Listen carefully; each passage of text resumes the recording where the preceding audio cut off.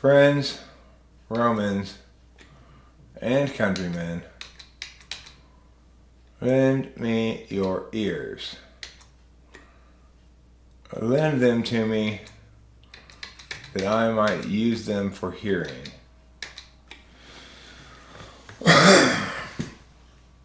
I'm here, I'm live streaming. I'm feeling pretty good. Even though I just went and lost money at poker. But I don't play poker very often anymore, so it's not really a big deal, I guess. The reason is because I went there to write, presumably, but I ended up just listening to the last live stream on my headphones while I was playing poker, and I didn't play very well. I was at a difficult table, too.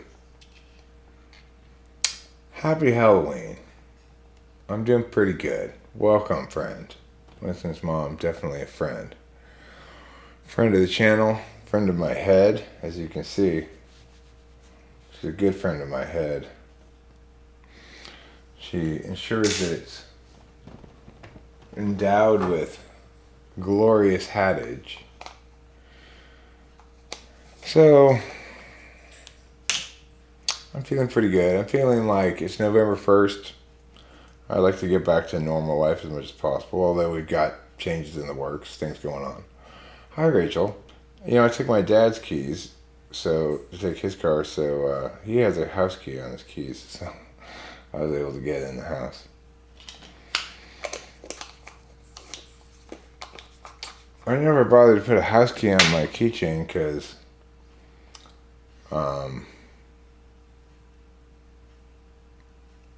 we used to leave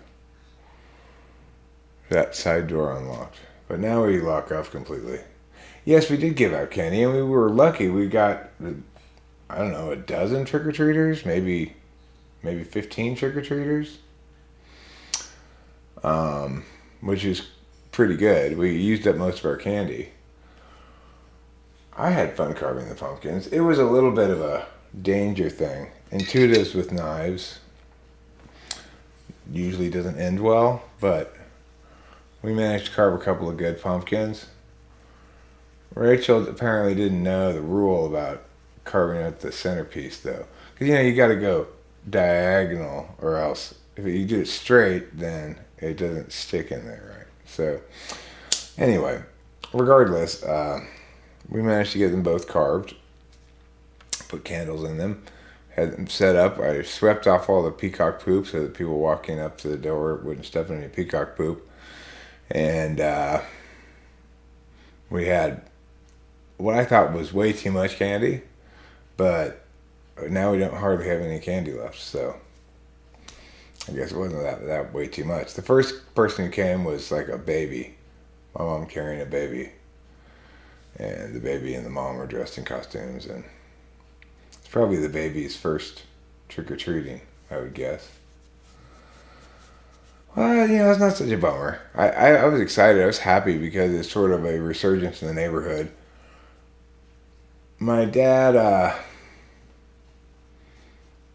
told me sometime back, maybe 4 or 5 years ago, that there was a year where no trick-or-treaters came.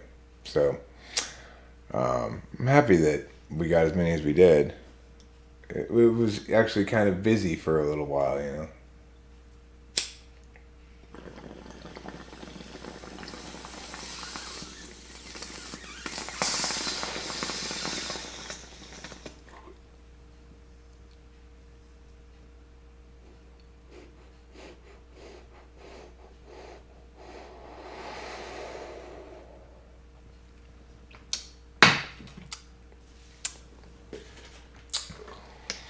Anyway, I'm happy to be back home. I think what I really wanted to do was live stream, but I'm so out of the habit of it that, yeah, I'm glad we gave it out too.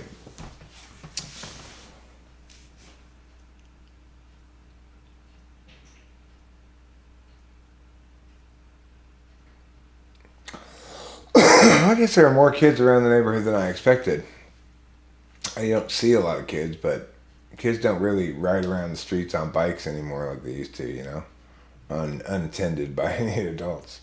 That's how it was in my childhood. They just shoot us off into the street with our bikes and say, go play. Be home by lunchtime or be home by dinner, And we weren't supervised, really. I had a childhood of no supervision. Maybe that's why I hate being supervised so much now. I really hate it. It's like, don't supervise me. Just leave me be. I'll be fine. I don't really need supervision. I gave out candy to one of the door people. I asked Rachel to do it for most of them because I figured she'd do a better job of making everybody feel welcome and happy Halloween and stuff like that. When I did it, I said, okay, meow for you, meow for you, meow for you. She didn't have a bag, so she pointed to the other person's bag. I said, okay. Hi, Boba Fett. Nice to see you. It's been a while. I gotta tell you this. I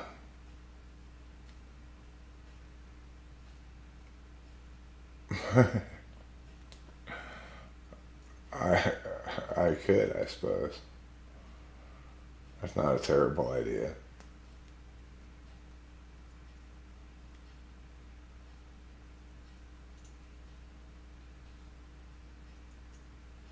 Oh, okay. Sure. I could do that. It's not a bad idea. Make it nice and short.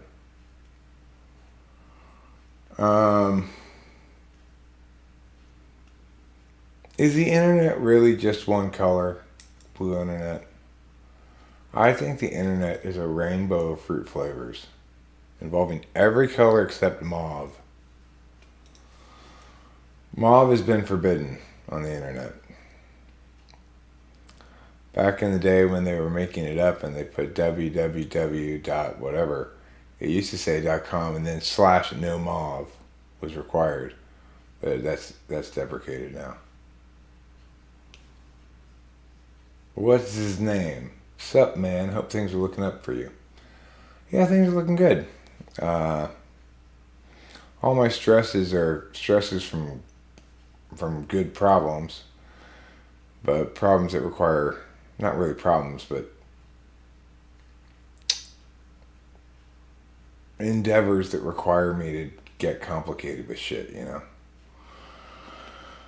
So, Delilah and I are going to have to talk to some tax professionals. It was nice talking with Jeffrey's parents today. They called me over to their house to attempt to coach them on talking to this teacher, or at least give them some ideas of what questions to ask and stuff. And Hui, who's the dad,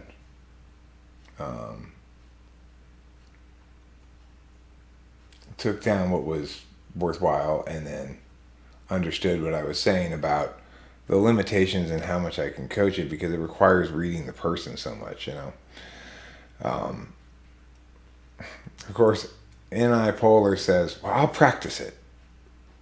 You can't practice it because you don't know what her lines are, You got to find out what she says first. When you ask about the syllabus, well, is there a syllabus? Did she give one out at the beginning of the year? The possibilities are no syllabus, yes syllabus, but she doesn't have a copy, yes syllabus, and the copy says meow, yes syllabus, and the copy says meow, yes syllabus, and the copy is vague.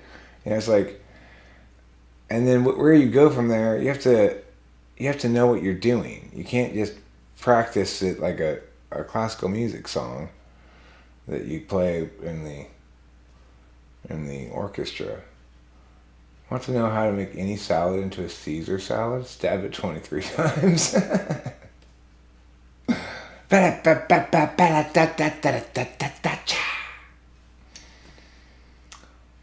I'm Inferno's Dante.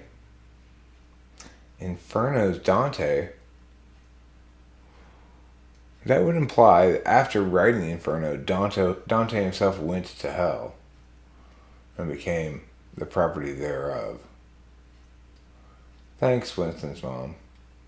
Maybe I'll follow through and do that. I could even do it right now, in theory.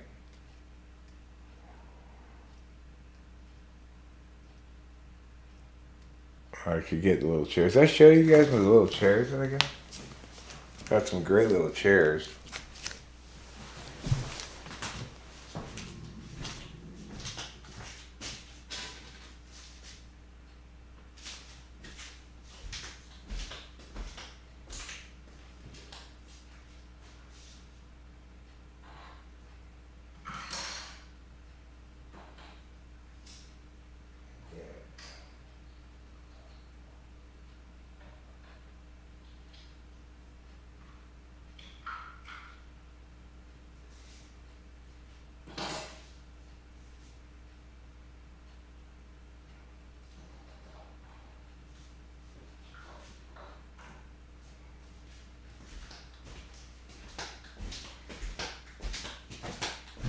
I got this sweet bed, too.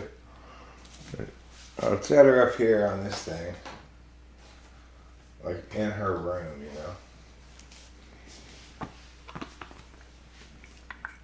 And this sweet ass freaking thing is fantastic. Where'd the other two drawers? Let's drop the other two drawers. I think we get them. This thing, there's this fully functioning little bureau. With little drawers in it. Pretty sweet, huh? Now Tiffany's got a pretty sweet room going on. She's not just whistling Dixie.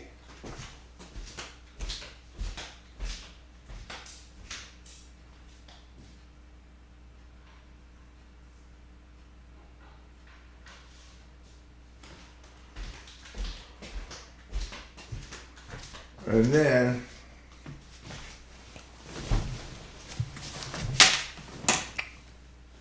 look at this great chair. Oh my God, what a great chair, right? Actually, I'll set it up over here because then I have a nice wall background. Alright, let me move this so you can see what I'm doing.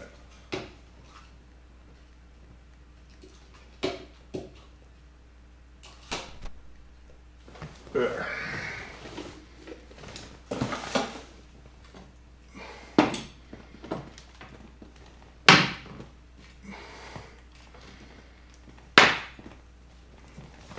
Okay. Put Tiffany in the chair here.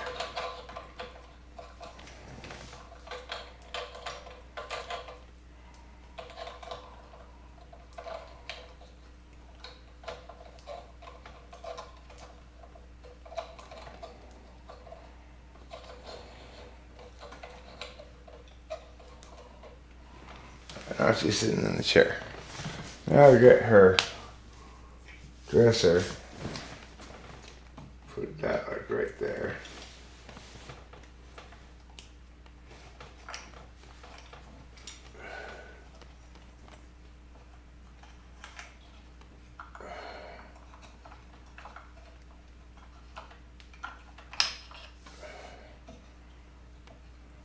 I'm gonna take one drawer out. I don't know if she'll actually I'll start like this with like, where did my candy drawer go?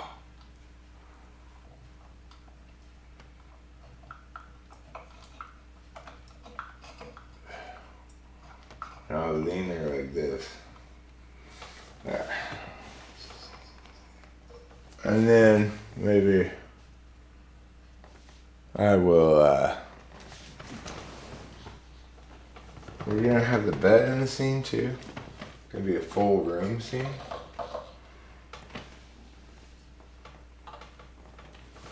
Could be. That could be good. No, she's just naked. That's all she is. That's fine. She's just how she is, you know?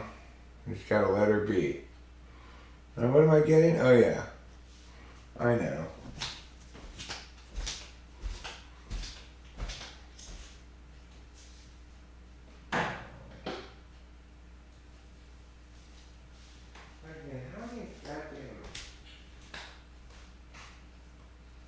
like this house has so many light switches. It's really ridiculous.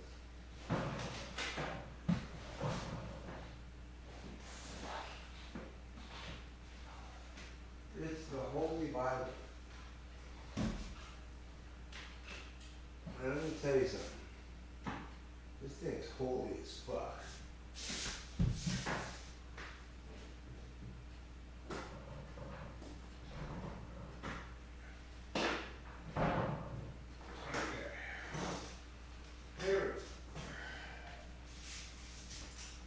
What a big castle, right? I know, it's a big castle. It is a big castle. But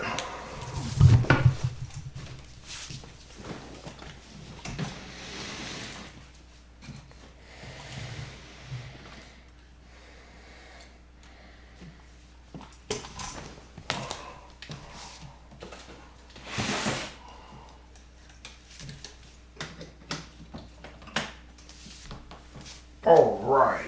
Conveniently, that worked. Then I gotta put this thing down so that it's the right height. Right now, it's the wrong height. The wrong height to film and shit. I think it's still the wrong height. I think it's still the wrong height. I gotta make it lower, gotta make it lower. So this thing's right on point. Like that. No. Like that. Yeah. There we go. Now I gotta get the screw-in thing.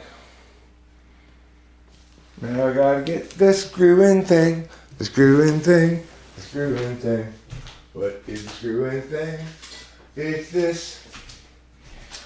And I got it. Pow!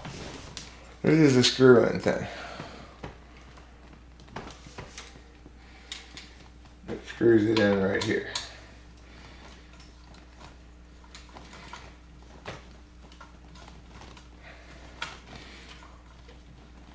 As you see, it had a light. Which way is screwing it in? Must not screw in? Oh, yeah. Okay.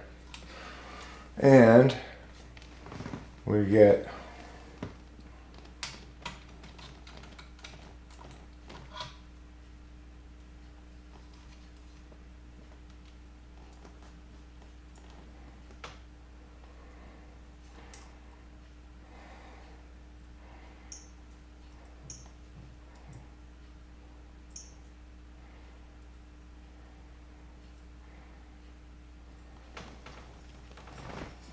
So are these videos normally, do they resolve with, no, I'm just kidding, it's right here.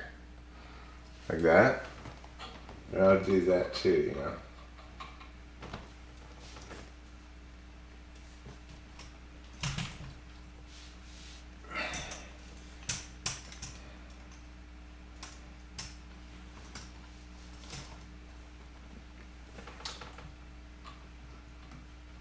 We've got to see your face, Tiffany. That's the bottom line here. Got to see your face.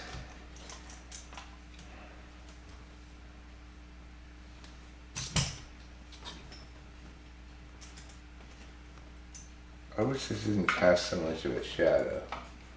Don't be such a shadow caster. God. There's something some people say sometimes. Not me, of course.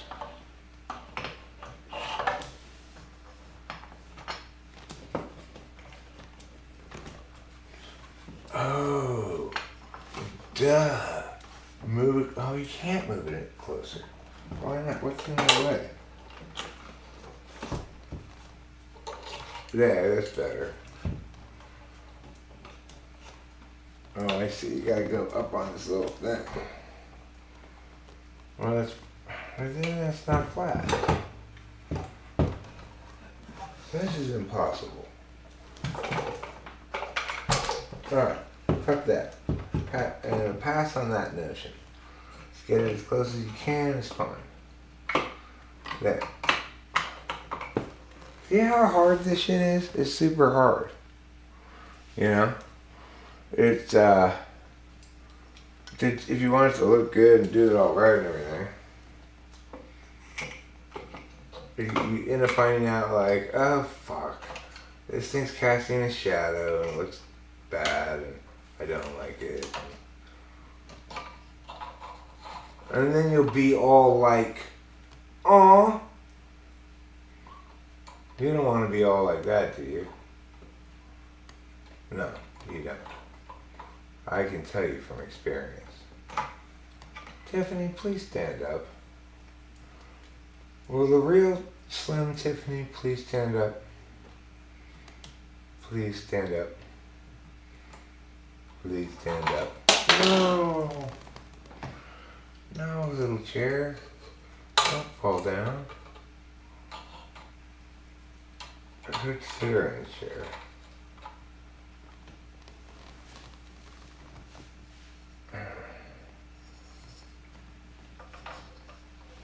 That looks kind of weird though. Why would she be sitting in a chair, right?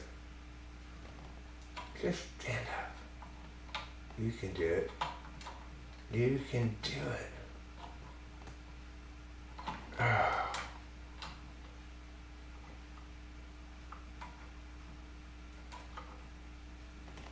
There.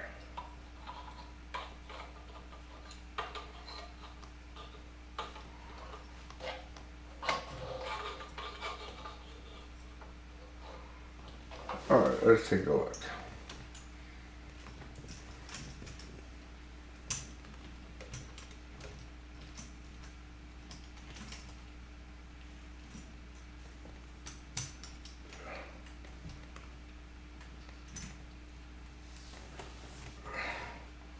Alright, that's pretty good. Let me check the other lighting things. My other lighting options.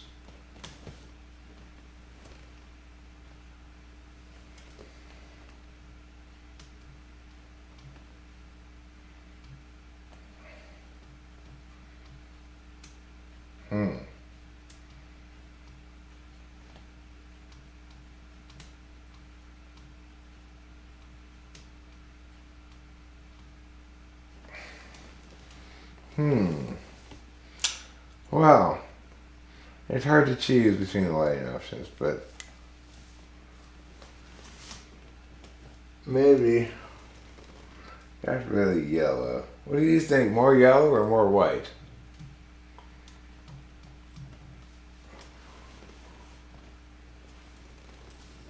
That's pretty good, I guess.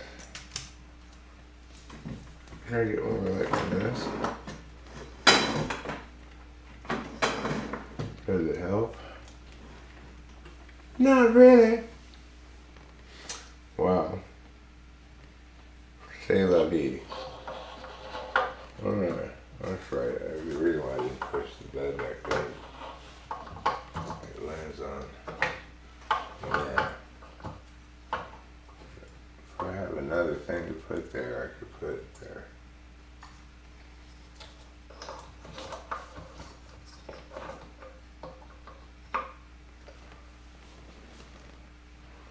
Does it really matter that much?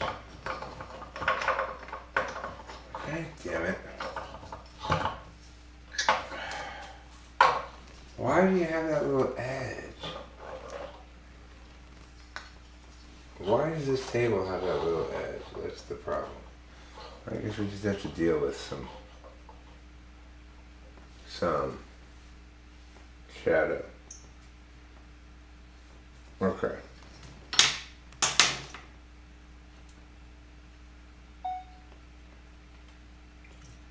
Where's my conductor?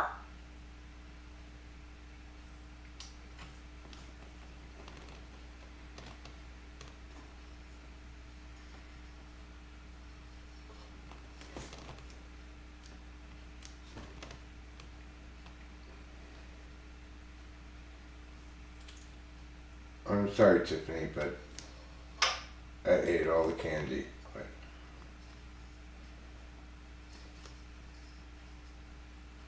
I ate hate to tell you this, but I got hungry and I ate all the candy in your candy drawer.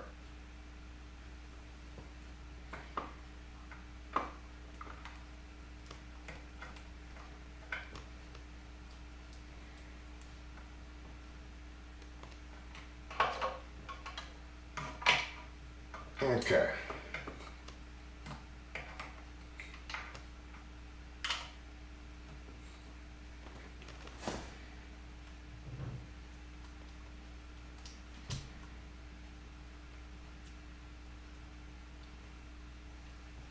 You done what? Well, I found that candy.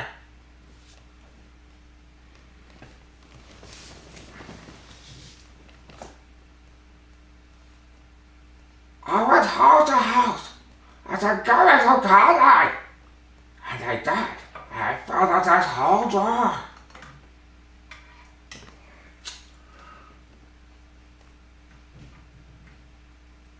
And they did. And I filled up this whole drawer. How could you eat it?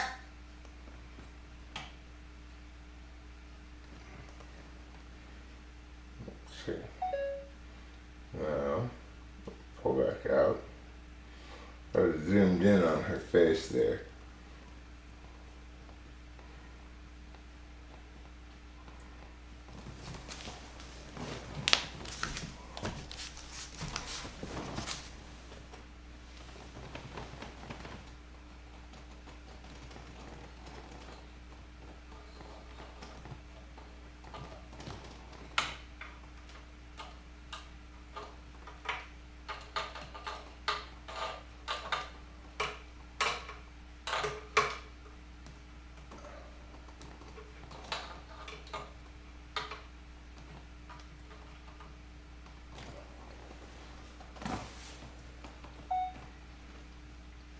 What are you doing, Tiffany?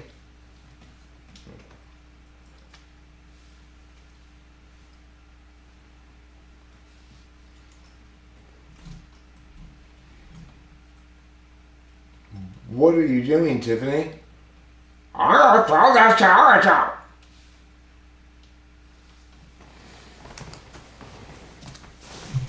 I gotta get some candy.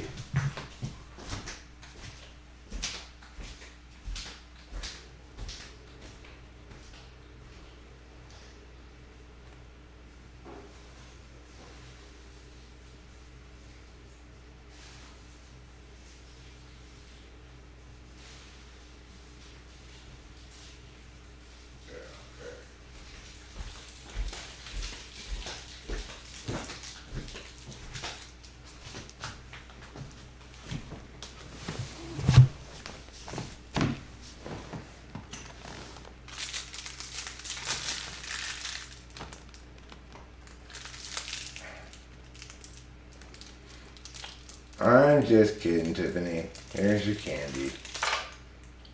You're a horrible man.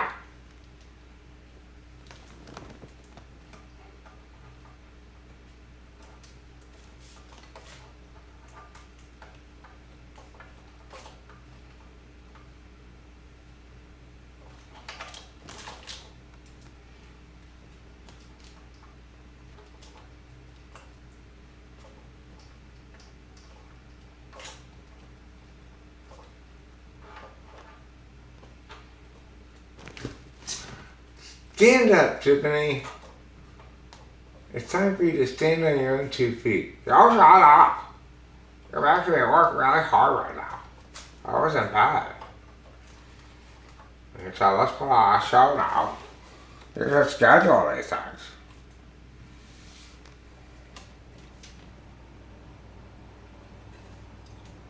All of these context. But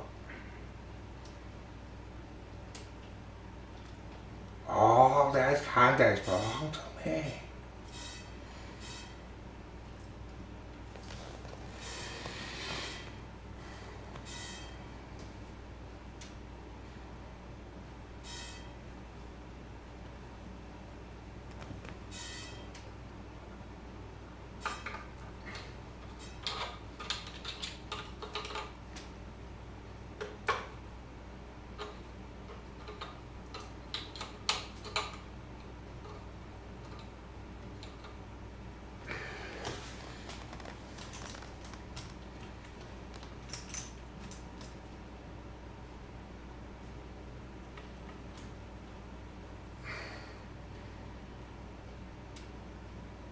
Which one right now?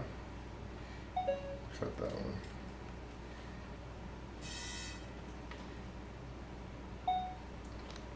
Well, you listen here, mister. You're getting too big for your britches. You're getting too big for your britches.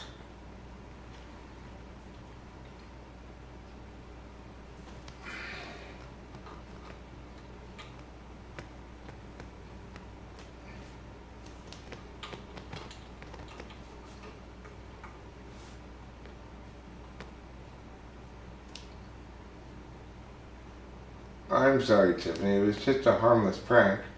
You stink!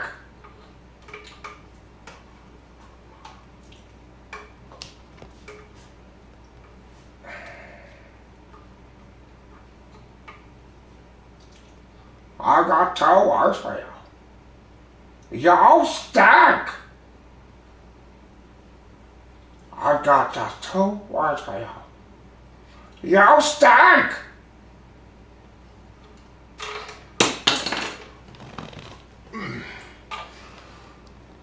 So that's a fair amount of editing work that's going to be done in that, you know? Try to get it into a good shape. I don't know how long those videos normally are on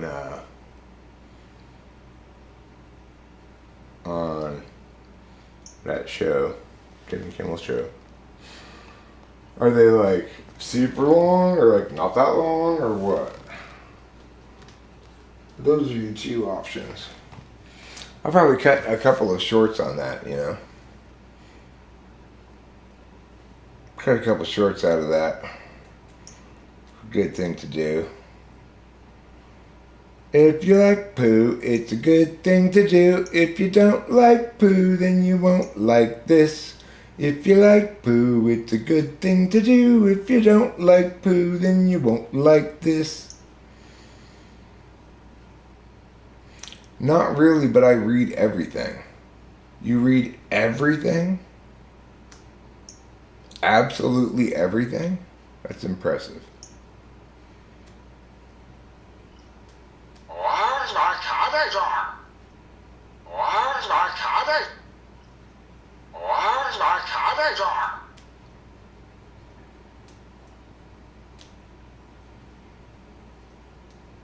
Where's my candy jar? Where's my candy jar? Hi, Hugh Jars. Yeah, it's going to be boring for a second because I'm going to be making these little shorts here. I might as well. They're going to start monetizing shorts. Where's my candy jar? Tiffany, but I'm sorry, Tiffany, but I hate to tell you this, but I got hungry and I ate all the candy in your candy jar. I hate to tell you this, but I got hungry and I ate all the candy in your candy jar. I got hungry and I ate all the candy in. I got hungry and I got hungry. I got hungry and I got hungry and I ate all the candy in your candy drawer. U.S. Epiphone Les Paul Vintage Edition 1000124242221. That sounds like a great deal. Everybody should agree that a great deal's ye. It's a great deal.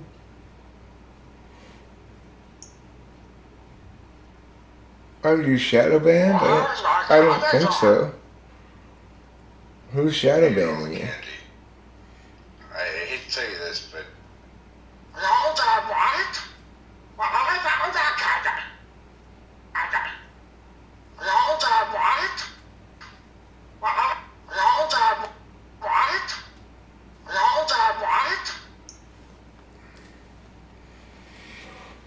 You did what? Let's find out what I did.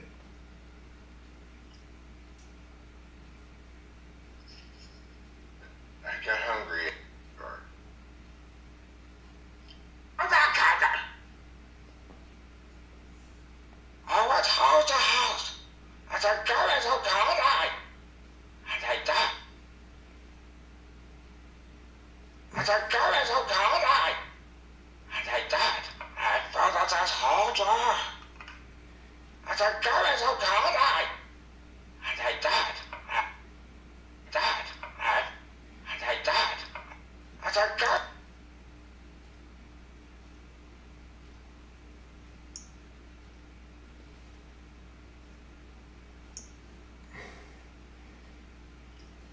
What? Where's my car?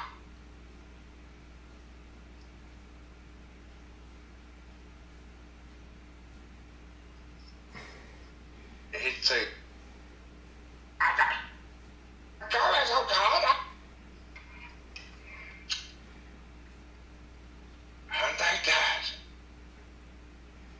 And I did. And I felt of this whole drop. And I of this whole drop. Felt of this whole. And I felt of this whole drop. And I felt of this whole drop. And This would be good. where's my candy jar? I got hungry and I ate all the candy in your candy jar. All done right? I said, go into candy. And I did. And I filled up this whole jar. Where's my candy jar? I got hungry and I ate all the candy in your candy jar. All done right? I said, go into candy. And I did. And I filled up this whole jar. Where's my candy jar? I got hungry. What should I title this? Like Jimmy Kimmel prank?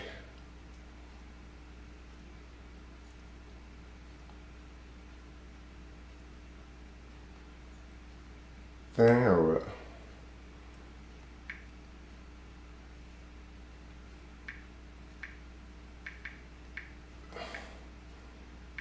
Tiffany gets Halloween pranked.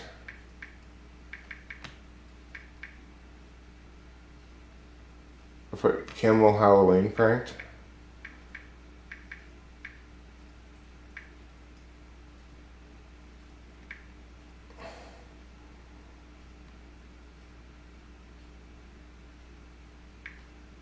I have to do it in multiple pieces because it's 15 seconds.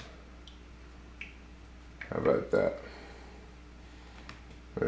Get Kimmel Halloween Tiffany candy pranked.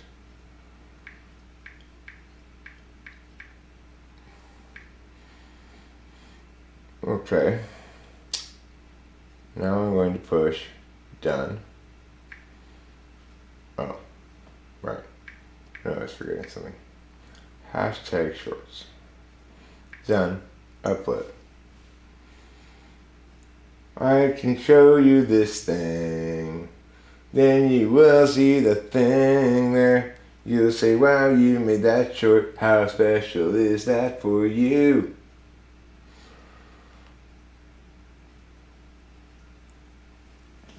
Where's my beverage?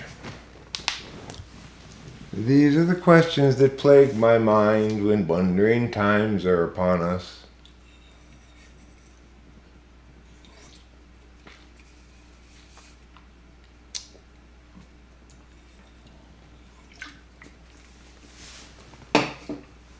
I think I should put Jimmy Kimmel. I try not to make my titles too long, you know. Yeah, you probably need some beverage too, Boba Fett. You sound like an SI disaster. Muchu Saka Paka Yin King Hun Kapona is the words that I said. I don't know what they mean. Maybe they mean much shaking pakes at Yin King fun time. Actress is believable.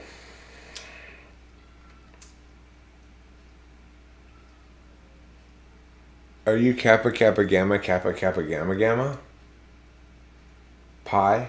Psi? Phi? Are you Kappa Kappa Gamma Gamma Phi Phi Phi? I don't have any of those things, whatever those are called. Being part of some academic club like I mean, sorority, fraternity. Some of them are like academic though. Like I graduated something cum laude. Oh, good for you. School face. They should call people who go to school. Oh, you're going to school. Good for you, school face. Just like that. Doesn't matter how young they are. Should say that's first graders.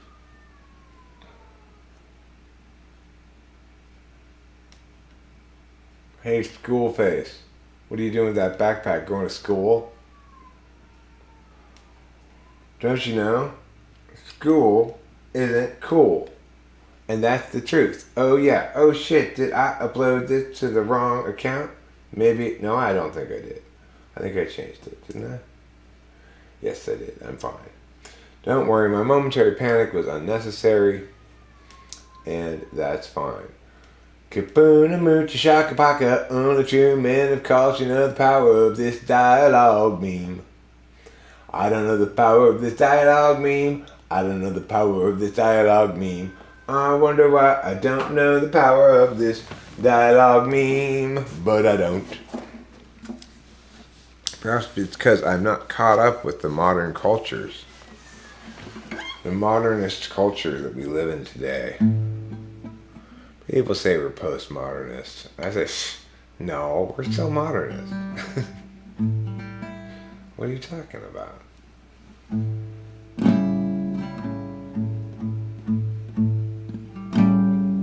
Listen up. Modern is now, not tomorrow, not yesterday. How could it be modern if it's not now? It's gotta be now to be modern. Everybody knows it. Modern is cool. Modern is new. Modern is now. You can't have an old modern. That wouldn't make any sense now. No, it wouldn't, cause it's not modern enough. Not new enough. Some people talk about mid-century modern, but that's different. That's furniture, see. And that doesn't count overall, cause gee whiz, everybody knows that modern is new. Nobody wants to tell you it's true, but I will too. Do that so you can know that modern is okay. Oh, go, go, go. For new and now, it's exactly where we are. We'll never be postmodern as a consequence, cause modern is always overtaking the past, becoming new again in the moment it lasts. It never stays modern when it gets old. So just let's embrace modernism. It's been the thing from the beginning. It's always been what's now, what's contemporary. It's modern for you and it's modern for me. There's no reason for postmodernism to enter into a lexicon that might be something that a Mexican would learn about in college. No, no, no, no.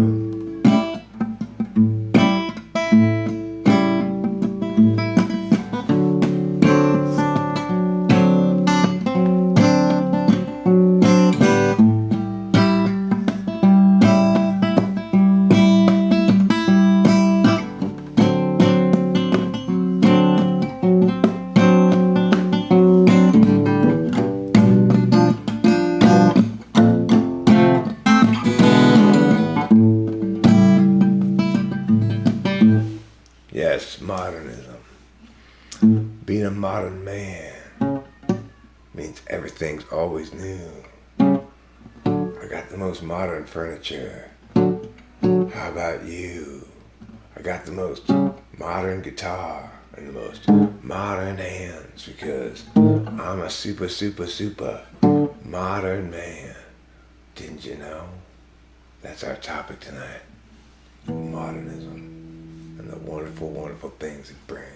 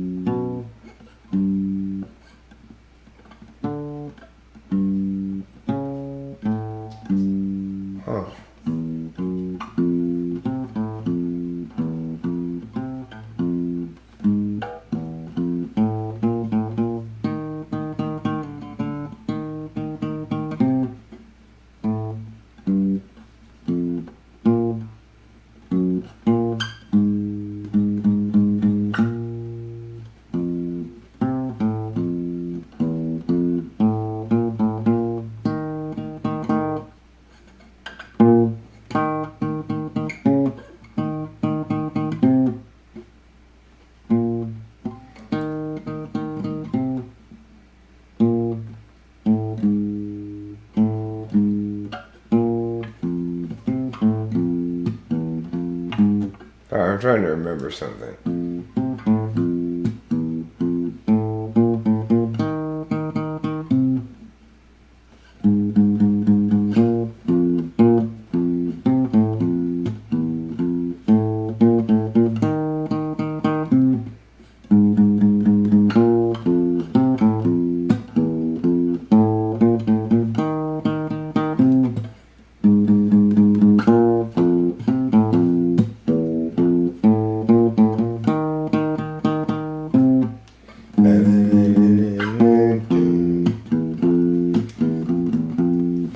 I heard a song called Compton Better Stop Barking.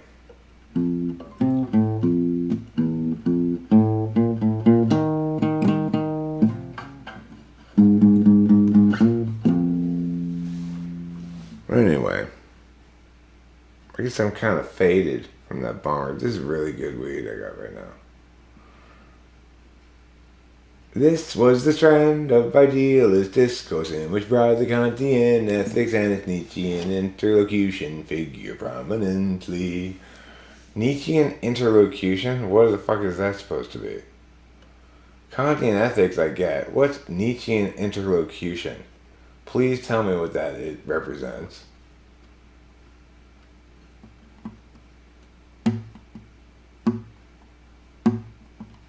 Yeah, I want to know what Nietzschean interlocution means. Sounds a little suspicious, if you ask me.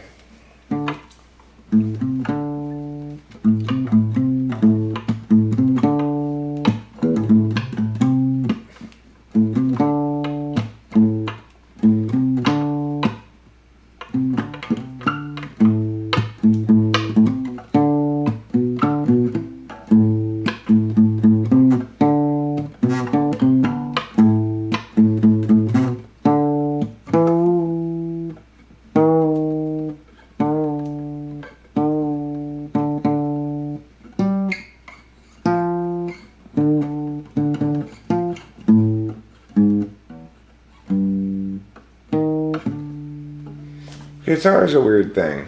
I'm being like CJ now. I'm just screwing around and not really caring about the media I'm making at all. But it's been a while since I've been able to enjoy playing the guitar with my middle finger being broken. Yeah, there's the track. If you wanted to listen to it.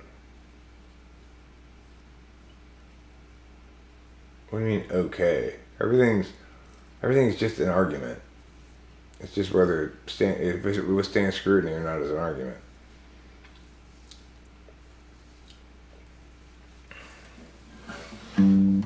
The problem with some philosophers is they don't get that that's what they're doing. They're making a case for something, for some interpretation, right? The ones who don't get that that's what they're doing, and that it needs to be made as a strong case, those are the ones who are shitty at it. Kant made a very strong case.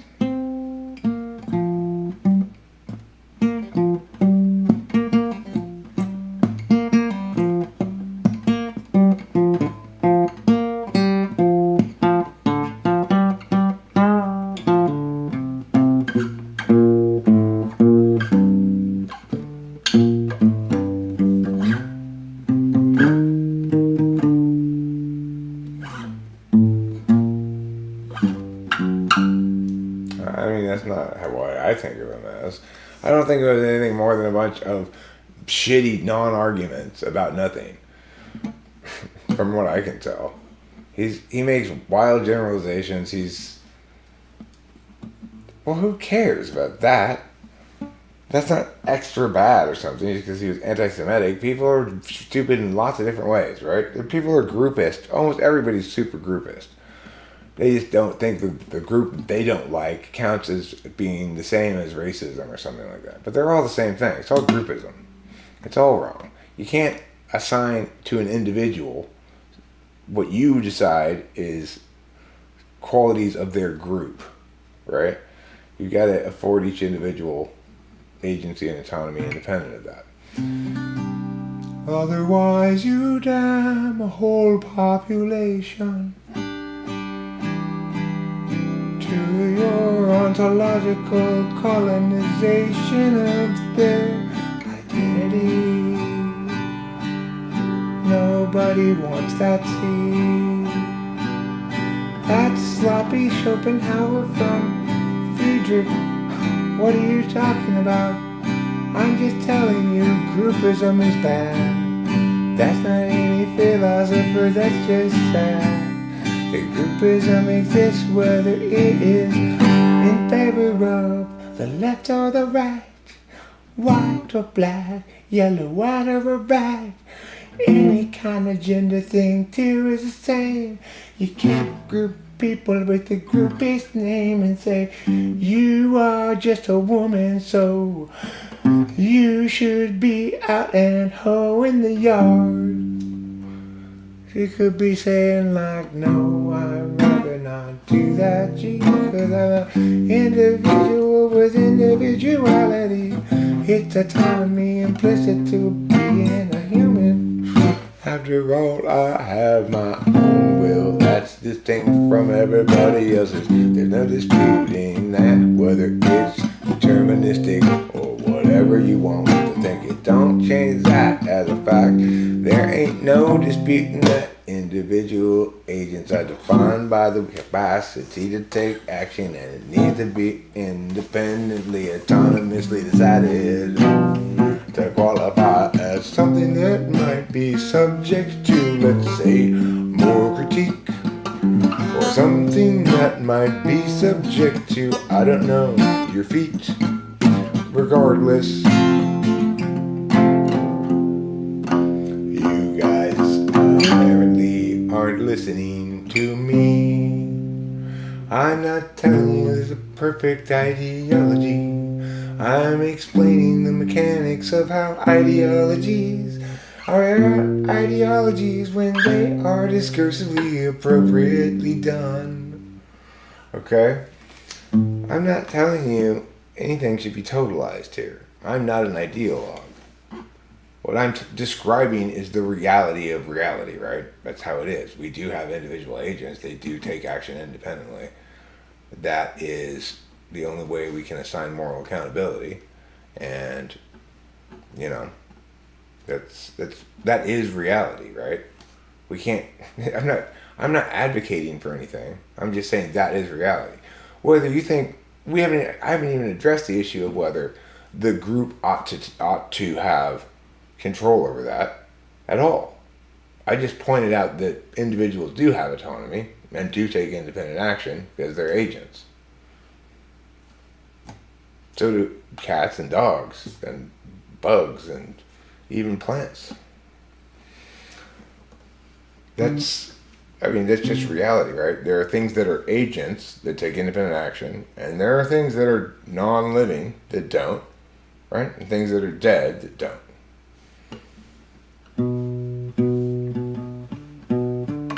Why would you assign me? That's all I'm saying to you, right?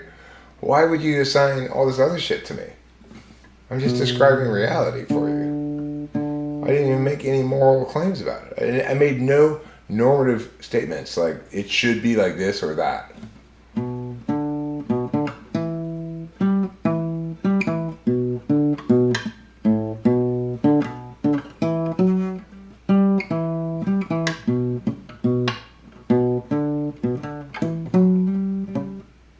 Well, we're doing a pretty good job of it, frankly. You know, individuals responsible for their own maintenance need to make themselves useful to other people in order to earn money. By doing so, new wealth is generated. It needs to be matched by a corresponding influx of new currency into the economy. Some amount of... I mean, you keep wanting to politicize what I'm trying to philosophize, okay? You want to address some sort of framework issue that you hope is going to cascade down in favor of what? More autocratic nonsense? More lockdowns because people are going to die from a virus going around? I mean, that's just fucking how the world works, right? People die from a virus going around. You let it run its course. unless it's fucking airborne Ebola, you let it run its course. If people's immune systems are either up to the task or not, you know?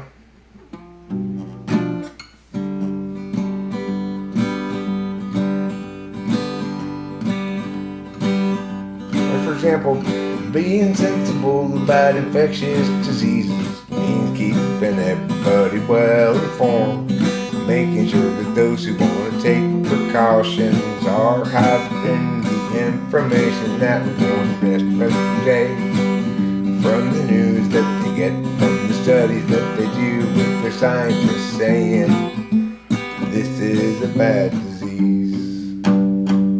They should encourage everybody to do some things like maybe wearing masks and maybe singing about the dangers of this disease. Let's raise awareness, geez. But what they ought to do is try to force everybody to wear masks and stay home, because that's fucking insane. Right? It was fucking insane. It was the most insane thing I'd ever seen. They justified their actions based on 4% fatality, but as I said then, it was 0.4% fatality, and that's a tenth as much as they had claimed.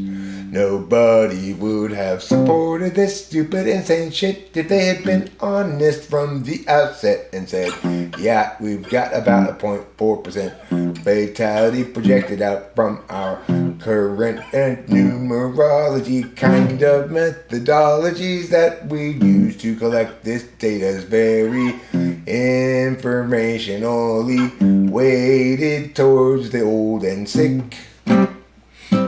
Only testing the very sickest ensures that your fatality rate's inflated. Anyone can see this if they're not totally retreated. I think you know what I mean, but that's hate speech, so let's not sing it, even though it would be hate song. I'm really freestyling like a boss tonight. Yeah, Lyrical and Infp. For sure. I believe in individualism because that's what my group believes. Why do you say what I believe in? I just described reality, right? I didn't state what I believed in at all. I just described reality. Basic observations nobody can dispute. I made no normative claims.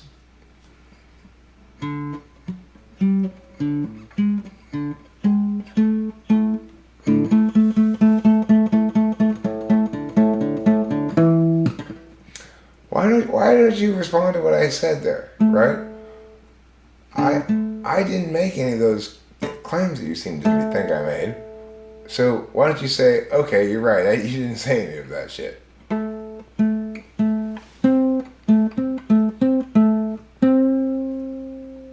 Modern standards of rugby? Modern standards of rugby. Oh, modern standards are gay. Wow.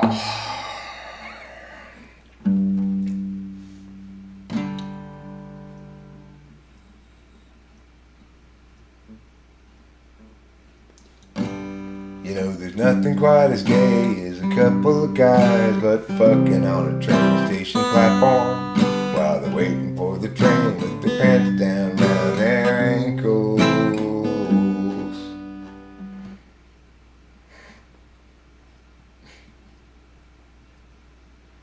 Modern standards are a bit hedonistic. Eric likes that. Well, there's no doubt that there are social mores and that I recognize and adhere to the most, adhere to a lot of common standards, but I evaluate them independently, and I make my own decisions about shit. More so than anybody else does, more authentically than anybody else does. Like, you don't know why you believe what you believe, and I know that what I believe is that Mia is the best argument on the subject of Mia, pending, until and unless better argumentation replaces it. So that's what I believe about whatever arguments I'm making. is that they are currently the best arguments, pending being replaced by better ones. You're not in the business of replacing them, by the way. You're not making any good arguments, so you're not really making any arguments. You're just kind of trying to assert that I'm this or that. But you can't tell me I'm this or that. You can't tell me I'm this or that. You could do it if you want to, but you can't tell me I'm this or that. I'm not this and I'm not that. The things you say that they are bad, well, I'm not named meow, and that's why I'm saying meow meow meow, 'cause I'm not this or that. I'm just a guy in a brown hat. Yeah, brown hat.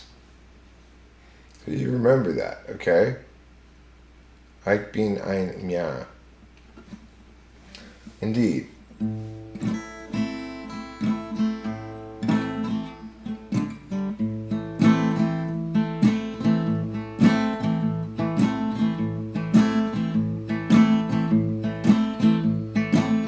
I really don't agree with you when you say modern standards are hedonistic. Think about how everybody drank so much back in the 50s. Think how much people fucked in the 70s, the late 60s too. And when you think about those things, think what's true. And when you think about those things, think what's true. What's true is that right now is not especially hedonistic. Like, look at me, I'm playing guitar and nobody's sucking my dick, because I'm not into orgies.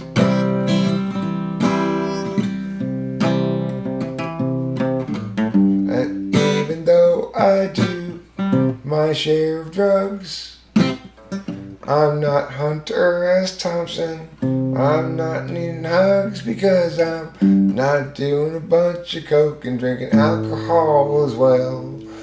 And then taking acid and staying up all night watching porn and writing and telling things to people who would read it later in a book or two.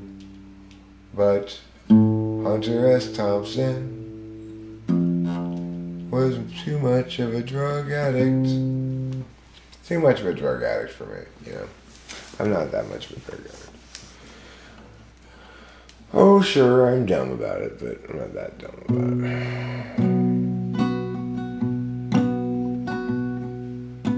America got out good. America got out good.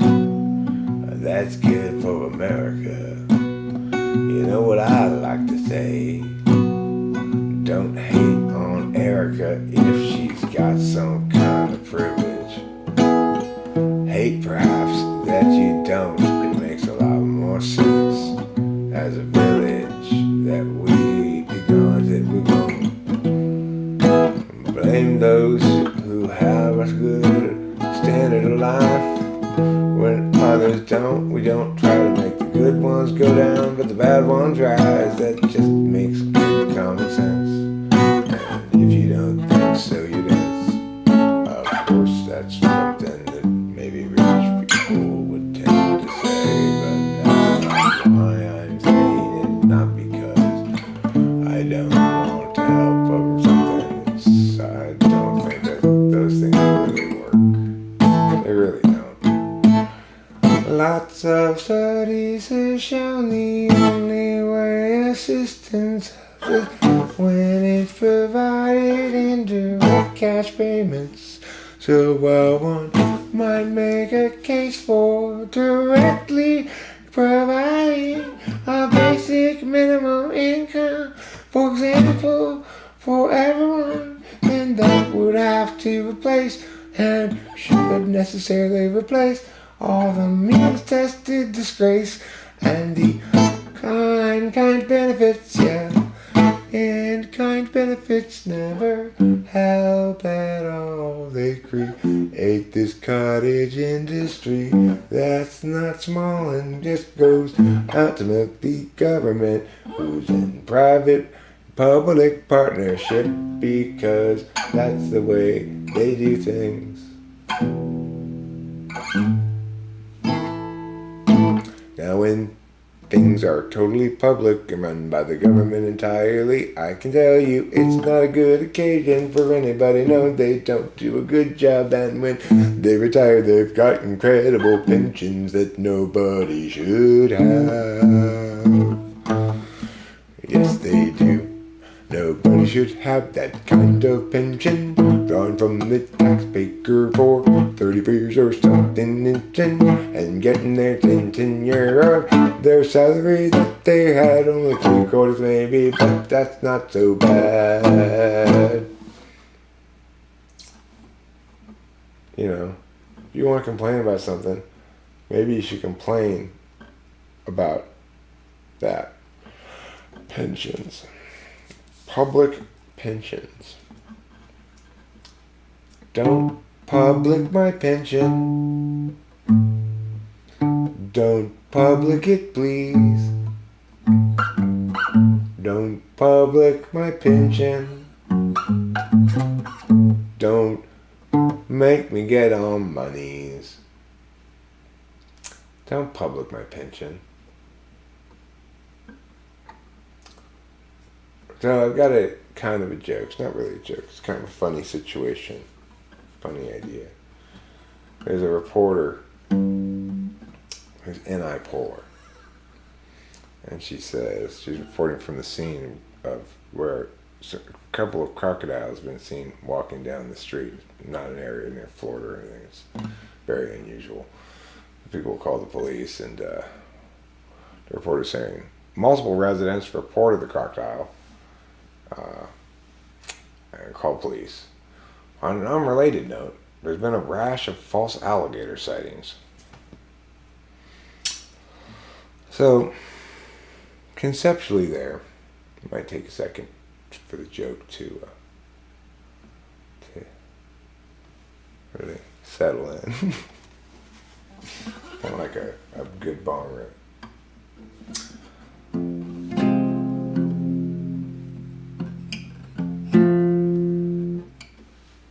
You could get a bowl, you could get a pita, and the food was oh so good. You could get a bowl, you could eat some cheetah, but it tasted like wood. You could get a bowl and you could get a pita, and either way you'd be happy, Rita, cause it's a great place to work and eat as well. Oh, goodness gracious.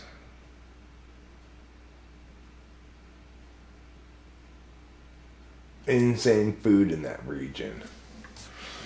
Stop bragging about regions, okay? You know I hate it when that happens. All regions are the same. Terrible.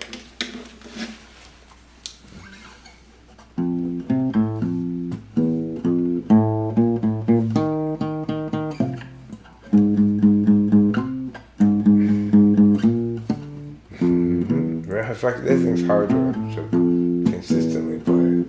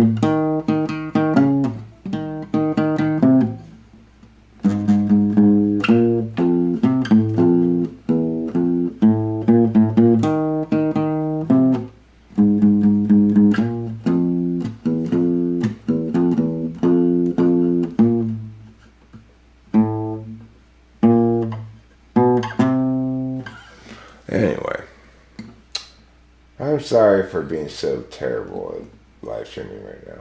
I'm doing a terrible job of live streaming.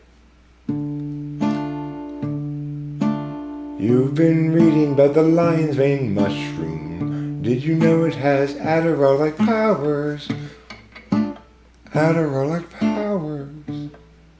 No, I didn't. Where can I get this lion's mane mushroom? I like to eat mushrooms that give me magic powers. Like the power to shower in delight, that everything is hilarious. Why is it that?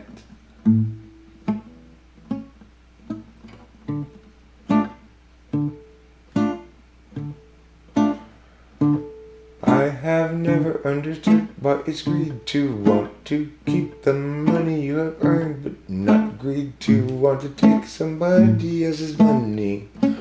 Yes, that makes good sense. That makes a lot of sense. What that person is saying, that is for sure. It makes a lot of sense, 'cause it's true, it's true, it's true. After all, property is what belongs to you, what you've earned, what you've made. Only those who've done nothing that was any value can dispute that you should profit from the endeavor of your body. After all, you own it. It is your body, and you own it, so you should get the benefits of work you do.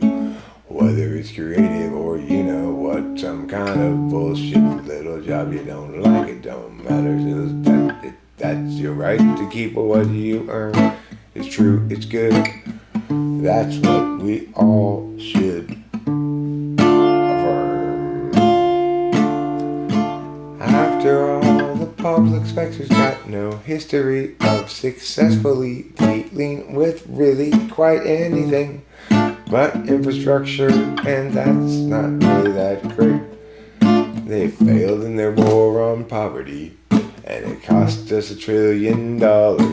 They failed in the war on drugs, and it cost us $1 trillion. They failed at the war in the Middle East, and it cost us $1 trillion.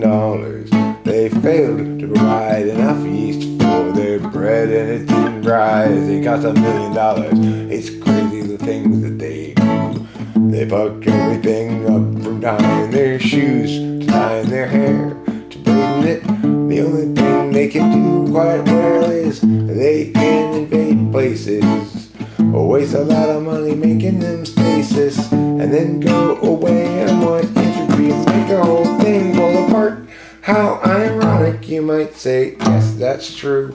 Irony's a thing that I do when I'm feeling kind of irritated at a reality. Unfortunately, there's nothing I can do, 'cause they won't elect me to be president like they should. What is postmodernism? It is this node deconstructed, just devoid of meaning. You just understand it's about what is my identity. Forget this note. I'm playing this note? What note is it? Well, who am I? Who am I? I'm a transracial, transgender, transageal, highly disabled, toothless old man who needs you to appreciate this note. Therefore, appreciate this note. Appreciate it. Isn't that D? This is Eric's note, okay? This is Eric's note. It carries with it the spirit of my Indian people. It carries with it the spirit of my Inuit kin. It carries with it the spirit of the red man, the spirit of the Chinaman as well. It carries with it Shui Changlu, Hao Changlu. It carries with it everything that I bring to the table as the most racially diverse individual in history. Fluid transracialism. I win all intersectionality contests. I win them all. Thanks to my fluid one note transracial identity, in conjunction with my transgender identity, you can see You can see my transitionality is also quite dramatically important. I'm disabled in 140 ways. My left toe's longer than my right toe in these days. Haven't been so easy for me thanks to my disability.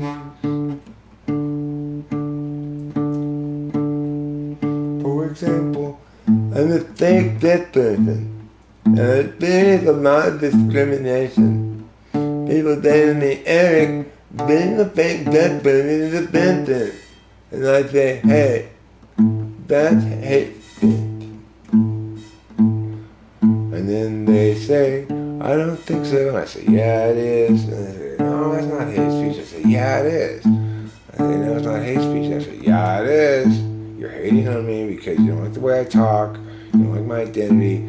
But I need to be a fake deaf person.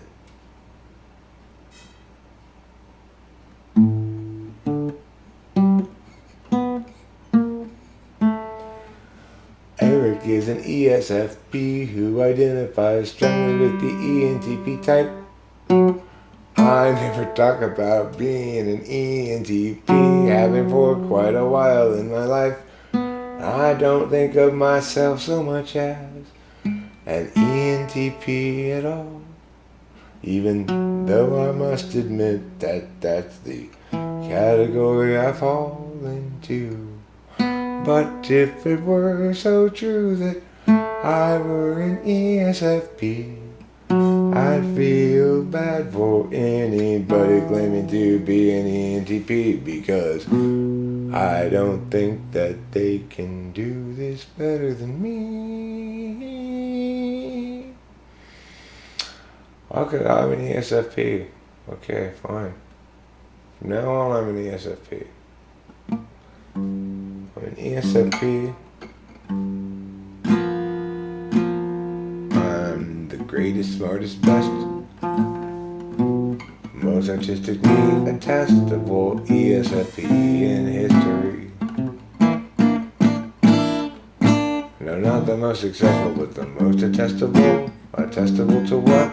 Attestable to quality that's from my butt that I make up as I'm just fucking around. You got Roman toes. You got Roman toes. You got Roman toes. Roman toes. You got Roman toes. You got Roman toes. You got Roman toes. All your Roman toes, Roman toe town. Are they roaming from Toe Town on a towboat to Bro Town, where they're gonna row across their Roman toes? Roman toes, indeed. Don't be a Roman toe. Don't be a Greek foot.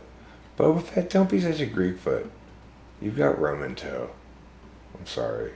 I didn't want to be the one to tell you, but you've got Roman toe.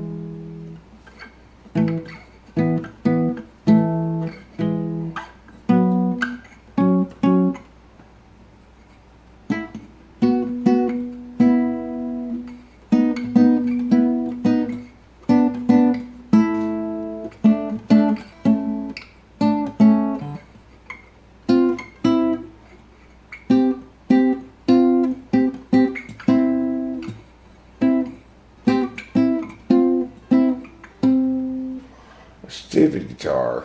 You're full of... Sometimes you make me mad by being hard. Don't be hard. Be easy on me. Take it easy on an old man. Take it easy. It's a very cloudy day in Los Angeles. Today we run out of time. Struggles past, struggles still to come. The day is nearly done. Will someone buy us some more time?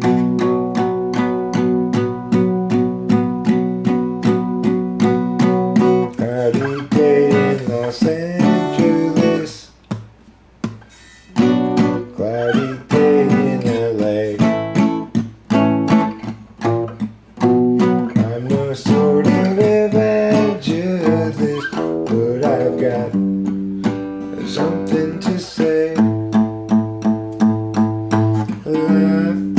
and strangely be forgiving to those who stay awake all night, and voices telling you to give in will try to sap your will to find.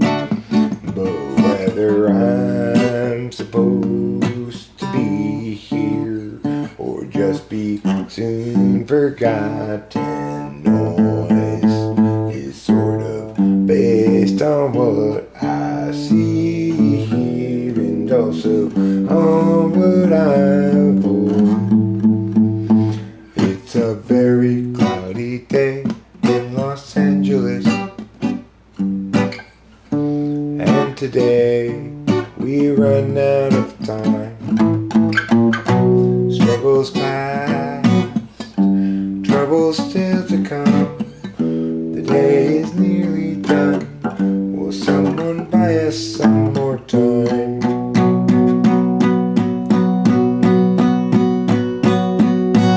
Cloudy day in Los Angeles, cloudy day in LA. There's no sort of evangelist, but I've got something to say, something to say. That's nice. That was nice to play. Feels good to play that song. What other songs feel good to play?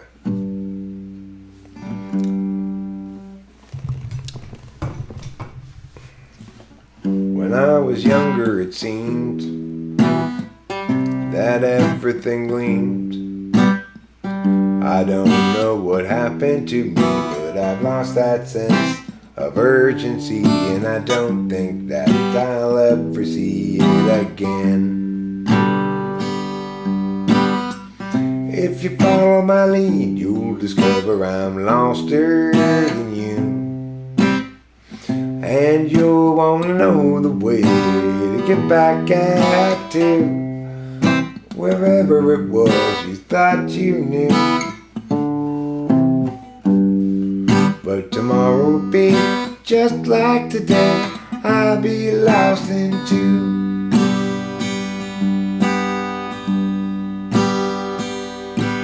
It's a matter of mood as much as a matter of will, and the things I do and the direction I point to still seem a part of me, but departedly. And I wonder if I'll ever see them again. Bumpity down, dee dee down, bumpity down, down and down. Bumpity down, dee dee da, bumpity da, da da da.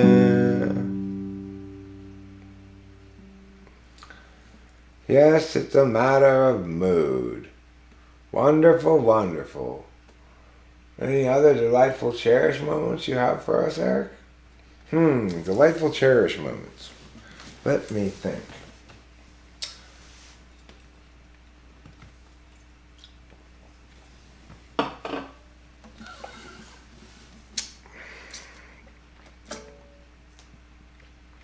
Delightful, cherished moments.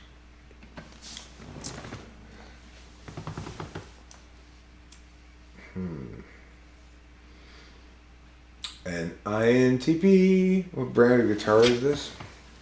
It's called a Parkwood. I got it at a yard sale. Yeah. We're at 8K again. Or were we at 8,000 subscribers, you mean? I was surprised to see it was going up. I don't know what made it go up. Maybe my butt made it go up because my butt is so sexy.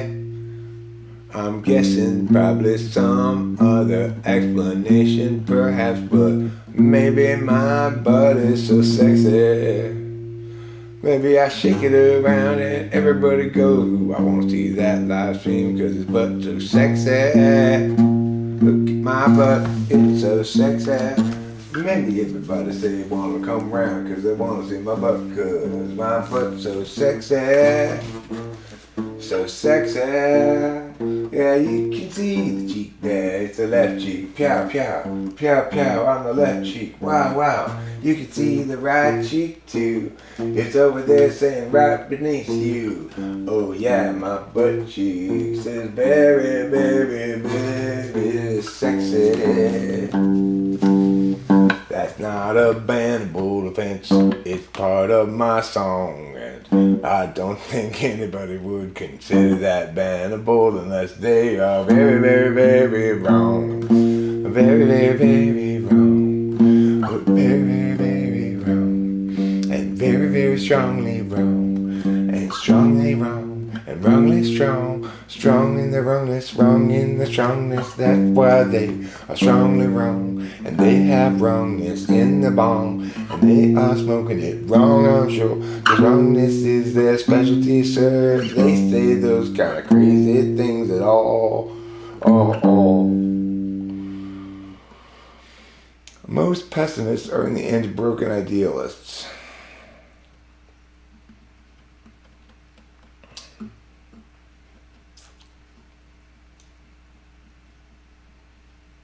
Purge the bonger ball runners. I shall do that right now. And then I'm going to have to smoke a cigarette. And you guys are just going to have to deal with it. I'm sorry. I know some of you have expressed that you don't like smoke being blown in your face. But in this live stream, that's what I do. I just blow smoke right in your face. When you were younger, you weren't this cynical. Are you really cynical? Or are you just mad about something? Why are you thinking so much about the world's problems anyway? Why don't you think about packing a bowl? You know? That's easy to think about. That's easy. Let's do that. Let's think about packing a bowl. Let's not be cynical. How could you be cynical when you're sitting here listening to me singing these songs? You can't be. You have to say, "Aw, look at that old man singing that song. Isn't that cute?" You have to feel at least that. Especially now that I've shared with you my sexy, sexy butt. Well, you know, in pants, but still.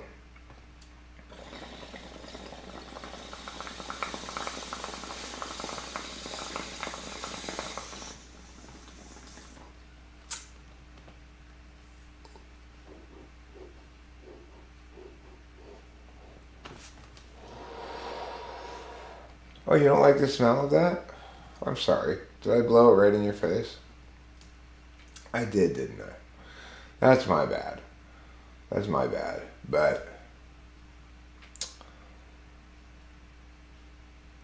or maybe it's my rad. Because it's pretty rad that I'm doing that.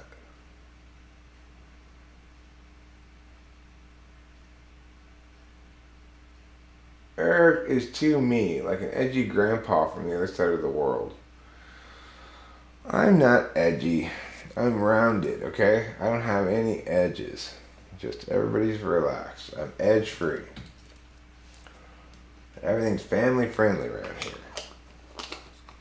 You know, I include everything from apple pie to grandma's anal beads. Oh wait, that one's a little edgy.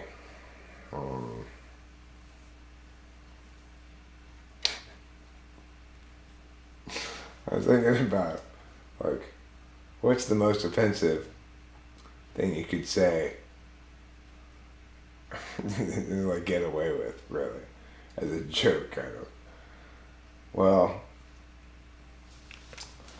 if you were to say, ask the question,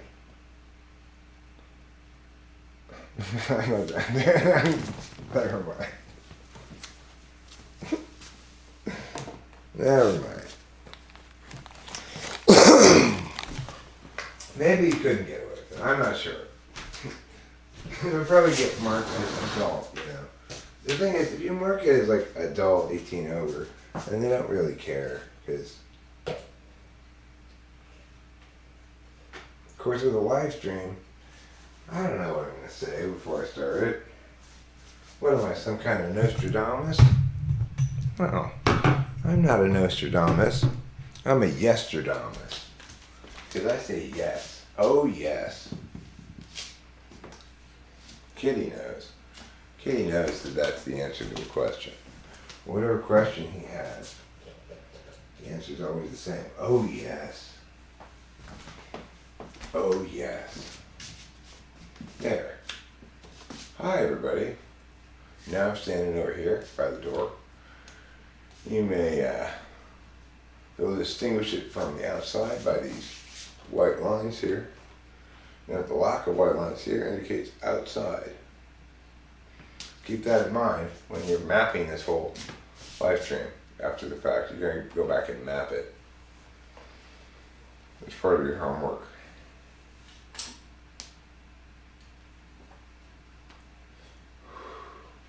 I can't get over how horrible and dumb school is. It makes me mad. Why are we doing things like this? It's so terrible.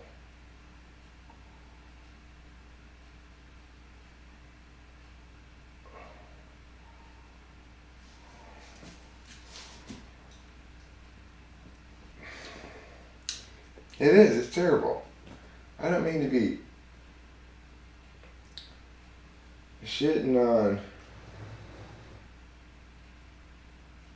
everyone's experience as children, but we all got fucking enslaved, you know? It was horrible.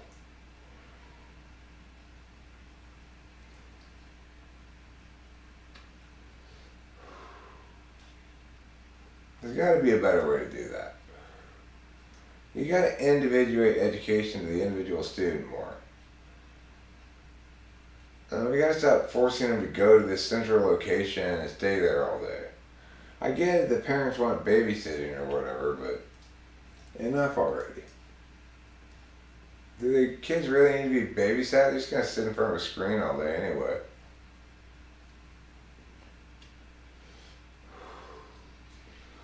Well, I guess the doers probably won't, you know, your outside people.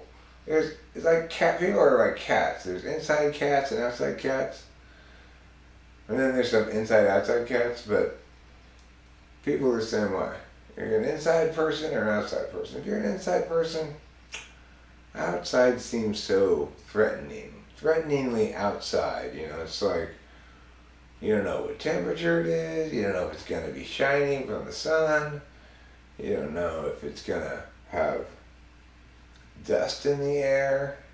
You don't want to have dust in the air.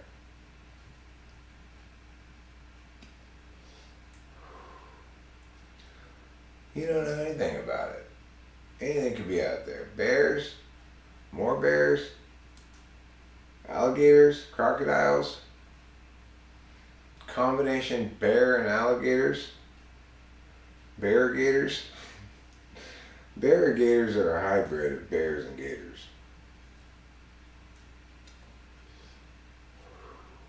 Every once in a while, they'll mate with a crocodile, but usually it's gators.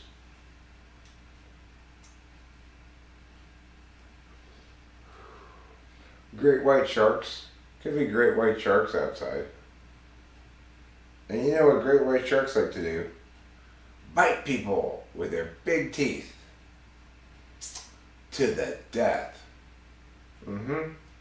To the death. They like to bite people to the death and then eat them with their ravenous maw.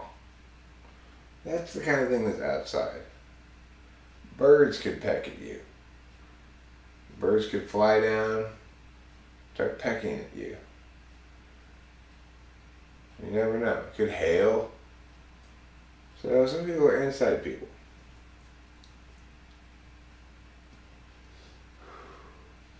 Outside people have this weird, oh, don't worry about it thing. I kind of got some of that because I'm kind of an inside-outside person. But more of an inside person as I get older.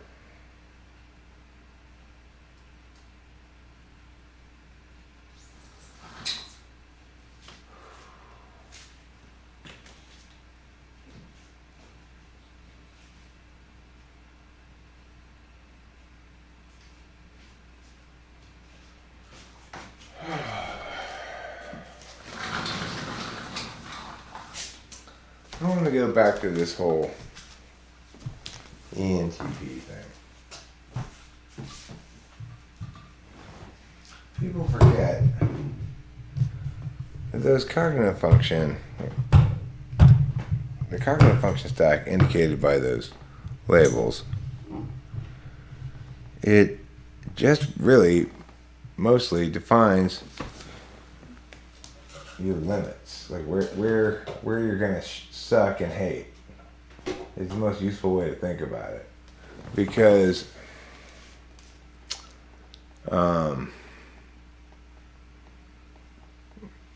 that's a lot more informative than talking about the strengths that you might develop. Just because you're an NEDOM TI tool doesn't mean you end up living a life of creative spew at 3:40 in the morning, right? Not all ENTPs turn out like me. Jeffrey's much more focused. He's more directing his energy into businesses and stuff like that, because, well, the thing is, the part he likes about it is the design part.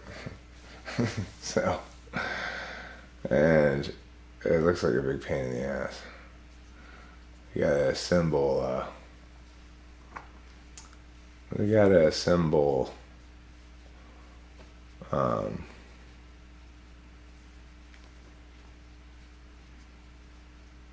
I forget what I was talking about.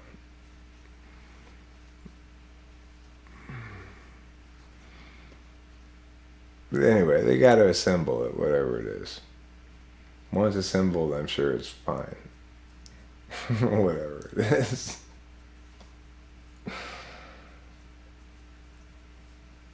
And whoever they are. I don't drink alcohol, Blue Internet. I'm what they sometimes refer to as a sober bober. I'm sober, but I do drugs. But I consider myself sober in the AA sense of the word, as the book describes it, not as maybe people say, but if they read their book. I forget what we're assembling. But I tell you what, why don't we get an assembly going where we discuss what it is we're assembling for? I think that could be really productive. Why are we assembling here? We need to have an assembly in which everybody comes in and they sit down, and then there's nobody there to say what's going on or anything. They sit them all down and say, okay, get ready for the experience of a lifetime. And then they lead them into the theater, and they sit them all down, they darken the lights, and then just nothing happens at all.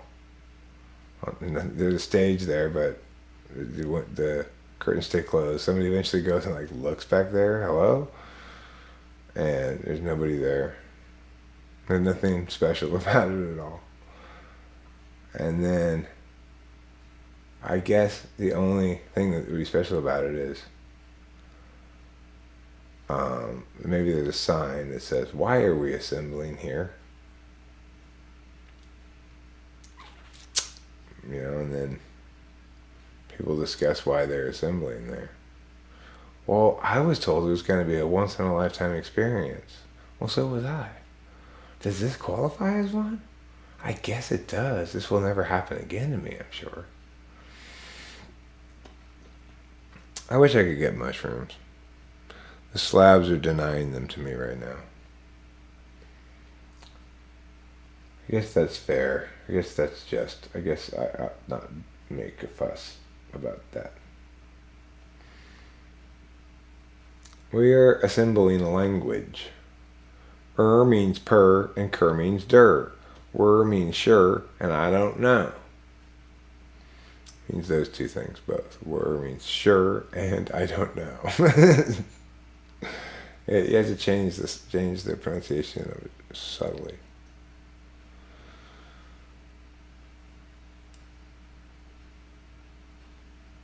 Duck-billed platypi.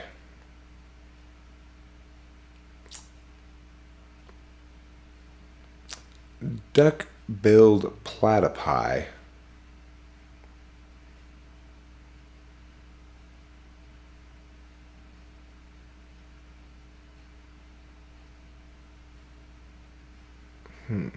platypi kind of rhymes with alibi. Rhymes pretty well. It's a pretty good rhyme. Not a lot of rhymes for platypi. You can come up with multi-word ones. Gladys I. Gladys, comma, I. You know.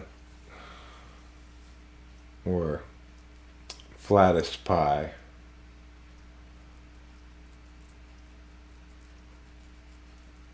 "12 angry platypi stomped upon the flattest pie, making it still flatter than it was. And when they stopped and scattered out, the platypi were sad because they'd stomped the wrong pie, not the one they'd been sent there to stomp, and now the platypi regretted their reckless, impatient romp."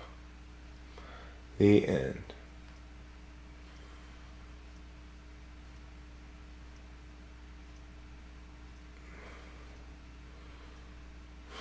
All of us are born with a set of instinctive fears of falling, of the dark, of lobsters, of falling on lobsters in the dark.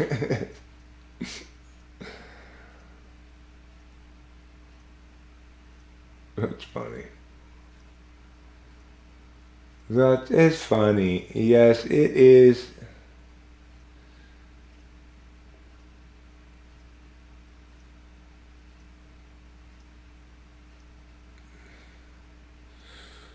Yes.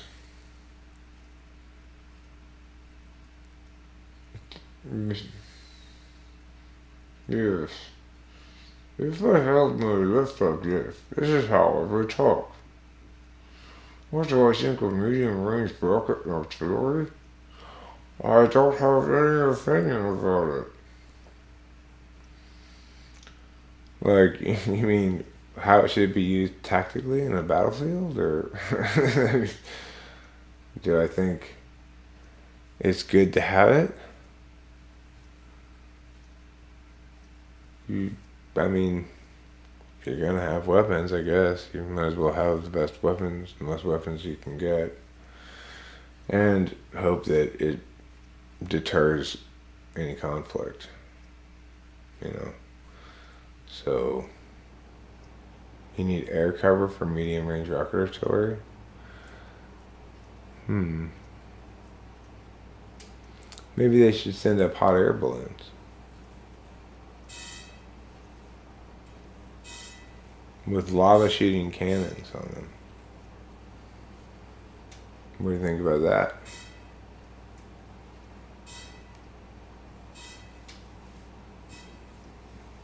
Half lava, half ghost pepper chili sauce. So that as they're getting burned to death by the lava, they also have stinging eyes. Thermobaric burnage barrage cannons. That sounds pretty good. How about like an antimatter cannon? Can we get an antimatter cannon? That wouldn't even need to be a cannon. It would just be a sniper rifle that could take out an entire destroyer in one shot.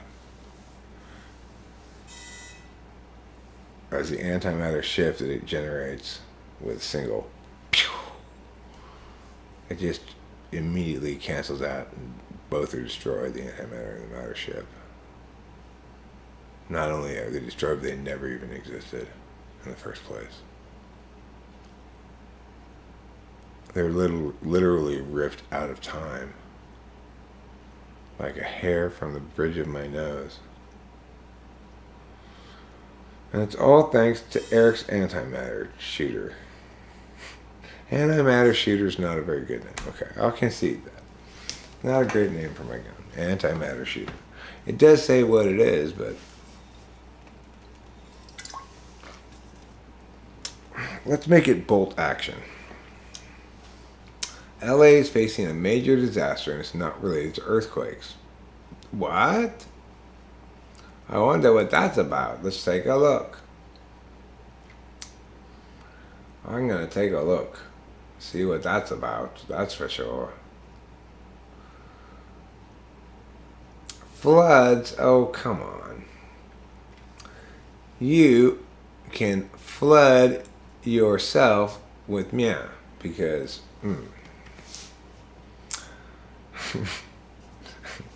You're kind of like the Lorax guy, aren't you? Blue Internet. I'm glad somebody speaks for them. The antimatter particles.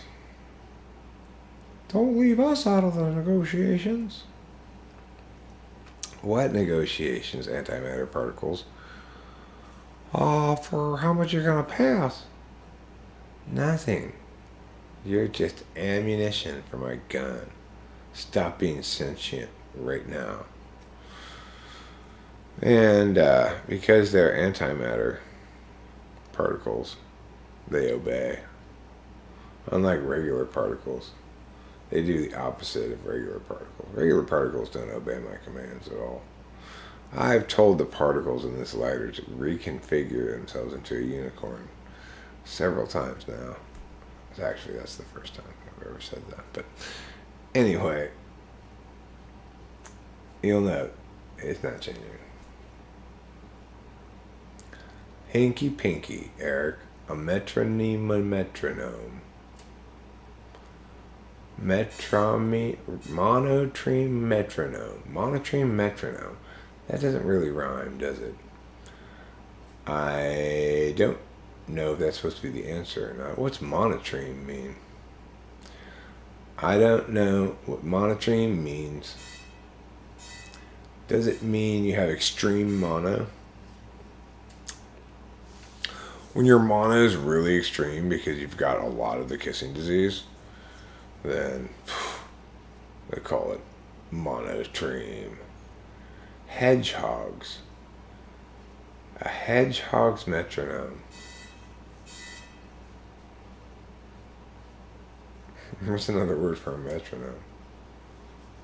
Clock or beat? Click track? Click track, I guess. Porcupines. Porcupines and hedgehogs. Are they related? If they are, then we should change porcupines' names to porcupogs. Hedgehogs and porcupogs. Or hedge pines and porcupines. They should have the same end if they're related. Oh no, the monorail broke at Disneyland. I hope everyone's okay. It's a hedgehog's dilemma. Next time somebody's telling you a story, you go, sounds like you found yourself in quite the hedgehog's dilemma. And then wait for them to ask what it means. And you explain, well, you see, hedgehogs are among the favorite targets of eagles and large owls. And so what they do, they have this symbiotic relationship with a certain largemouth bass that lives in waters near them, and they climb in their mouth and hide there when they're small, and then in return they provide the fish with some food that they go out and get, and they bring it back to it. And you tell people that explanation, and they'll say, well, where's the dilemma? Well, the dilemma is that sometimes the fish eats the hedgehog, and sometimes the hedgehog cheats the fish and doesn't give it food. The dilemma is, should they both keep keeping the bargain? And also, if the hedgehog fails to bring food back, should he go back again at all, or is he too much at risk for being eaten by the fish? Of course, this is an old story as old as time. Owls are the goblins of the air world? I mean, a lot of trippy shit happened to me around the time when my dad died. It really felt like I was living in a story.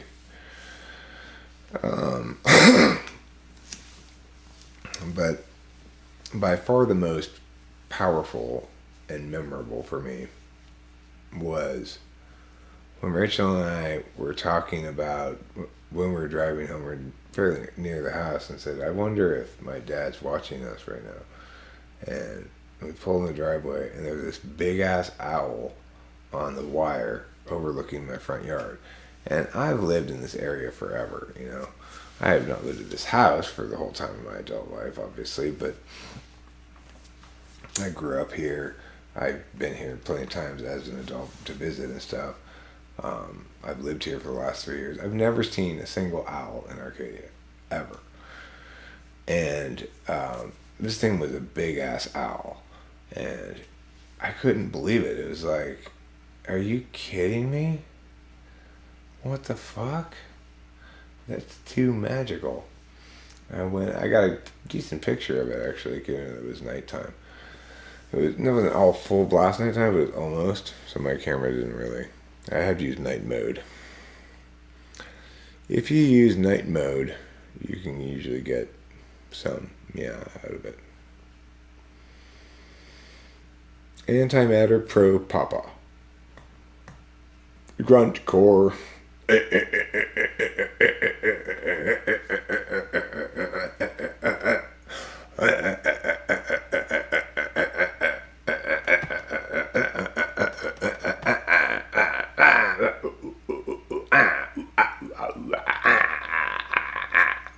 Is that what grunt core sounds like? A whole lot of grunting, a whole lot of grunting, a whole lot of grunting, grunt core, a whole lot of grunting for you and it's funnin', a whole lot of grunting for grunt core. Grunt core sounds interesting as a genre.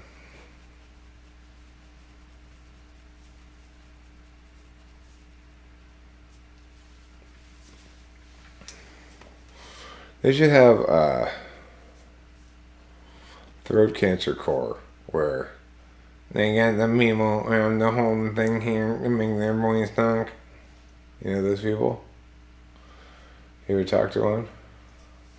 There was one who used to work up near Chantry, and we kids knew him because we'd sometimes ride our bikes up there.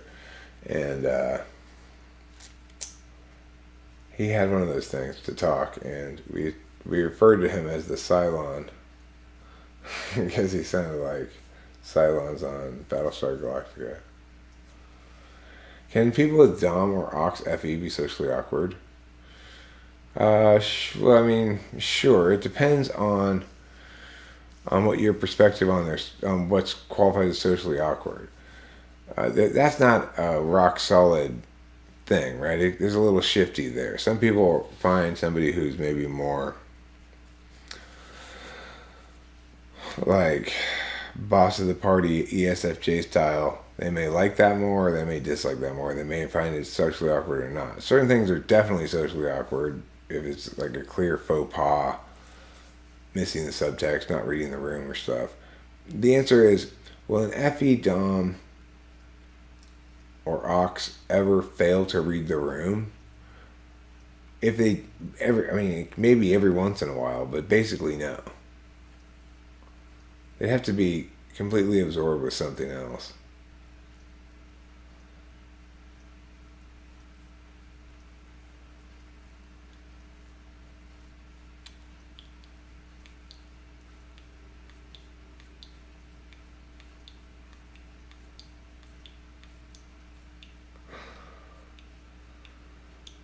Album Twatter, first number Musk. What gold mine? Oh yeah. Fiocco Kyuk's here, huh? Hey Fiocco Kyuk. Who's Ender Gilliam? I don't know. I don't know, and I really don't want to. Why didn't you never want to? It makes my lips go ew. He respects owls because you can't help respecting anybody who can spell Tuesday, even if he doesn't spell it right.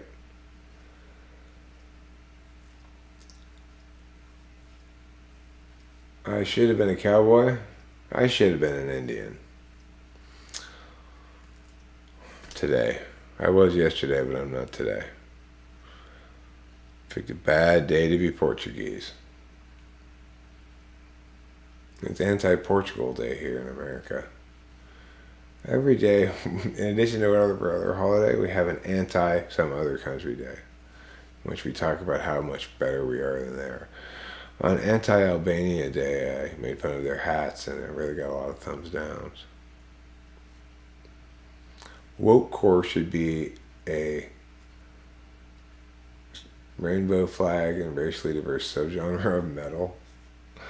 I was thinking, with all these team names, like the Cleveland Guardians now instead of Indians, and then like the Redskins are the Commanders, I think.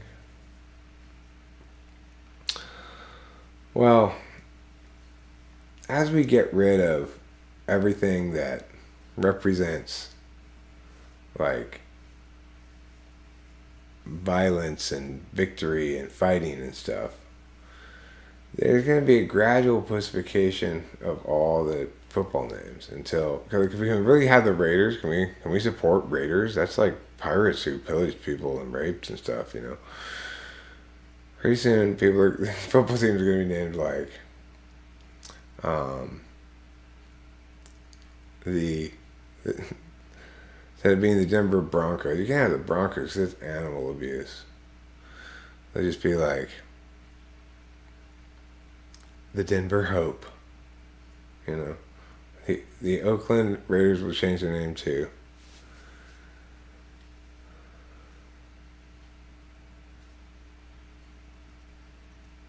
The Oakland Peace, the Las Vegas Raiders, Las Vegas Peace. The Miami Charity.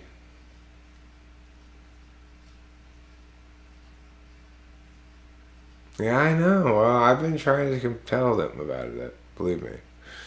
I've been talking to the Ducks about it too. Hey, you guys gotta stop that. It's very serious. They don't listen to me. Animal noises over GABA hardcore style techno. That's a lot of words to describe some music. Sports is a circus, a lot of efforts put into various entertainment. A lot of efforts put into filming sports really well.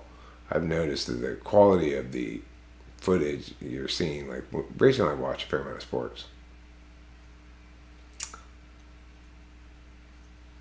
Well, I don't know what we can do about that, Blue Internet. Do you want to police the Dolphins? Dolphin police. We're the Dolphin police and we stop these dolphins from raping. If you don't like to hear these sounds, that's because they're probably not very good sounds. The sound of animals over whatever, that's not, what? Come on now. Come on now, that's all I can say to that. Oh now, come now, oh now on. You cannot be serious. You must be making some kind of joke.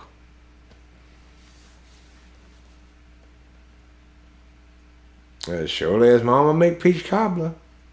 As surely as that. You surely is making some kind of humor joke. Oh, goodness gracious. Is your friend very reclusive? What do you mean by weird? Does he cancel plans? Usually hesitate to agree to go out and about him? Are you trying to diagnose SE Polar? Essie. Oh, Essie, I don't like you. Essieing is a pain in the ass, you know? It's like I got a lot of shit to do. I gotta put this estate sale together. I decided we'd probably just hire somebody to do it. It's like too big of a job and too difficult for us to do.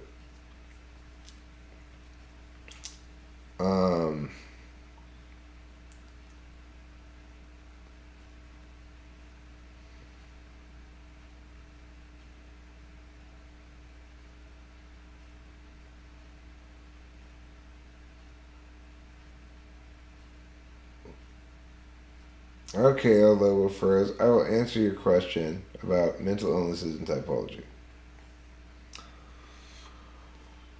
Go ahead and ask your question. Sensing is a chainsaw massacre trait. Well, do you think some types seem to correlate with certain clusters? Well,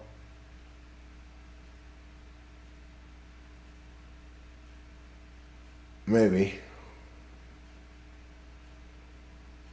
But I don't really have a strong, not borderline.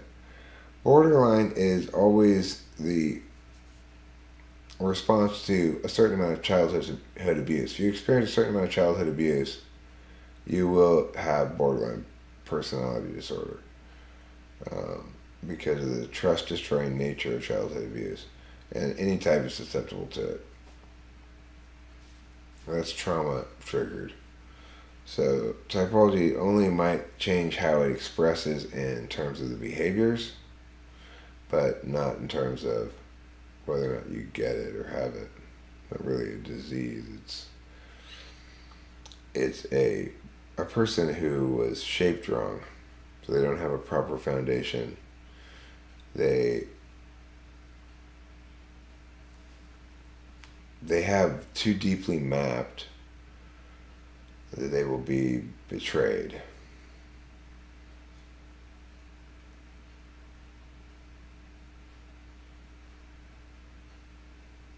Can't fight City Hall or Cluster B. You can't, I don't think you can fix borderline either. I don't think it's really fixable. Yeah, we will get to that. It's November 1st now, so that's partially why I'm live streaming, I guess. I plan to take more action in terms of doing shit. Schizotypal, they claim, comports with NFP. Schizotypal? I don't know what that means. More likely to be schizophrenic or schizoid. Those are very different things.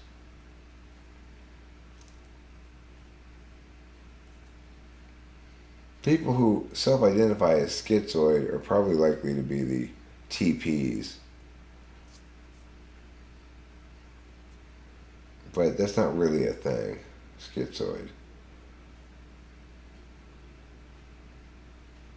I know that it's really a thing in psychology, but I don't buy it. I think it's just a stage of development in young brains.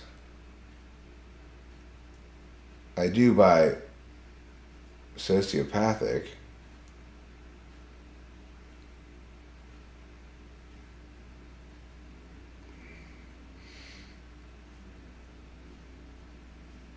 Oh, is it?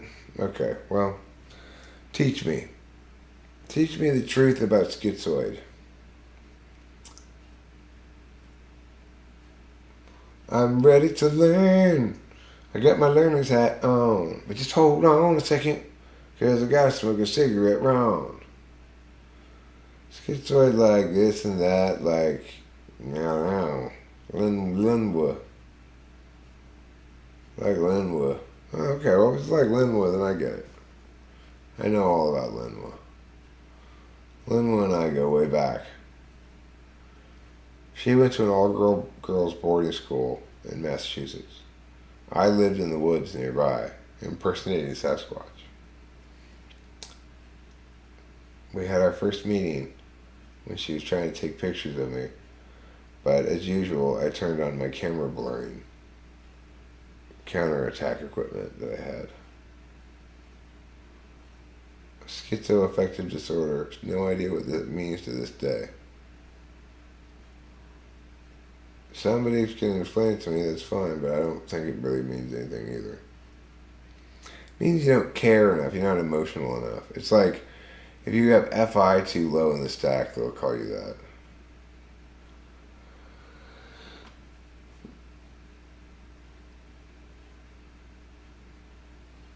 Lynn was the Bill Murray of disorders.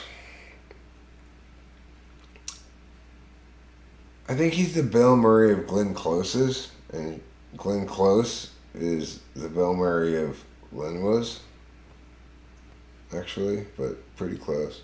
Hey, CJ O'Connell. How are you doing? It's nice to see you. I'm pleased to see that you are here. To be pleased is to experience pleasure. So you could say that you're pleasuring me right now. People would get the wrong idea. Hugh Jarse. Like he has something he wants to talk about and just injects it into a conversation and won't talk about anything else. Who is that? Chuck Close? Is that Glenn Close's brother?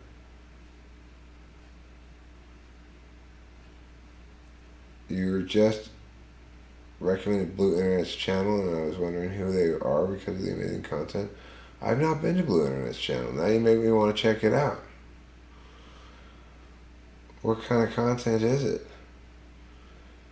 Is it...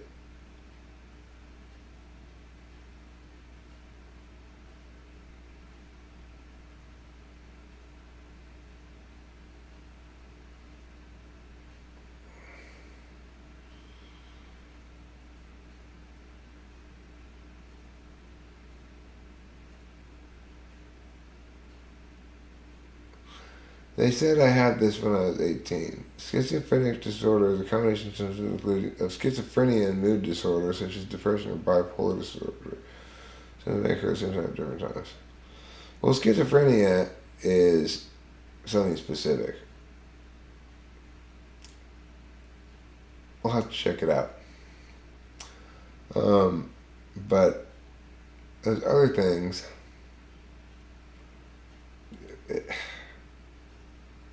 Those are like different things. Like bipolar mania and bipolar is a specific thing, and it's very different from schizophrenia. Schizophrenics, I mean, when you're in a state of psychosis, there's some similarities, but like schizophrenics do things like hear voices in the way people talk, in the way people are walking, like in their footsteps, and think that they're talking to them and communicating to them and shit like that. Oh, you re-uploaded a bunch of EJR&D videos. That's cool.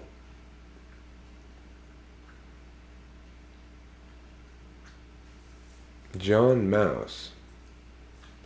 Never heard of him.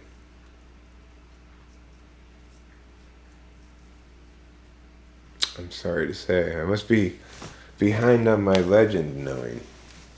Let me get another beverage and I'll stand over here and have a cigarette. Oh, wonderful, wonderful kitty. Yes, Daddy loves you. Of course he does. With all of his magic.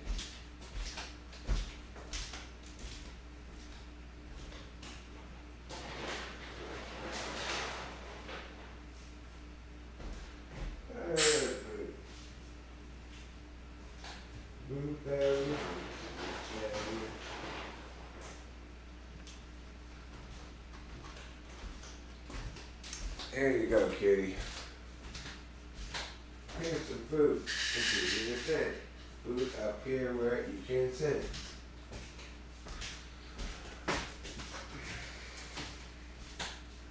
I didn't get a beverage. What's wrong? I didn't get a beverage. That's what's wrong.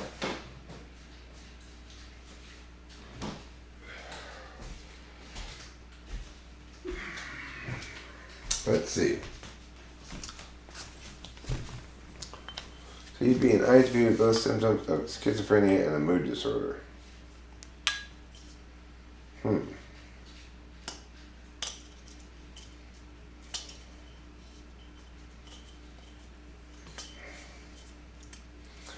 I think it's fantastic that he's here and you like him and are recommending him. That's excellent news.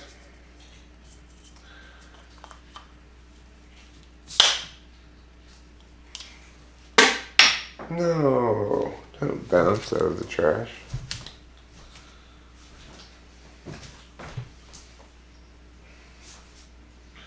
You're a naughty bouncer. You're not supposed to bounce in the trash. Let's see. This is not alcohol. This is 0.0% alcohol. See that, blue internet? See that? That's how they get you. They fool you. They make it look like a beer, don't they? Yeah, they sure do. It's so like a beer. It's crazy. It's like you get everything you get out of a beer except for the alcohol, which is pretty good. Tastes like it. You get the same kind of burpy heaviness, you know. It's not really thirst quenching. It kind of makes you more thirsty, even though it doesn't have any alcohol in it. It still does that.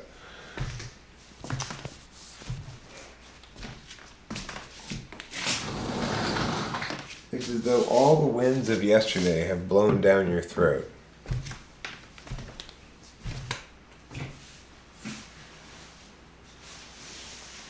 Let's see what this is. So, Eric, when I'm hearing or seeing things, that's my mind playing tricks on you. I mean, no, maybe do have schizophrenia, right? But I'm saying, if you have schizophrenia, why are they also diagnosing you with these other things that aren't schizophrenia? Do you genuinely have those independently of schizophrenia?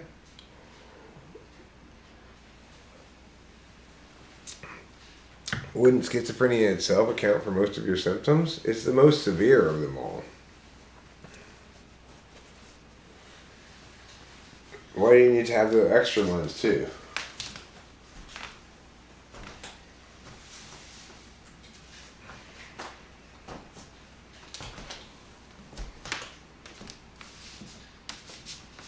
You know, that's all I'm saying. I get that schizophrenia is a specific thing, and I hear you that you have it, and I believe that you have it. But I don't understand what those other things are. Why they have the other things there.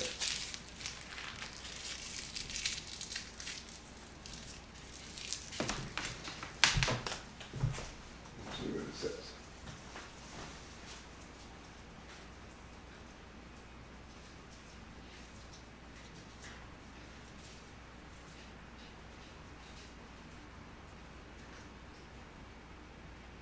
Hey Eric, I think I'm INFP, but I've been skeptical recently. Are there any big indicators of one not being INFP? Well, INFP's absolute value they feel a great deal of satisfaction with is SI. So if you're an INFP, you should really like nesting a lot. You like to curl up on the couch and watch a movie that you've seen before, maybe, right? And you're probably nostalgic about, you probably idealize the past.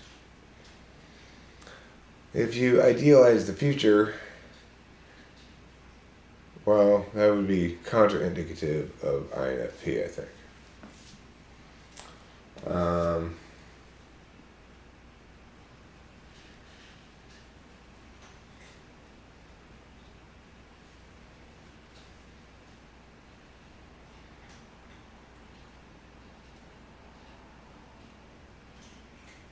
I don't know what else. Let's see what else could be. Like, INFPs, when they do things,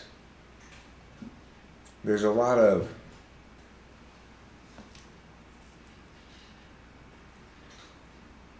time went into thinking about it before they go out and do it.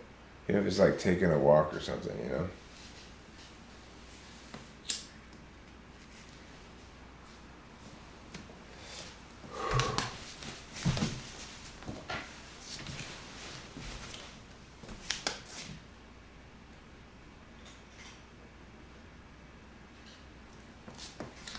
If when you do things, you just find yourself doing them all of a sudden, that would not be consistent really with INFP. I lived with one in Shanghai. He was my assistant. I don't know what you call him. He was a staff member under me when I was in Shanghai. We lived together, and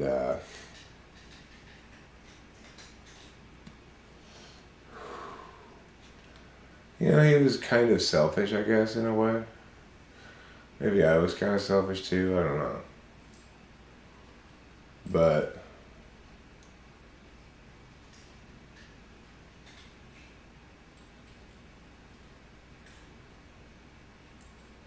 they're kind of selfish, but they also are earnest, you know, in general. Or this guy was. He tried to do well in general. He did well, but he was also like kind of demanding about certain things. Like, I cannot have that kid in my class. I cannot have them. Okay, all right, I'll get him in my class or something.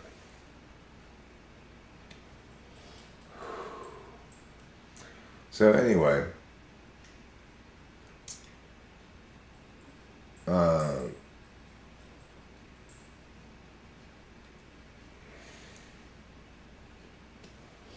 he'd end every day in a clear emotional mood linked to how well he performed that day as he felt it, you know, how well the classes went or something.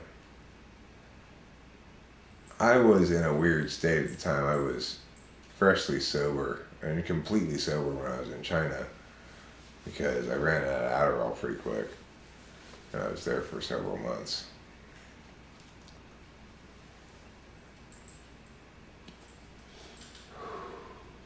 I went to a lot of AA meetings and had some good times exploring shit, you know. I got tired of it by the end. I was so happy to get back to the U.S.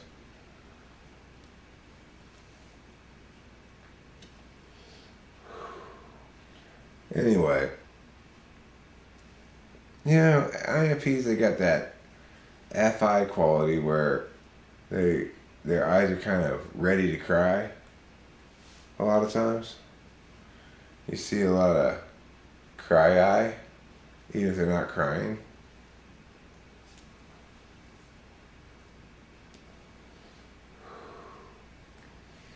If you're a chick, well then, you like bulky sweaters, probably. INFP girls like bulky sweaters. It's pretty universally true, I think. They're cozy, they're comfortable. They can snuggle up their knees inside of them. It's fantastic.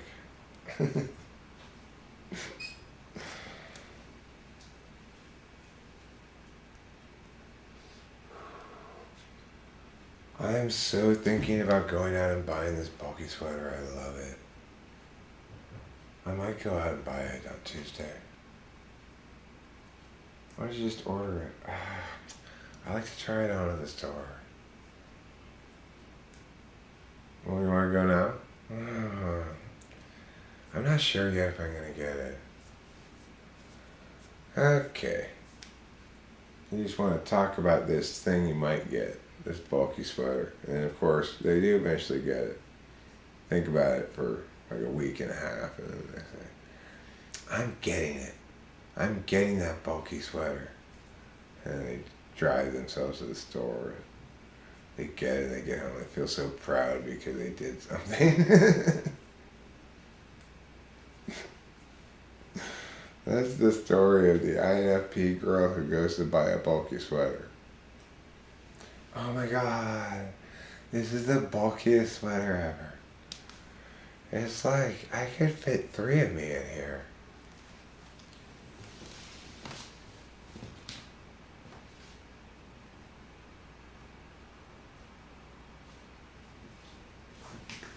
Now it'll be totally impossible for any man to see how big my boobs are. It's important to me as an INFP woman that whoever likes me for me and not for my tits. Like me for me, okay? Aren't your tits part of you? That's not what's important. Yes, they're part of me. But there's a lot more to me than my tits, okay?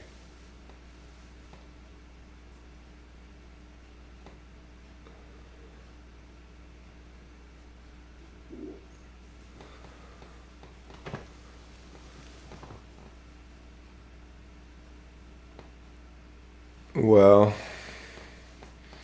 INTPs are frozen because they want it to be fully resolved and correct. INFPs are frozen because they want to know how they're going to feel long term about everything, and they don't have enough experience with those things to really determine that. It requires SI. So, you know. What did everybody say about all the stuff I said? Titty Accentuation Awareness Week we should have. What do you think?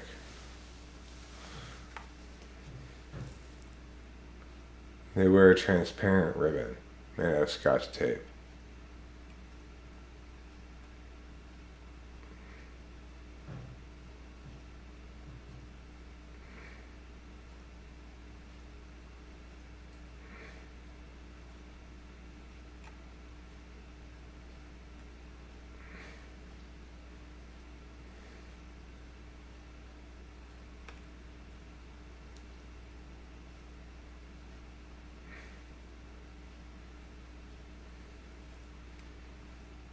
Jordan Peterson is an ENTJ.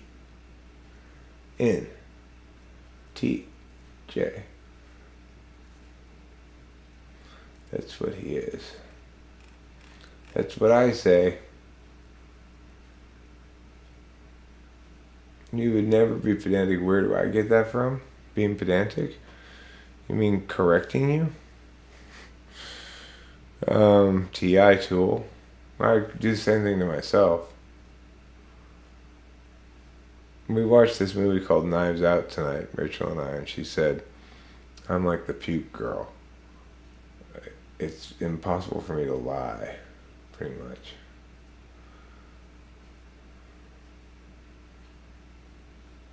Now, let's get back to the subject of titty attenuation. Awareness Week.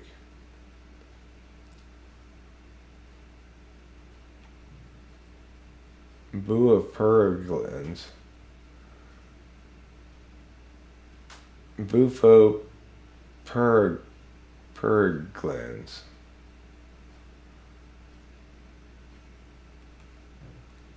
Yeah, HPs don't really lie.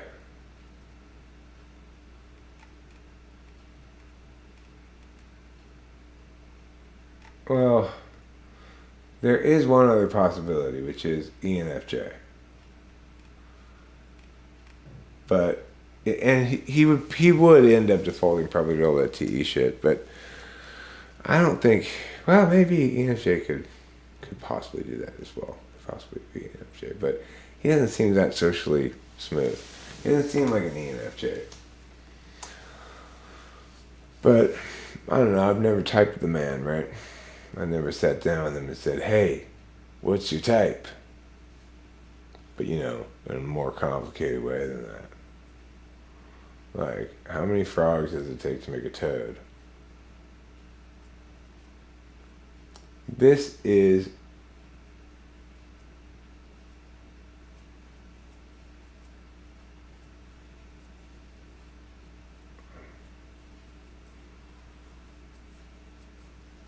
Yeah, it's TE, I think. I mean, if you look at what he's confident about, it's telling other people what they should do and think and be and stuff in ways that don't withstand TI scrutiny.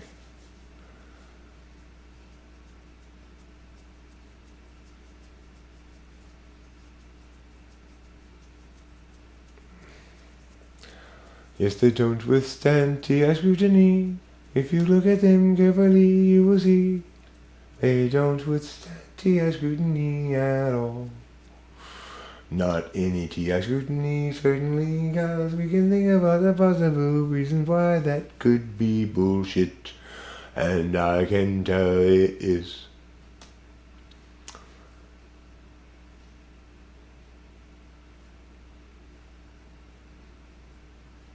Isn't that what most teachers do? I mean, I do that. Well, I mean, I don't think most teachers teach, frankly. I do when I'm teaching. I'm not teaching now, though. That's why it's kind of annoying to be throwing stuff that I feel needs addressing, needs correcting. I'm not trying to be all like, hey, everybody, let's talk politics, you know. You want to freaking box me. You want to put me in some kind of political box where you can diminish the truth of the matter for your own comfort. The truth of the matter is, I don't fit in any box because I'm a correctist. I'm correct about everything. To the extent that I'm not correct about something, it's just because I haven't heard the better argument yet. Once I hear it, I'll incorporate it and reject my old argument. That's not TE. Me, that's TI, NETI, you know. I'm an action type. I'm an NEDOM, so. And the action we're taking now is words. It makes sense that I would have no problem engaging with words. You know, even physically, I don't have any problem engaging with things. I'm quite competent. If, like, you would go hiking with me or something, you'd be like, Jesus Christ, dude, you're just going to go walk up that thing? Yeah, that's fine. I'll walk up that thing.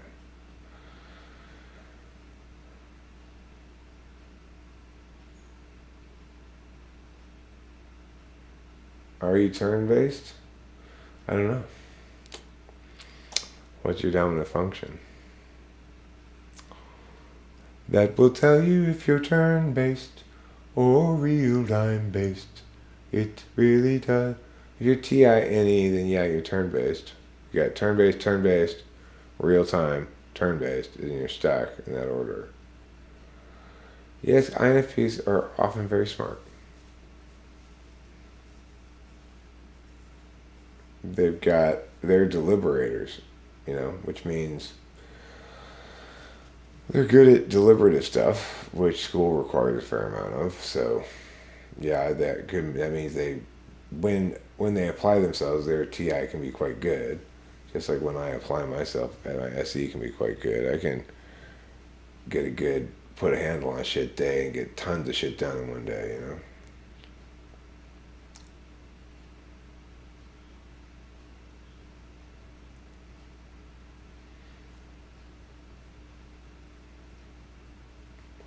Wonder of wonder, miracle of miracles. Hugh, I was in the gifted program in school, but literally can't do basic addition and subtraction. We're usually kind of lopsided that way, I think. Well, apparently you live very rich, emotionally rich lives. A kind of real emotional richness that I will never understand. And that's to my detriment. It's a tragedy. The explanationist requiring the fewest assumptionists is most likely to be correctist. Franciscanist friarist William of Ockhomist, as paraphrased by host Eric, correctist.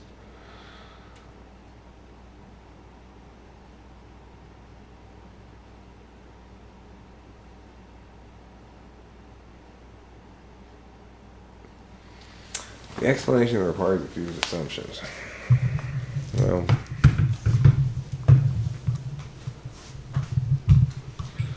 I mean, that's kind of specious because you can always make assumptions. And you can always point out assumptions by establishing necessary but insufficient burdens, you know. Like if I say, cats exist. That's not an assumption, that's an observation, okay? You could say, well, that assumes that the reality that you perceive is a real one, whatever that distinction would mean, right? I don't know what the distinction would mean really, but you can create a bunch of assumptions. Well, that assumes that your eyes don't have cat holograms projecting out of them. That assumes that you can make up an infinite number of them, right? So that's a silly kind of way to evaluate things. The opponent can create countless examples of things that you're assuming, but it's all basically the same thing, right? It's that I'm assuming that what we all perceive counts as the reality we're talking about. Since we all perceive cats existing at some point, then cats exist. But more importantly, we define existence as things you can produce instances of. So since I can instantiate cats, produce instances of them, they exist.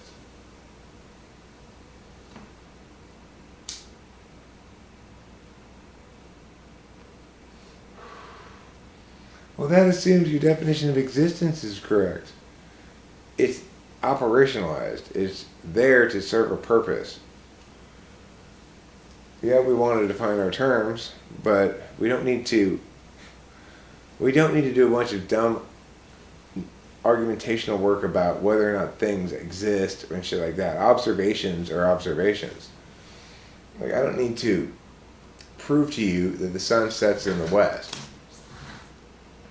It's definitionally the case.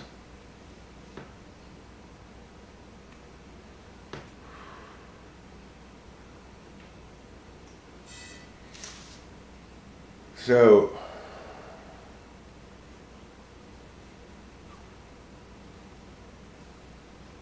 all intuitive theories begin with observations. Really, they don't begin with any kind of observations about the nature of reality, rather than observations about data gathered by some sort of empiric stuff, you know.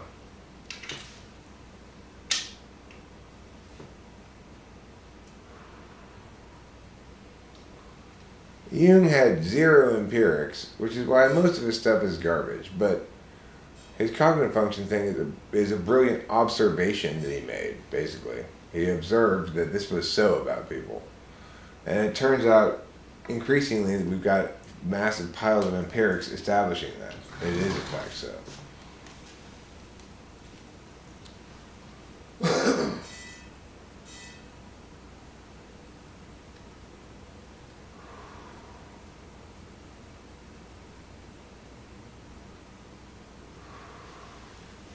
The problem is this. Attention is full of varied expressions in one's consciousness, and mostly the ones that we can establish empirics about, we can establish empirics only about certain parts of their affect. Say, how well they perform certain kind of skills tests and stuff like that. It's much more difficult to assess internal processes or how a person's thoughts are going when they're not being public, you know?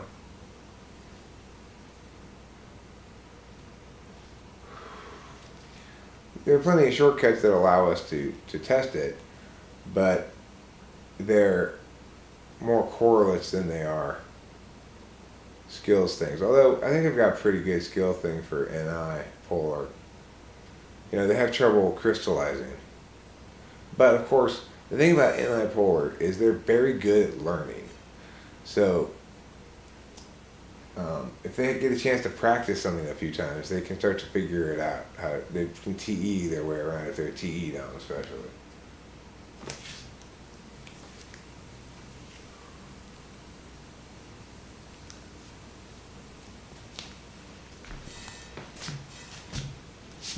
If you love learning, raise a toast to all the learning in the world.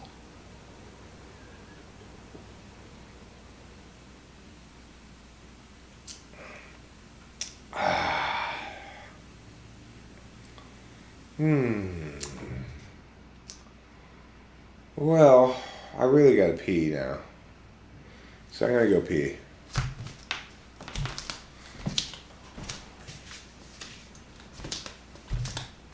I'll close the door though. No reason to let in the cold air.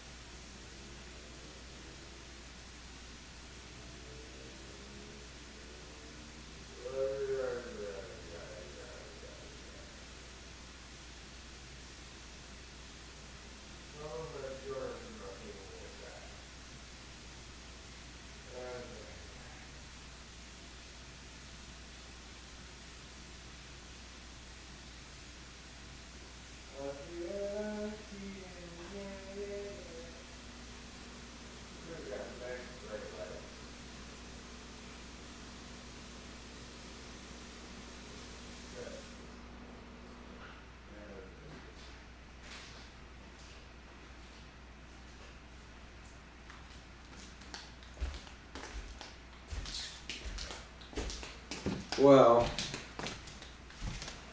I've completed the dirty, dirty deed of urination. Let's see what people are saying.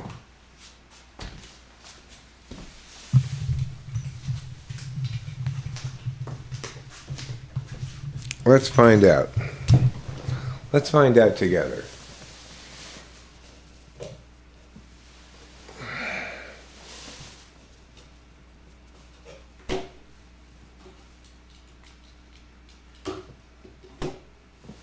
There we go.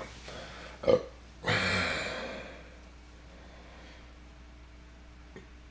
I'm alive. And I'm living the high life with Stella Artois non-alcoholic beer.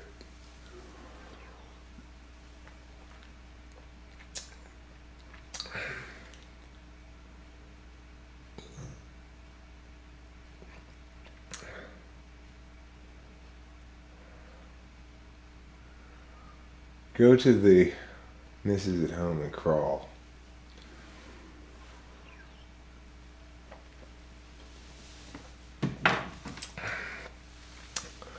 Well, relationships are what they are, you know? Sometimes one partner takes more of a lead and things, and one partner, is the partner of that. Like, Rachel came into my life. I didn't go into hers, I usually think most FI doms I know are somewhat inclined to doing social justice stuff. I know plenty of STJ and STPs who bully. Well, if you're an FI dom, you're going to view a lot of stuff as bullying.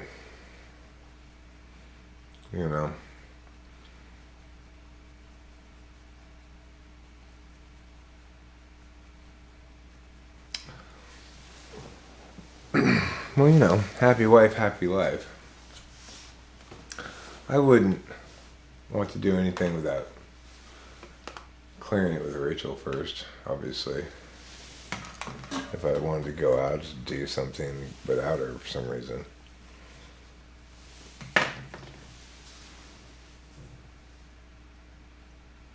The trick to being an FI dom is being a masochist. Scientific studies show that beta male birds are more dependable and attentive to their mates. Perhaps there are lessons for us humans there as well. Well, I've long identified as a beta male myself. But, some people just try to just maybe dispute that.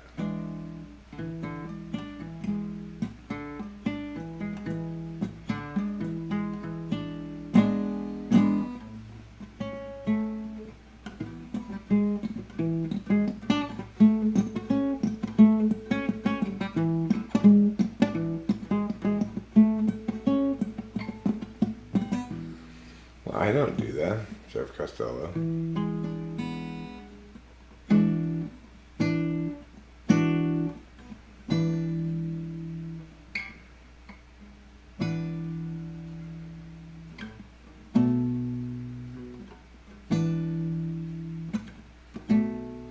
I agree with you, huge arse. Interdependency is good.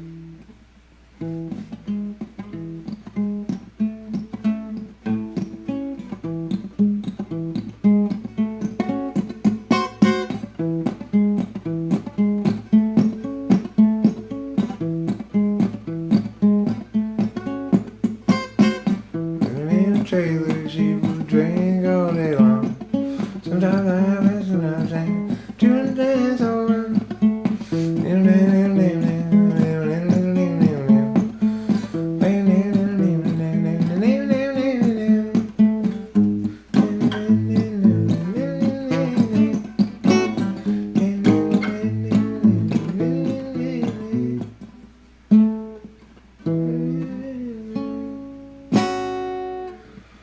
Delta Quad are senior citizens, huh?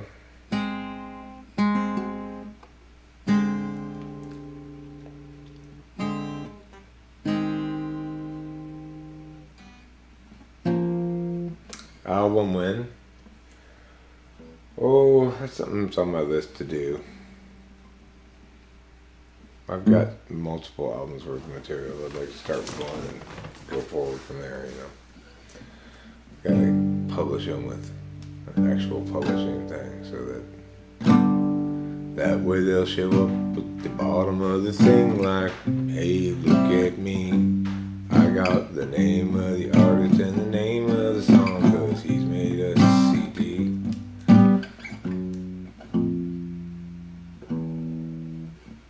Yeah, like that. Like he's made a CD.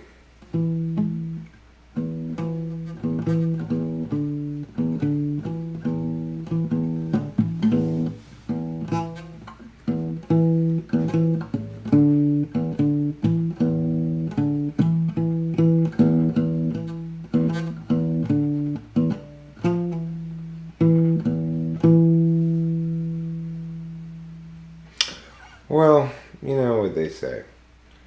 What they say is, let's play Wonderful, Wonderful Kitty and call it a night.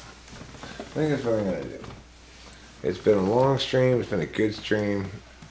It's been a mediocre stream. Let's not exaggerate. It's been a pretty mediocre stream. But, you know what? That's how we know the good streams when they happen. Is because we have these mediocre ones to compare them against. Thanks for the reading you did 2 days ago, Barry. Sure. You were both 8 and 80. Youngest old man that you know, Earl Sweatshirt. The power in the Delta belongs to the elders, experienced people who have earned appreciation for their many years of activity. Delta Quadra.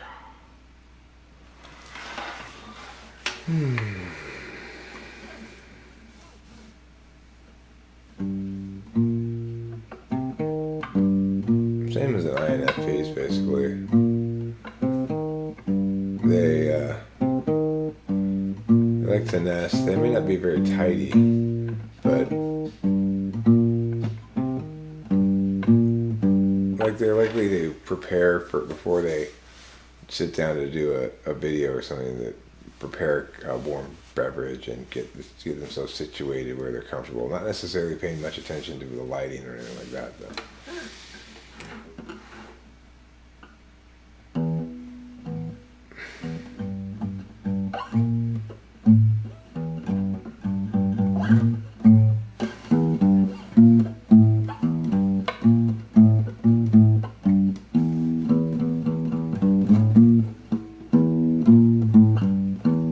Knives Out's a really good movie. If you haven't seen it, I highly recommend it. Of course, it was super relevant to me, but that's not the only redeeming quality of it. Okay, let me get that document up that I was going to do. That's what I was going to do. Get Wonderful, Wonderful Kitty up and ready for action.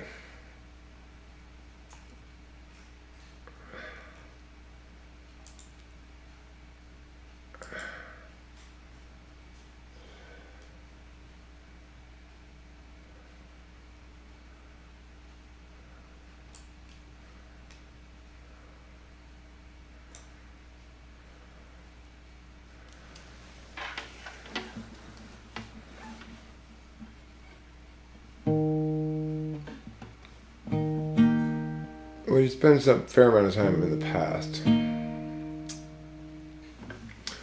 Wonderful, wonderful kitty, having wonderful times. Always cleaning yourself, making sure you got clean lines. Wonderful, wonderful kitty, such a fabulous soft friend. And now it's wonderful kitty bedding time again.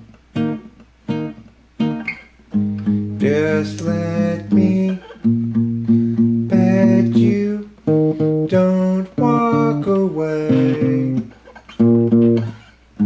It's petting time, and wonderful, wonderful kitty, having wonderful times. Always cleaning yourself, making sure you got clean lines. But your wonderful kitty is a fabulousness I've never encountered before. And I know that I want to pet my kitty some more. I always fuck that up. Just let me pet you, don't walk away. It's petting time. Ooh, hooray. The Wonderful Kitty song? That's nice to hear. Thanks for telling me.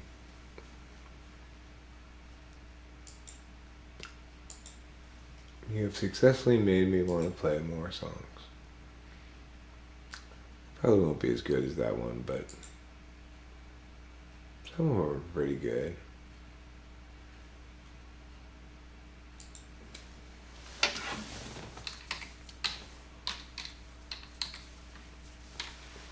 Set list, Babette list. That's what I want.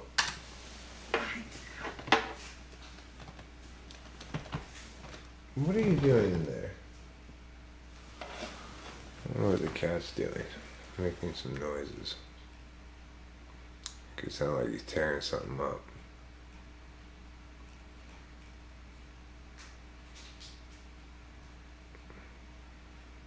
Okay, I'm gonna try this song. I haven't played it in a long time.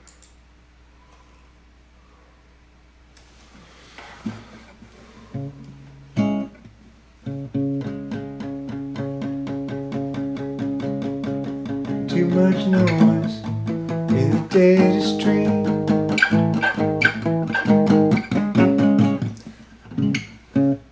Too much noise in the data stream.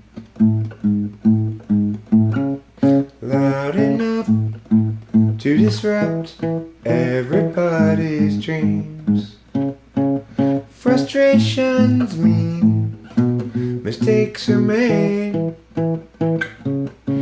until it seems everybody's just throwing shade. I won't be just another casualty of other people's well-intentioned rules.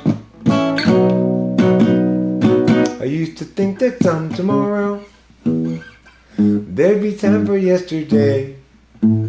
It's not the sort of thing that one can borrow. No one willing to lend a day. Uncertainty is implicit, just like an unexpected visit from a bunch of men all dressed in blue suits. I won't be another casualty of other people's well-intentioned rules. I used to think that some tomorrow there'd be time for yesterday. It's a good song. I didn't play it that great, but it's better like that than I used to play it, I guess. I haven't played Gerald in a long time.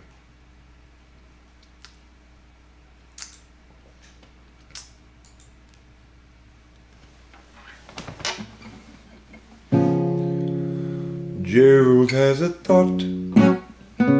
Gerald has a lot. Gerald has a plot to get to Marjorie's tater tots. He's got a good idea for a name-changing business, thinking now about what to call Christmas when they hire his firm to change that name. Gerald always thought there'd be chance enough to return to the work left rough. He'd get back to it eventually, but his visions piled up and his plans would interrupt all the work that started off so hopefully. But now his mind is back on his business, thinking of changing factless to listless. Oh, how all the people will shout his name.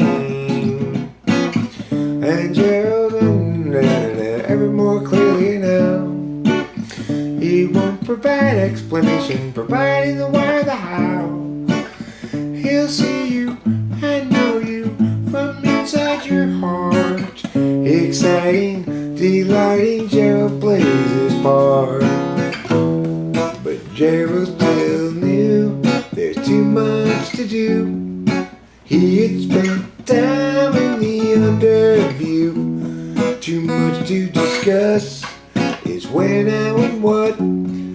Too much time spent nitpicking the skew with you. So Gerald has a thought. Gerald has a lot. Gerald has a plot to get to Marjorie's tasty spots. He's got a good idea for a name-changing business, thinking now about what to call Christmas when they hire his firm to change that name. Gerald has a thought. I'm singing well tonight. My voice sounds nice. It's always nice when things are nice.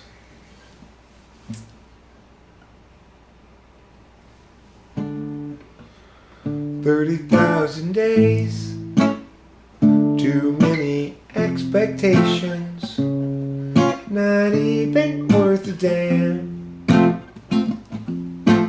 30,000 nights to sleep off the intoxication, otherwise you won't escape the plan.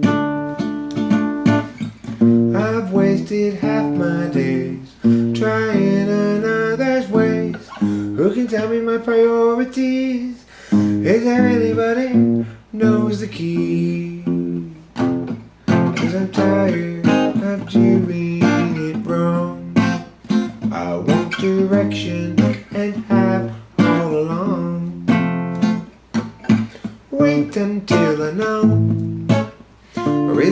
just hesitation. Clarity is no good once your chance is gone.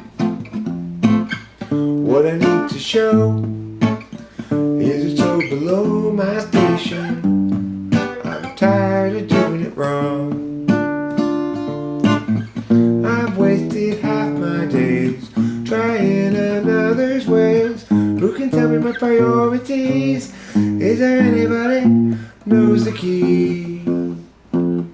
'Cause I think I'm doing this wrong. Yeah, I think I'm doing this wrong. 'Cause I think I'm doing this wrong. Doing it wrong. It's kind of a clunky song, I guess. A little bit clunky. Alright, let's play this one. This is fun.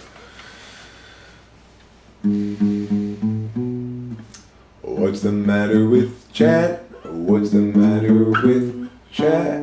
Cat? What's the matter with Chad? Is he terribly bad? Is he very like Dan, who's a terrible man? Is he sort of like Jill, who can't pay her bill? Or rather like Jack, too stuck on the facts? What's the matter with Sue? Does she know what to do when they bring attitude? Will she show ingenuity? She talks about you whenever we go walking. What's the matter with Jen? Is she very thin? Is she hanging with Jim? He's looking terribly thin. Deal with Frank, stealing fish from my tank. He's colluding with you, and they're talking to Lou. What's wrong with the ladies? What's the matter with men? From the feelings of Katie to the coldness of Sven. They talk about you whenever we go walking. Paths that lead to lesser days still spill out the overwatered past, and whoever's left is still okay. Just trying to sail to the mast. Are you angry at Ken or at Neville again? Don't bother with Kev, he's practically dead. Just focus on Bert, he's medium hurt. What's the quantity for Liz? Did she fail a quiz? What's the deal with Drew? Will she know what to do if they bring attitude? Will she show ingenuity? She talks about you whenever we go walking.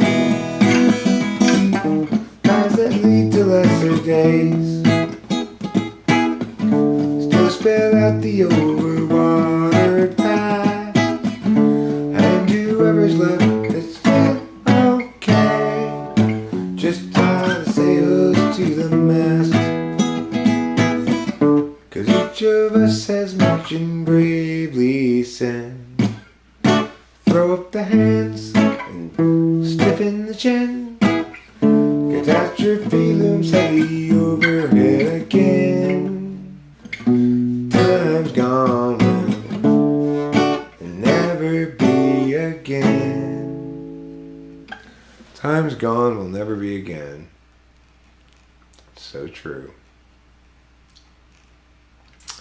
It's as true as your mom. Very, very true. Amelia, go from that place. Take unto you the details of that case. Amelia, when you rise up above, floating ahead and soaring like a dove, what will they say when they look at you then moving sideways in the space you're in? Looks like with your thirsty grin. Amelia, can't you see? You and I will never be.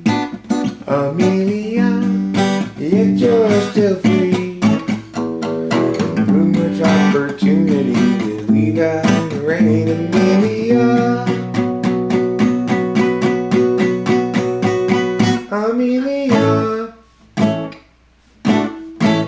we're watching you, fail for sure, no matter what we do. Amelia, when you rise up above, floating ahead and soaring like a dove, what will they say when they look at you, then moving sideways in the space you're in? Tag along with your thirsty grin. Amelia, can't you see? You and I will never be. Amelia, yet you're still free. With too much opportunity to leave out. Yeah, too much opportunity to leave out. With too much opportunity to leave out in the rain, Amelia.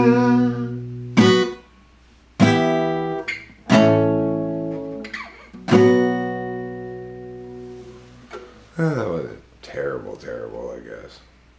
Just medium terrible. Medium terrible is not bad. It's better than terrible.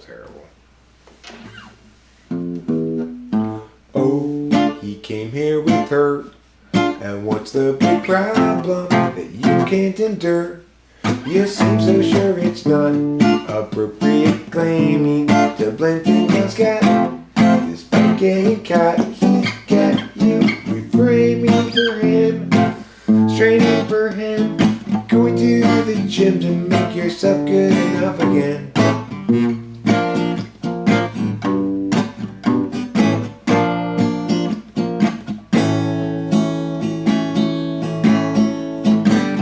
Yeah, you guys both have lots invested. That's not a reason to stay around. Through the years you've both been tested. It's time to move up, find higher ground. Oh, he came here with her. And what's the big problem that you can't endure? You seem so sure it's not appropriate claiming to blame things on scat.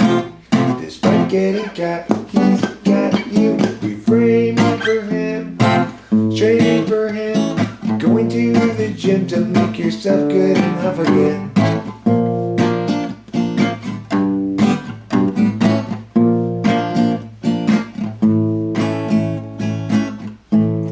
Be done with him.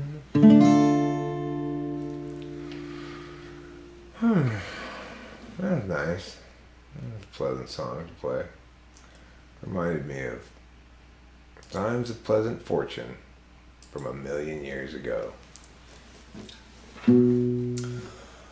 You're living on a time frame I will never know. Alienation and humanity's soul. Imagine you a future after the collapse, returning to the urgency of isolated past. You're picturing community free of metaphysics, hunting buffalo while you're picking red delicious. Knowledge of the seasons, wisdoms of old. Fires blazing in the night to keep away the cold. Hostility is kept at bay by what you think is in the way of life as children of the land, with an agave weatherman. Imagining a history that never could have been. We lecture at the college, advancement is a sin. Lamenting disconnection and every corporate act. Asserting all your feelings and ignoring all the facts. Hostility is kept at bay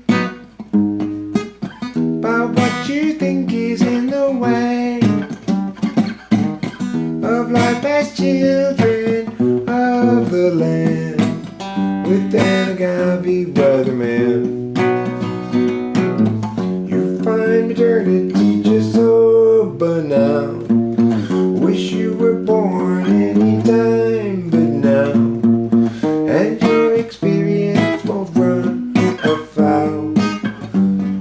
exceptions you might allow. You visualize nobility sipping on some port. Tribes of peaceful savages in beautiful comport. But few of history's people ever thusly did cavort. 'Cause life was solitary, nasty, brutish, poor and short. Hostility is captivated by what you think is in the way of life as children of the land. With an agave weatherman, with an agave weatherman. That was pretty good. Wasn't terrible. I messed up a little bit here or there. No good comes from skating. Start over. No good comes from skating on with them whom you'd mistaken for the one.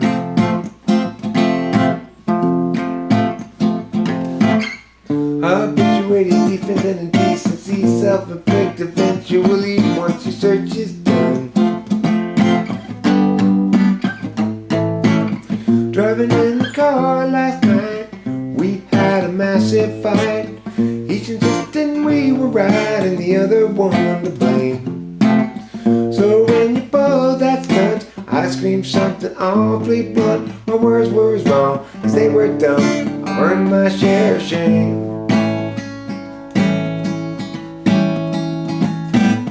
It's each of our own failings, not us doing the nailing to the wall.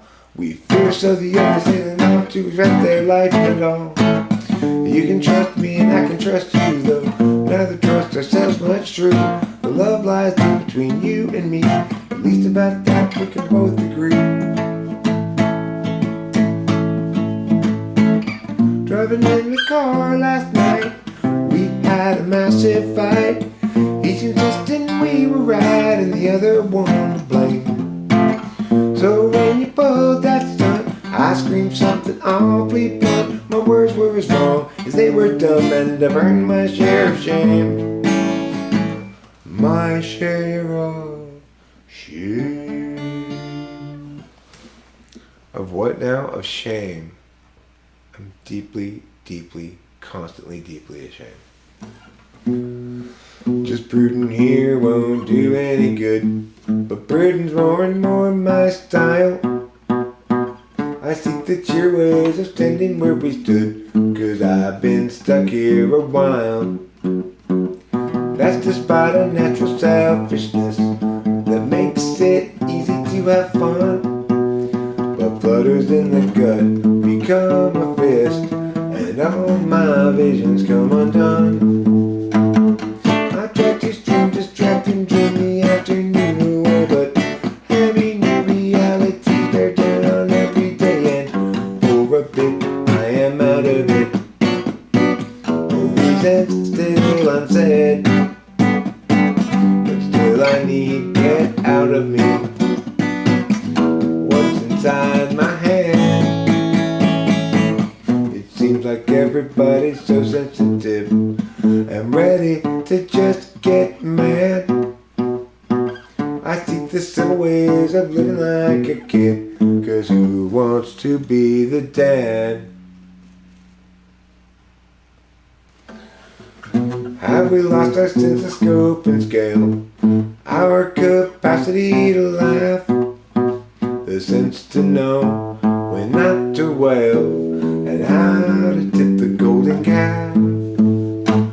I've tried to stream, distract and dream the afternoon away, but heavy new realities bear down on every day, and for a bit I am out of it, for reasons still unsaid, but still I need to get out of me for what's inside my head.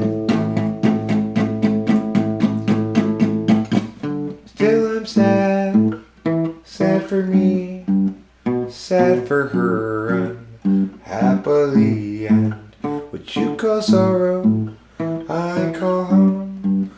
Blues that sink clear down to the bone, down to the bone. Still I'm sad, sad for me, sad for her, happily, and what you call sorrow, I call home. Blues that sink clear down to the bone. The bone. You're getting the bone. Bend over, you're getting the bone. Which bone? Doesn't matter which bone, okay? Don't worry about that. Just go get the bone. I'll be right back. Oh, well, he's pucker tart, lemon squeeze, the friendliest guy that you will see. Yes, he wants to be your friend, but he comes from around the bend, so it will be a while till he sees you again. He's pucker tart, lemon squeeze, he's a friend to you and me.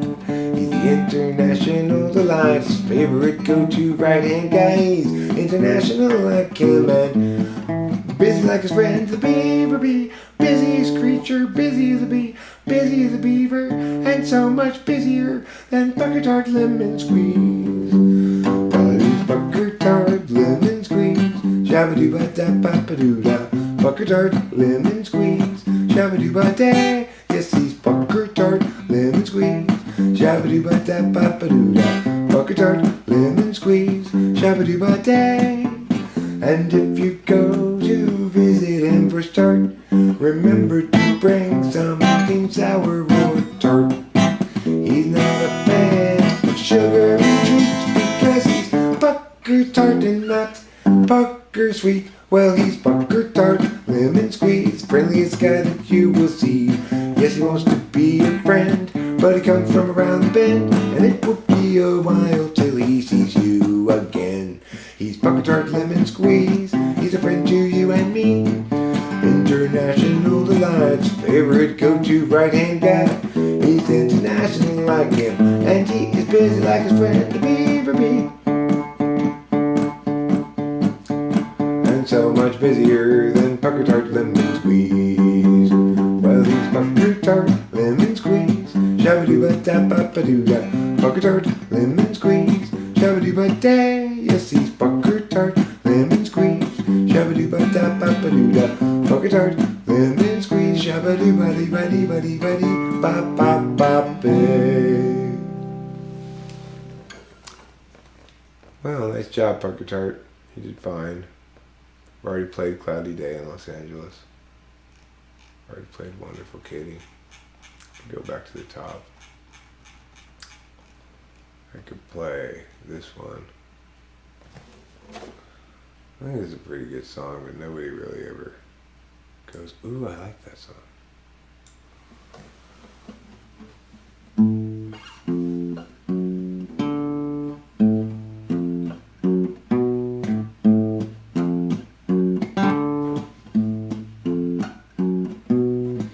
Santa Ana from the east are blowing, driving on this mountain fire. So Grand Atlanta had best be going, they cut it down to the wire. And everywhere apocalypse hung heavy, the truck was piling up with ash. Atlanta got the dogs in the Chevy, and Grand Canada their petty cash. If times are ending, then time is bending. Flames rain down from the sky, while the dogs knock out with Grant exhausted. Atlanta stays awake to cry.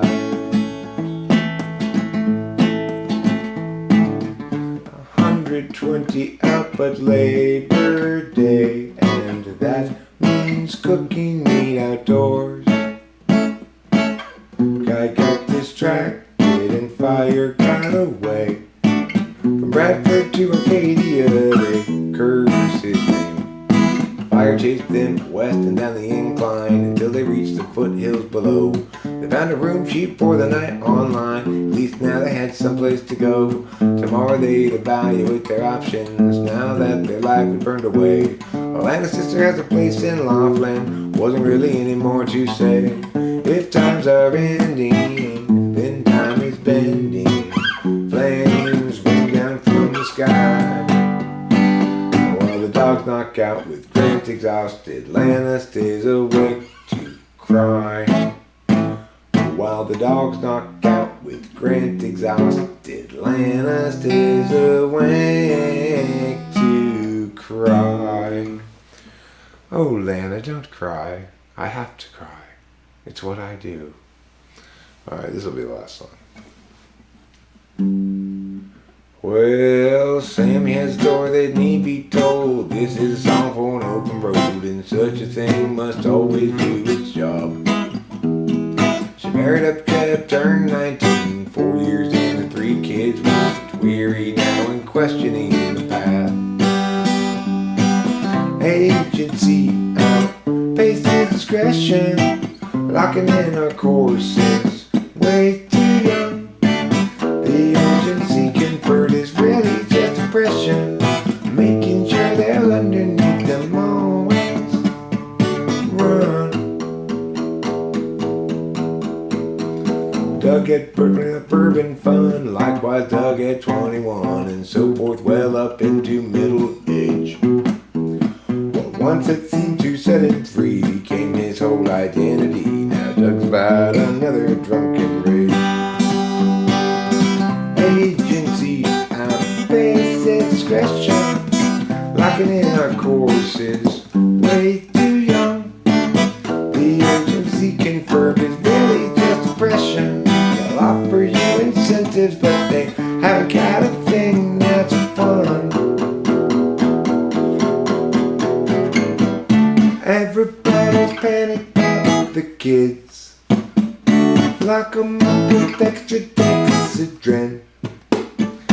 Mathematics to produce success, or impose more unjust duress. Agency outpaces discretion, locking in our courses, way too young. The urgency conferred is really just oppression, making sure those underneath them always run. Without consent, it's really just oppression by parasites surviving on their wages earned by lying, while they feed their fear of dying. Yeah, they feed upon the futures of the young.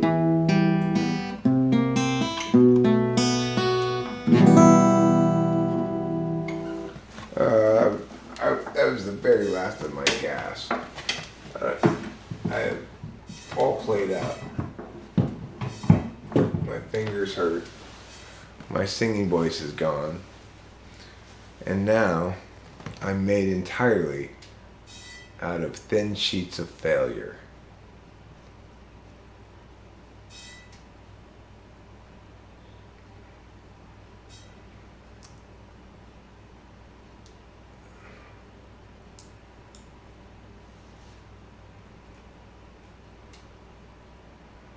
Yeah, I'm terrible at determining what I'm going to do.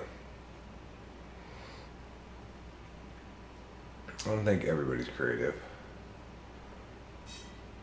I don't think all creative people are smart either. But I do think that there are some creative people who are smart. What does he mean by smart, you know? If you mean smartly dressed, well,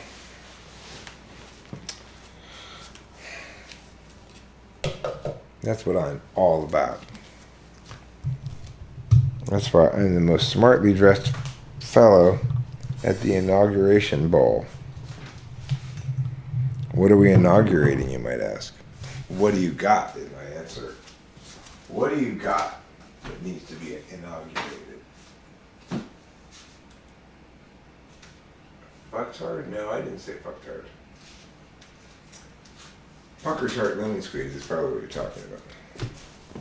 Pucker tart. He's a guy who's got half a lemon cut, like, so the round part's facing you, the open round part. And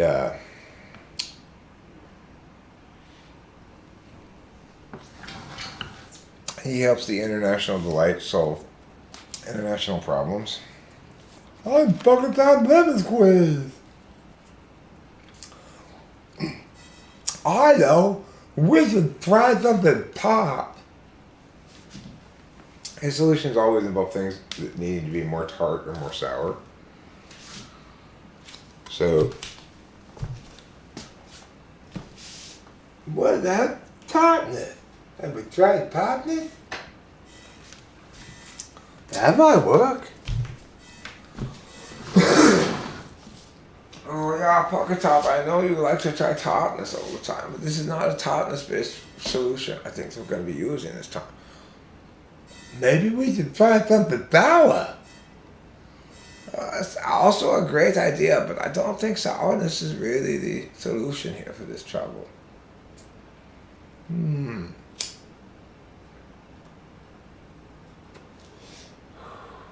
How about something sour that's also tart? Again, I'm afraid Pocket Top, you're so fixated on the sourness and tartness. This is not a solution that is going to incorporate those.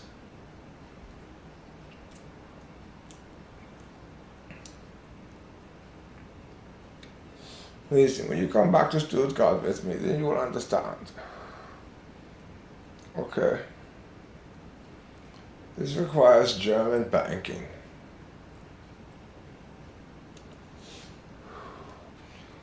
Can we make it tart? It's already quite tart. Let me tell you. Every day, as I solve the world's problems, I wallow in my own angst. Das Wutewirten is what I call it. Das Wutewirten is a state of eternal despair at your own lack of anguish. Every day I despair at my own lack of anguish. Oh well, let's solve the world's problems. Singapore, you're adding too much sugar to your drinks. They need to be more tart. You're right this time, Pocket Tart. You're right. They do need to be more tart. So, should we add a tartness? No, Pocket Tart. We simply tell them to put less sugar in their drinks. That way they won't be so sweet.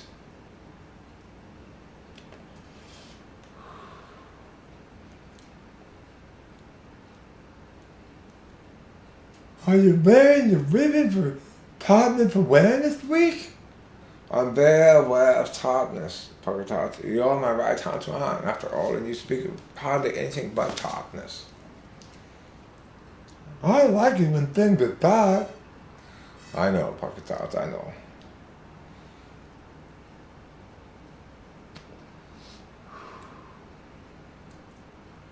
There's a kind of fluke in Darshindru near my house. It's a tartness factory. We should go there sometime. I live in a castle in Bavaria. But I frequently travel the Autobahn to get to Stuttgart and to Bonn. Berlin I just can't even go there anymore.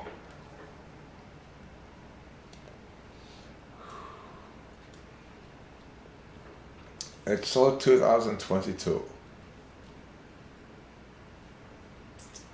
But that now. I live in the future, Pocket Tart, and you should join me there. Things are a lot more tart and sour, I assure you.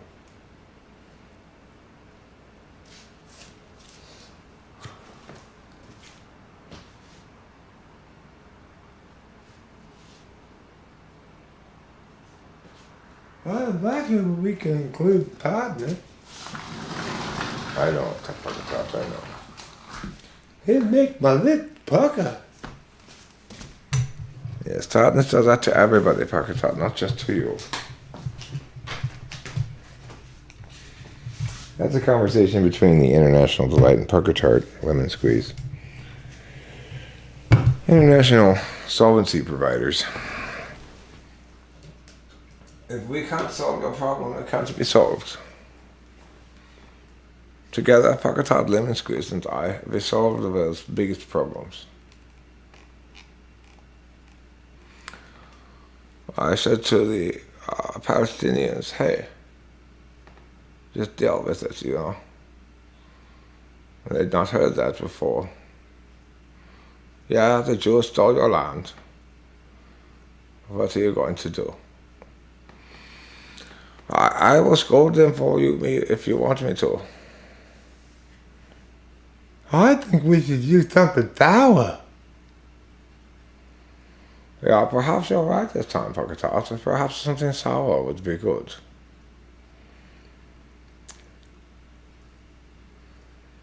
Come into my sleazy club.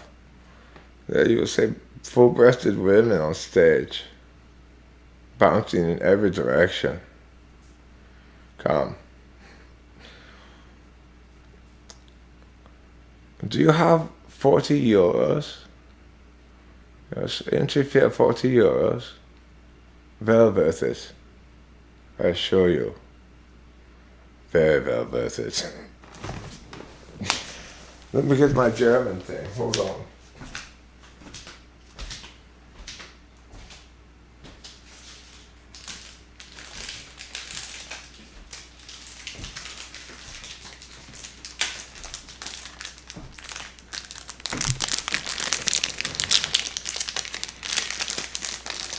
Let me get my einen kleinen Glockenflugen. Oh yes, this is this little thing as well.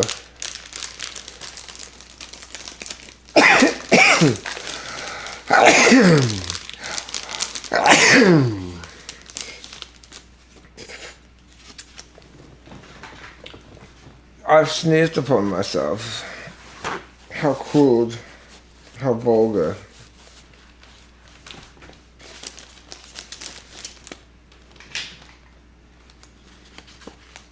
I thought only the mud people sneezed on themselves. Who are the mud people? They're these hippies who lived in this mud hole near my house. I called them the mud people because they seem to like the mud so much. A German soldier during the Holocaust with a split personality. Oh my God, why are you all so skinny? What's going on here? Are you sure they're providing enough provisions for you?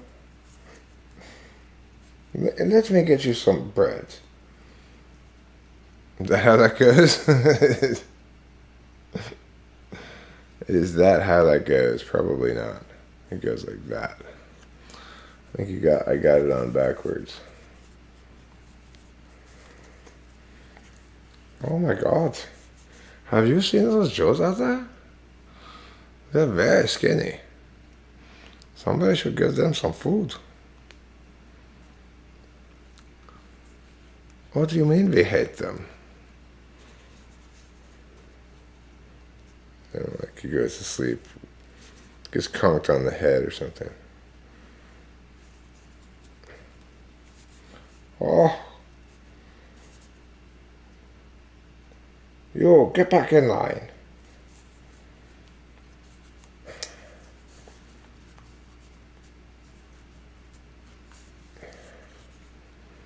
Yeah, yes, is this how it's supposed to go? I'm supposed to be up, I think. I don't know. This is too hard for me to do, I think. It's supposed to be up like this. Yes.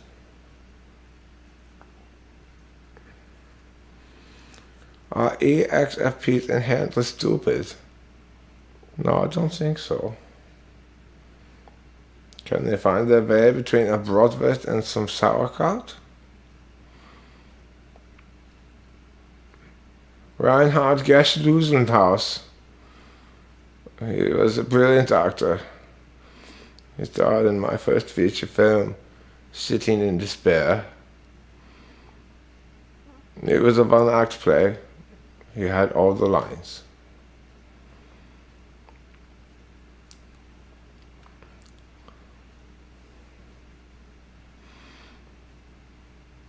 Have a happy Oktoberfest. Thanks, Grunt Core. Parker Tart is a friendly guy, too. He'll, well, thanks, Gregor. Would you like something sour?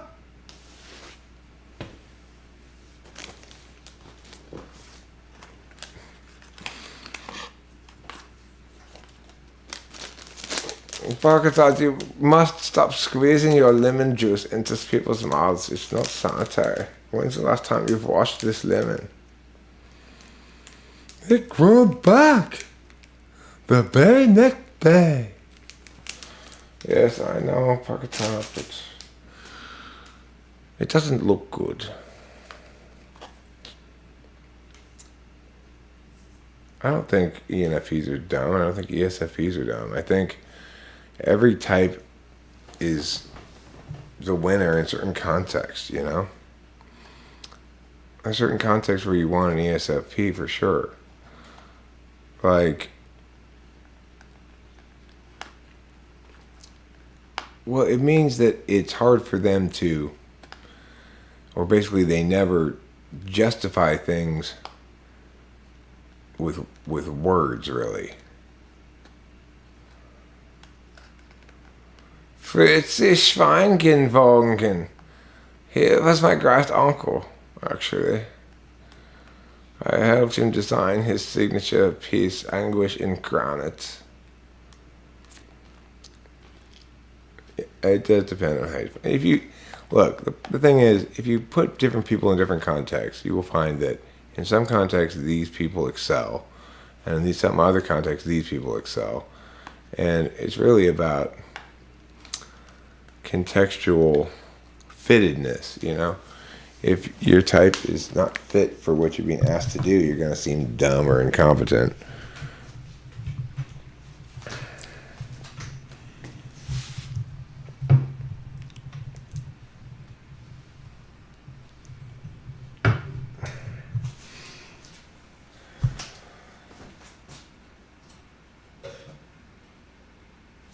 Like, I can tell you, I've seen very dumb and incompetent the last couple of months dealing with a lot of emotional stuff.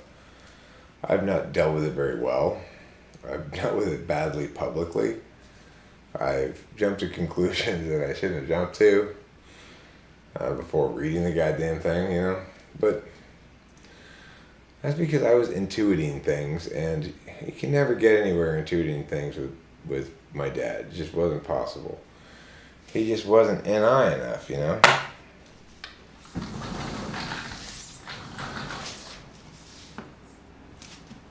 So, what are you going to do when a loved one's NI polar? If you're an intuitive, you're going to be confused a lot. Why are you doing this? How does this link to that? You don't care if things link to other things, you know?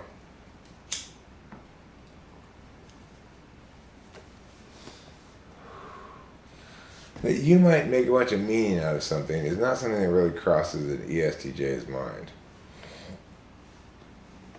Or if it does, he's trying to elicit a specific kind of response. And beyond that, he probably doesn't ideate much about what you're going to intuit from it, or how you're going to intuit from it. Because antipolar means a lack of clarity about what's most intuitively correct.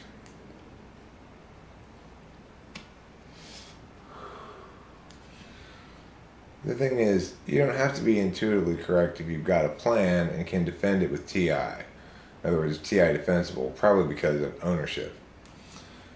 If you got ownership in a plan, you don't really need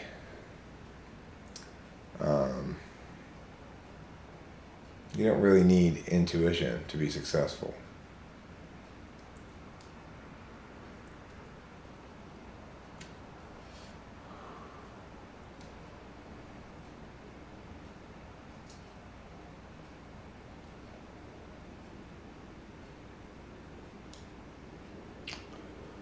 I need to go to bread.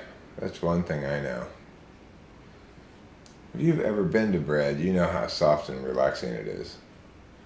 It's like, welcome. I'm here for you. I'm flat. I've got covers. It's gonna be delightful. You're going to lie down, close those little eyes. I'm going to carry you off to a wonderful slumber land of dreams.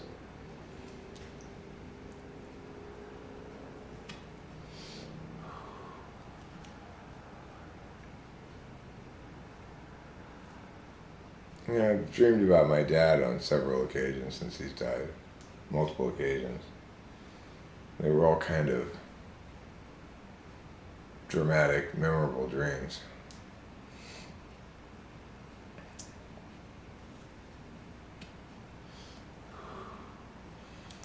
And I'll always associate owls with him from now on, since we had that magical experience of that owl.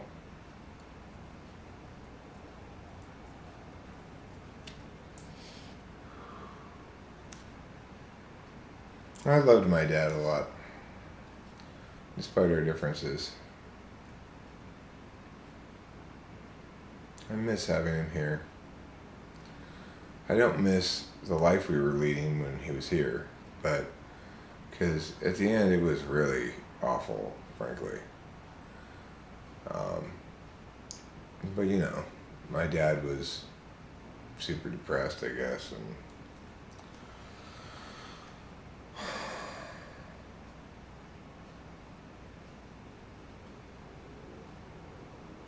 but when I remember in general before this last year or so, last couple of years, where it was not fun being here on death vigil, you know.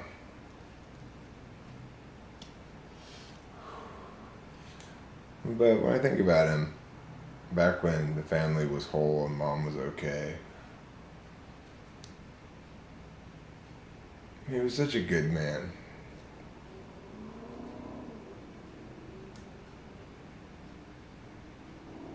He took care of us, you know.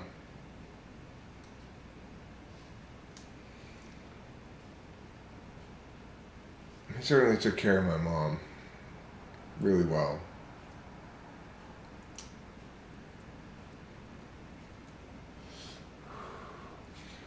And he loved her so much, you know.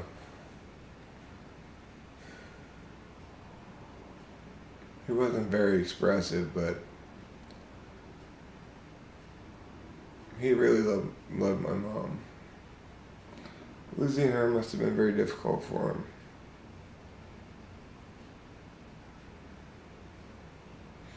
Losing her the way he did, bit by bit, slow boil,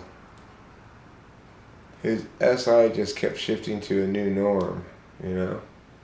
His NI never really kicked in and informed him, this doesn't get better, this doesn't plateau, this doesn't, you know, it's like he kept kind of intimating that she was going to get better or something.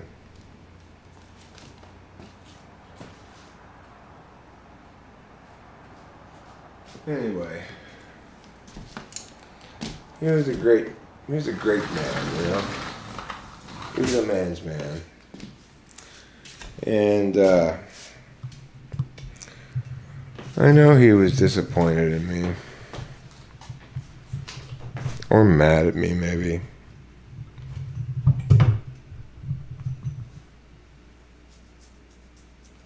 It's funny though, watching Knives Out was kind of reassuring, because I never was like those people. I never stole from my dad or lied to him or tried to take over his shit or whatever, you know. I never betrayed him. So it's kind of nice to know that.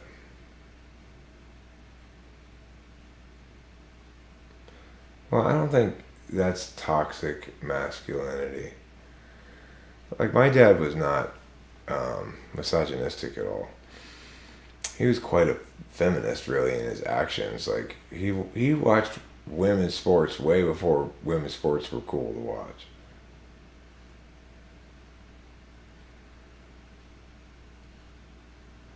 No, I don't think he was proud of me at all, actually.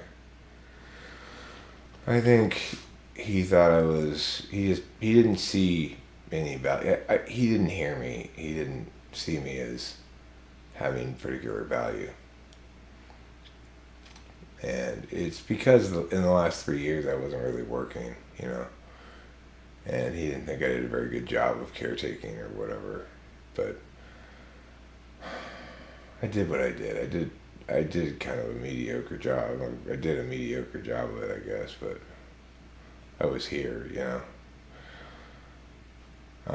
He valued it, but didn't know how to value it because he didn't really allow me to be very useful. Because he wouldn't let me have ownership of anything.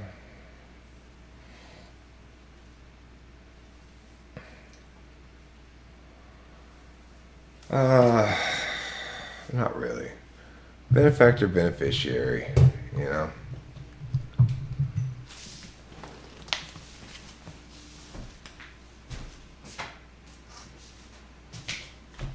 But that's fine.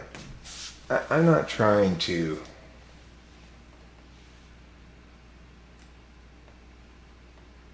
That's fine. Nobody's saying that that's not the case. But it's also the case that some people can be strong men. They don't have to be a pansy to not be a toxic presence in people's lives. And that's what makes something toxic, is when your behavior is toxic in other people's lives. My dad had none of that at all.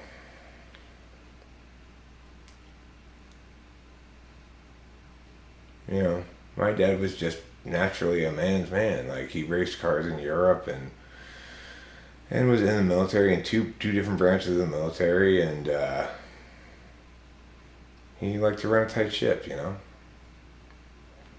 He was not at all abusive to me or anything, or my mom. He was scary. He's always been a little scary, but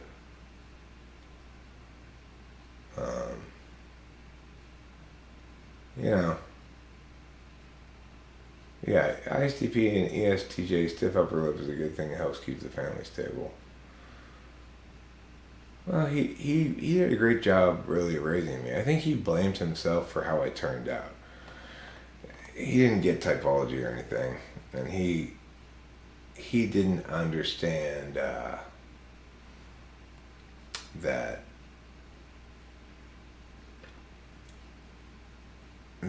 my intuition was robust in a way that he couldn't grasp, because he's anti-polar, you know, and that mattered in some fashion. If it didn't turn directly into money, it was just bullshit to my dad. He didn't care at all about what I was doing.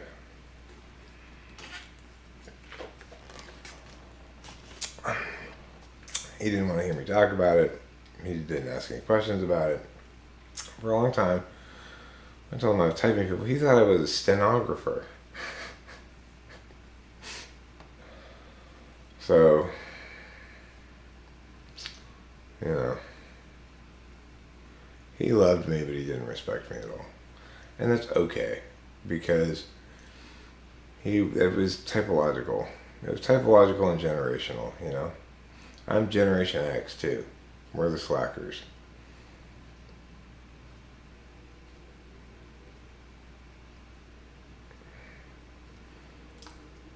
Well, yes.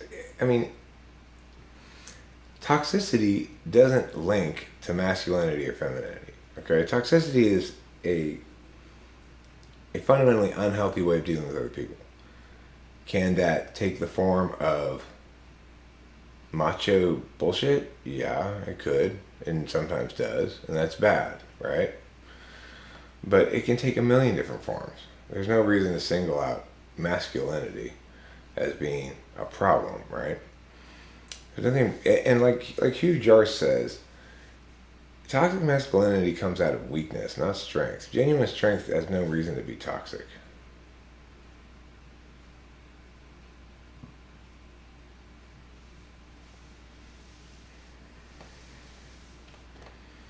Love versus respect, and FI versus TI thing, an FI versus FE thing, probably. FE people care a lot more about respect and stuff than FI people do, I think.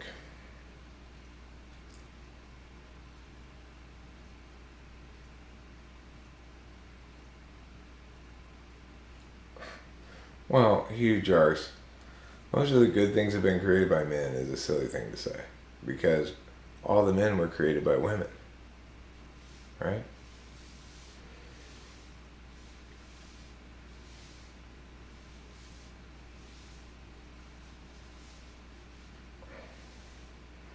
Depends where it is in your stack, you know?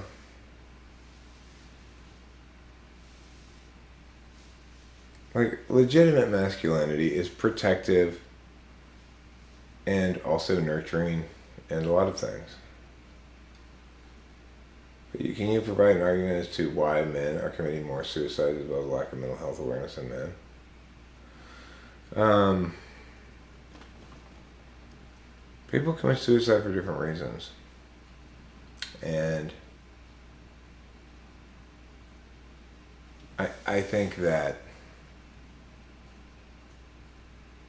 right now is a hard time for everybody. And the COVID and post-COVID time is a difficult time for everybody. Things are super expensive. People didn't work for a couple of years. You know? It's a stressed out time right now. And maybe men take on a sense of responsibility for providing for their family, and if they can't do that, if they can't provide or be self-supporting or whatever, then that's a difficult place to be, you know? People, look, masculinity and femininity are things, right? They are things that exist. And they express naturally or unnaturally. When they express unnaturally, it means they're an expression of somebody's fear, weakness, shame, or toxicity in some fashion. And then that's bad. But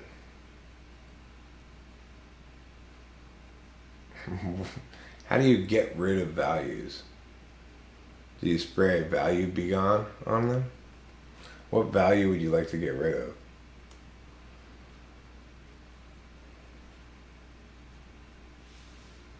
Look, the thing is, just because a woman is toxic doesn't mean it's an example of toxic femininity. And just because a man is toxic doesn't mean it's an example of toxic masculinity. It's just, like I said, it's one possible expression of toxicity.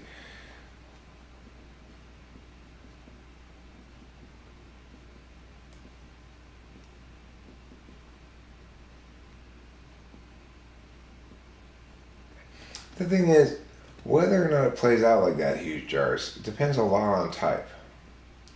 My daughter's an ESTP, and she does nurture and harmonize more maybe than a male ESTP would, but substantially less than a male ESFJ would.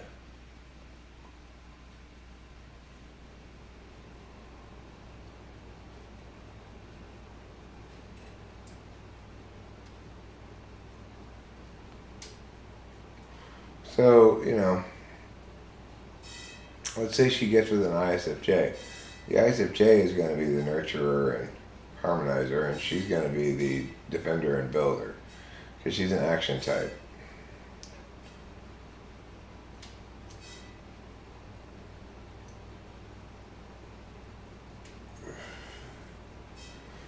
I think many also try to live up to something they think they're supposed to be or do, so they try to reach something they do not know exactly what it is. Then as they achieve, the goalposts change. Well, I'll tell you this. I said this to Rachel the other day. It's funny how you seem to spend your whole life trying to get out from underneath all these barriers to you just doing what you want. You know, all the need to work for 60 hours a week or whatever, you know.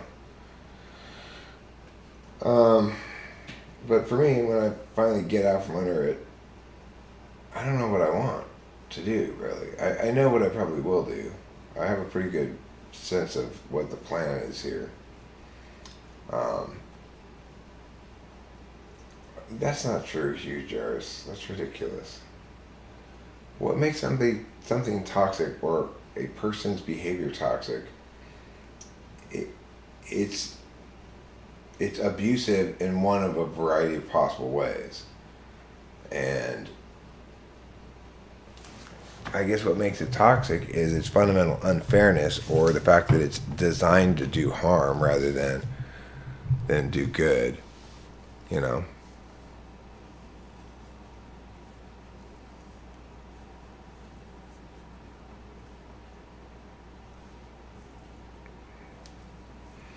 Making remarks that can harm certain races and genders. So I shouldn't tell my joke about the Chinaman and the Inuit whore? Is that what you're saying? Alpha males are just people who follow real alpha males don't have any time for that nonsense. That stuff's for beta males who are feeling insecure. Why do they need to do that? Because you say so? Why would they need to do that? Why wouldn't they need to find a relationship that makes them happy?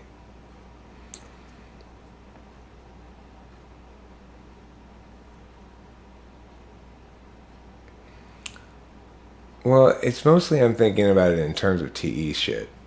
Like, okay, well, I've got this cushion, but I'm going to need to start making money here, which means I'm either going, and this is, I've got this whole sell the house, move, all this other shit going on that's going to take up a lot of attention. But once I get settled into a new place, I want to make a concerted effort at building this channel up bigger by making a bunch of short, appealing type videos, scheduling them, trying to do the aesthetics better, just and editing better, and trying to make videos that get a lot of views, What's a conversation that needs to happen right now? About toxic masculinity? I don't think it's that much of a problem, right? I mean, I agree, sometimes it is. I've always hated that shit. I've always hated it. If you want to grow, have you thought about doing more collaboration?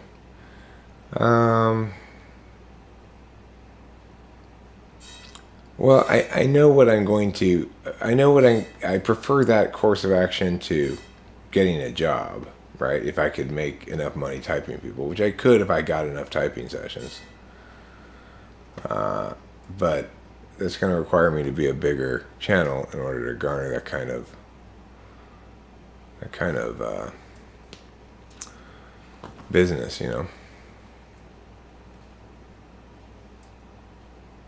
Well, Jeff Costello, I will tell you what happened in that debate, okay? He dissembled. Yes, it made me angry because he's trying to avoid doing work with language rather than doing work with language. To do work with language requires us to operationalize our definitions so we can eliminate certain things and keep certain things. He's not willing to engage in that process. He's just dissembling, scrambling away from me, playing defense the whole time. Yes, I'm going to get angry, but it's missing the point, right? It's like the thing that got me angry is he wouldn't pin down any particular meaning for these terms he kept throwing around, so that there was nothing to be debated.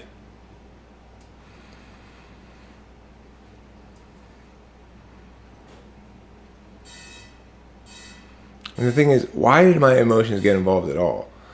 Because I'm used to people who are engaging in discourse in a much more meaningful fashion than that. When I'm coaching debate or doing debates, I don't ever debate with students who won't define terms and think that's okay, It's ridiculous.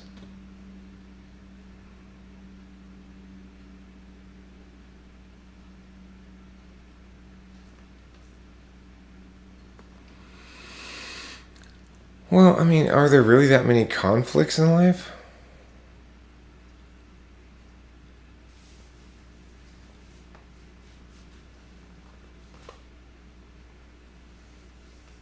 I mean, what good would it have done?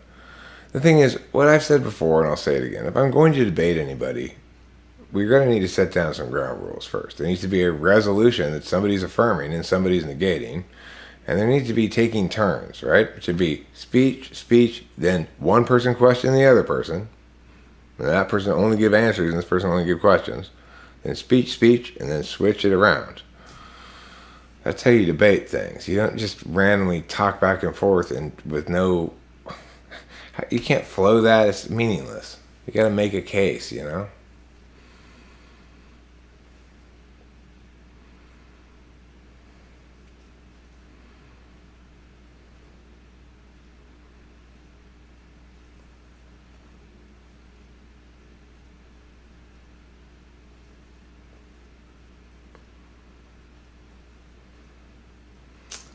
Well, I mean, they don't. You might think they would, but they don't. I think I'm a more mature and realized version of myself now than I've ever been before. I think I recognize that there are certain walls there's no reason to bang my head against, and also that, you know, I'm going to have to give the people what they want if I want the channel to grow. Like, we'll probably do a fair amount of Type Police videos here coming up at some point. Rachel and I will. They do pretty well. The funny thing is they don't do dramatically better than a lot of other videos maybe, but they get a lot more... I get a lot more people telling me that they get here from that, you know?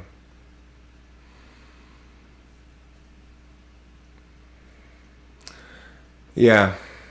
I don't need to hate doing that. That's part of maturity too. It's like, I'll just tell it like it is. That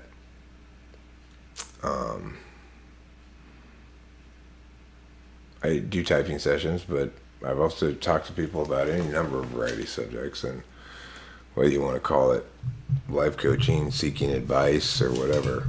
I mean, I've been meaning to reply to, I think it was Chris Chapin, who sent me an email about the legitimacy of his live streams or whatever versus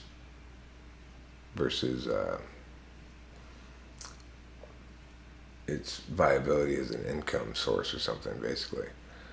And I wanted to make a video on that. I probably will here and tomorrow or the next day or something.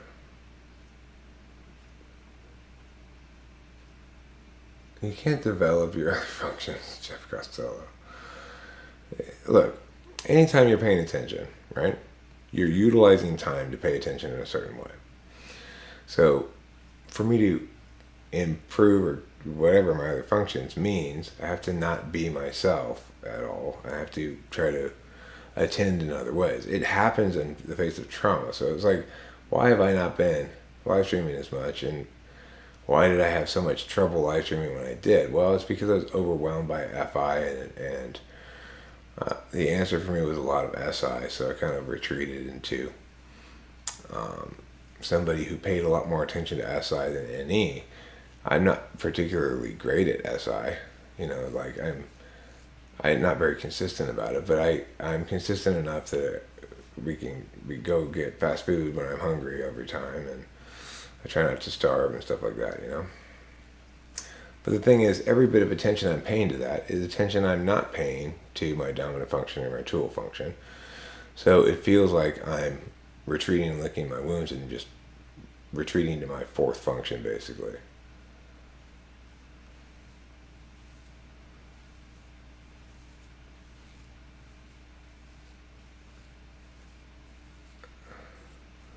Well, look, it's not a matter of an issue with it or not. It's not something you can control. When I was driven into my fourth slot function by reality, it was partially because my dominant function was completely overloaded by all this new information that meant all these new possible things, right? I was on a 10-second time delay. And also I was feeling a lot of strong emotions, which tends to make me very tired. So,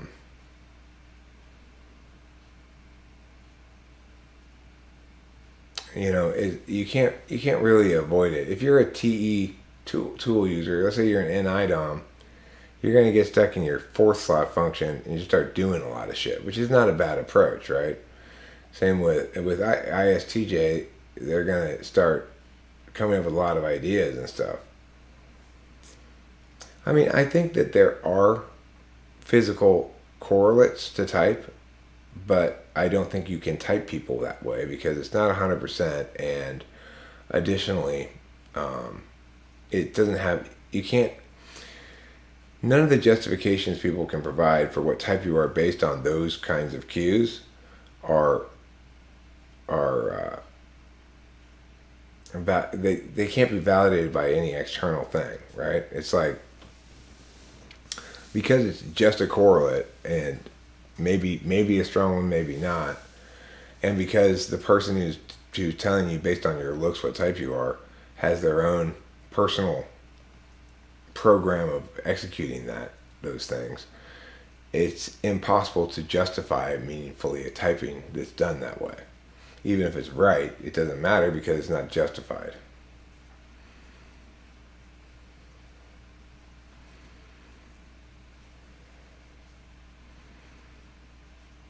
Our NTJs are great. They are. They're fantastic. They're Lucifer Fantastico, as they say. Okay, I'm going to wrap this up now. Thanks for being here, everybody. I love you all. And it's been a pleasure chatting with you. I know the beginning of the stream was a little haphazard, but hopefully it found its legs at some point. And hopefully you enjoyed listening to those songs. I played a lot of songs tonight. All the songs really that I play. I skipped a couple, but look at all this nice chat.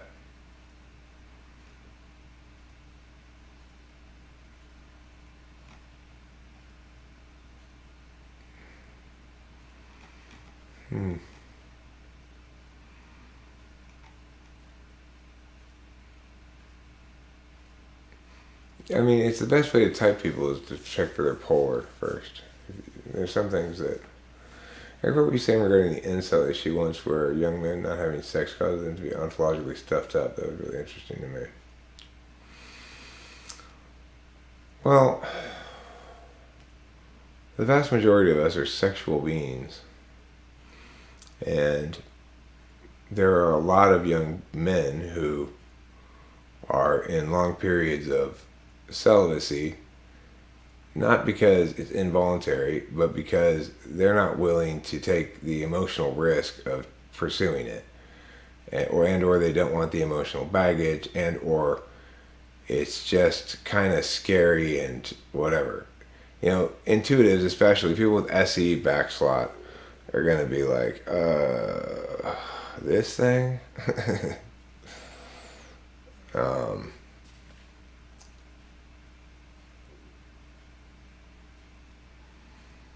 It's just to feel like an equal member of society. People need to attain certain things that qualify you as legitimate, like a car, a place to live, a job, a girlfriend, or at least, a sex life, right? Whether or not it's good to have that value, it's not really a value. It's just a reality that's projected all the time as the norm. It's entirely normalized as things that normal people do, right? So when you don't have one or more of those things, you get ontologically stuffed up because you aren't really free to move about the world as an equal member of society. If you feel like you'd like to have sex and you haven't been able to have sex for the last 4 or 5 years, you're going to feel bitter about it or whatever, to some extent. Or it's going to start to become a thing, right? It's going to start to become a thing. And then if you're an intuitive, like an ENTP or an INTP, you might go out and have sex with somebody and then it's just like awful and awkward and horrible. And you just go like, okay.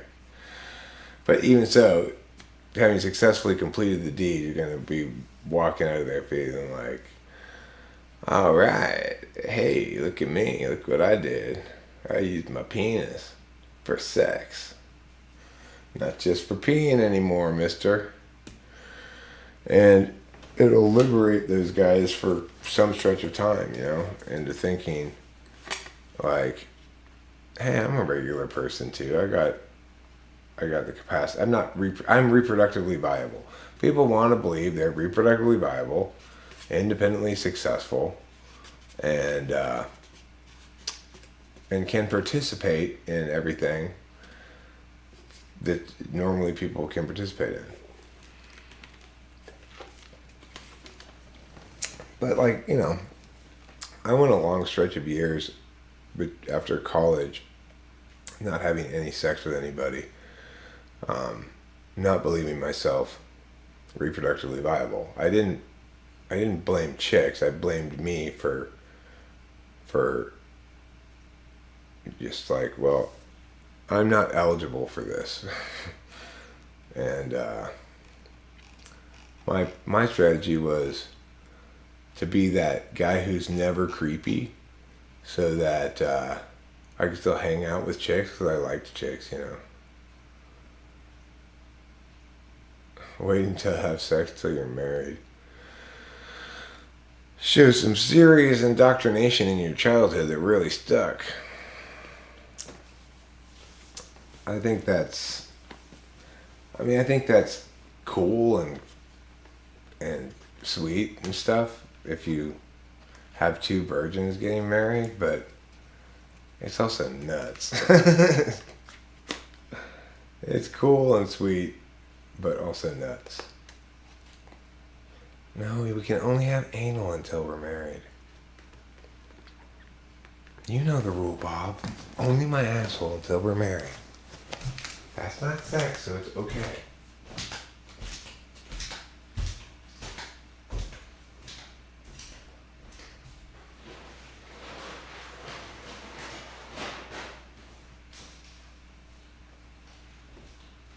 I'm gonna use my penis as a butthole probe.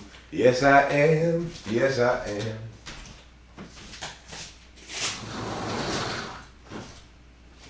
There you go.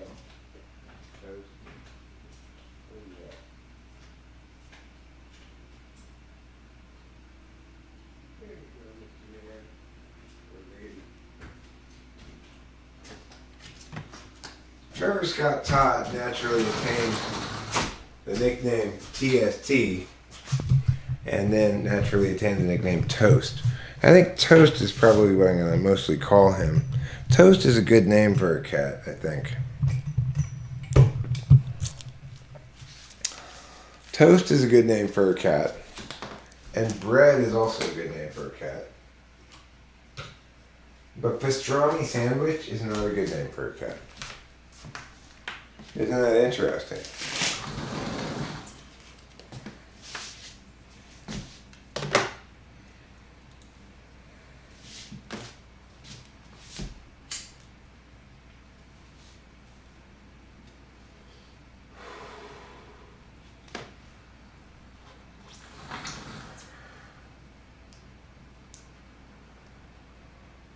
People wrong each other.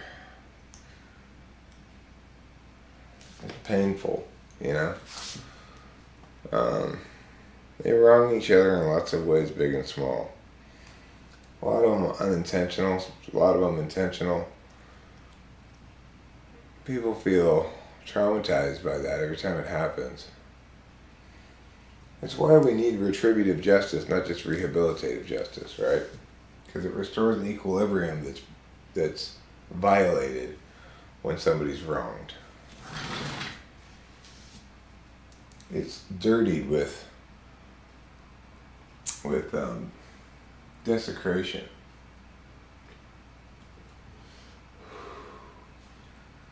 Stop dirtying my equilibrium with your desecration. You're desecrating my equilibrium, and that's not okay.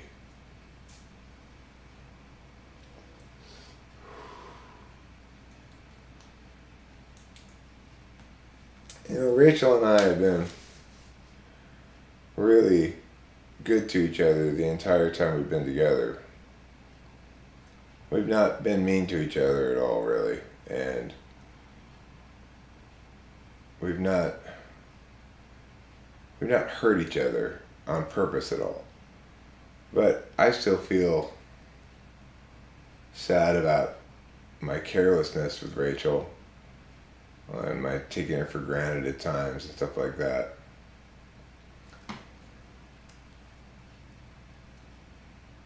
It's hard to be a good person all the time.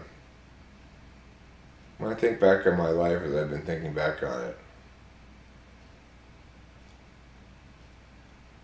I often find myself thinking, man, what a piece of shit I am, or have been. I feel different now. I feel redeemed somehow. Saved. But it requires that I accept those dirty parts of my past that feel like just, ooh, I don't want that in my book, But,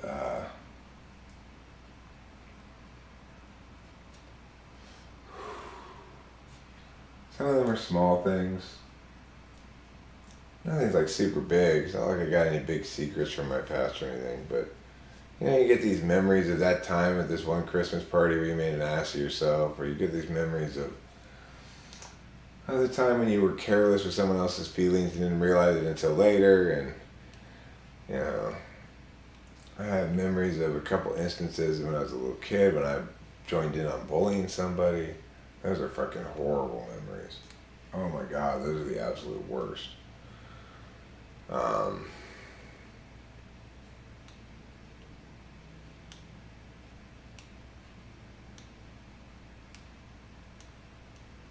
A lot of shame, a lot of pain. I'm pretty good at forgetting about the parts of the past I don't like, but, or at least not paying attention to them very often.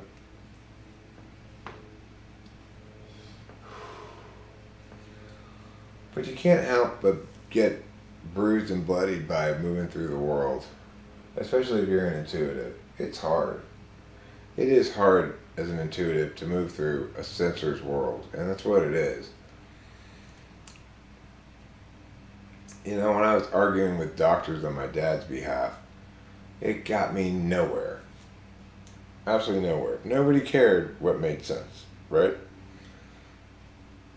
Nobody cared about my demands for their justifications. Their justification was, I'm the doctor, that's it, It's like, fuck you, you idiot.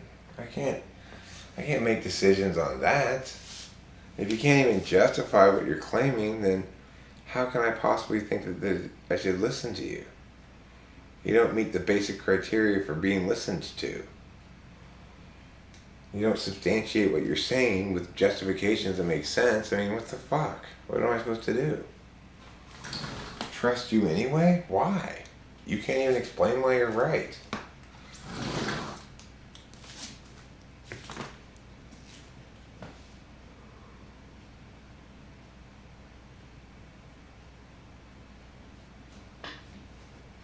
But most doctors, as soon as I open my mouth, they get this kind of wide-eyed, I gotta get out of this appointment as quickly as possible thing going on. Oh no, this guy's asking me questions. Yeah, some people just don't like being asked questions, I guess. Because then they have to give answers.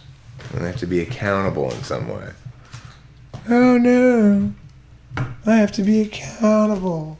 Oh God, what'll happen to me? You'll get exposed as the fraud you are, you scoundrel. That's what'll happen to you. That's why you don't like answering my questions.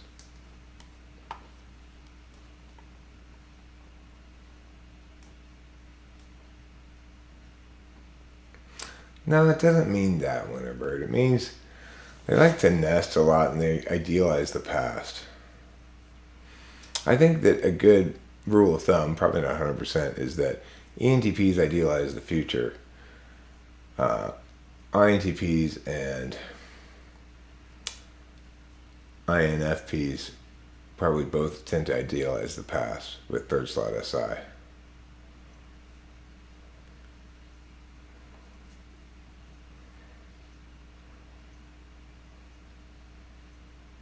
I don't trust doctors either.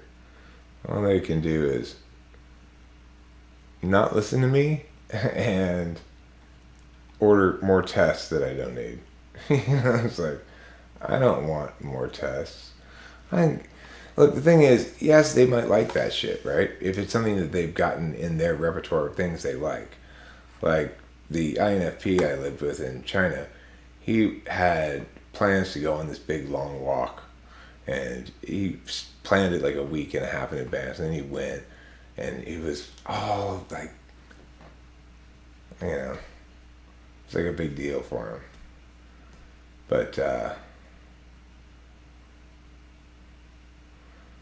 I mean, I sympathize with people who struggle in the mate department as well. I sympathize with them a great deal, but I also recognize that until I got with Rachel, I had nothing but horrible failed relationships. They were all terrible. They were all just like completely terrible. Well, not my first girlfriend. My very first girlfriend was fine until I fucked it up, but after that, every single relationship was terrible.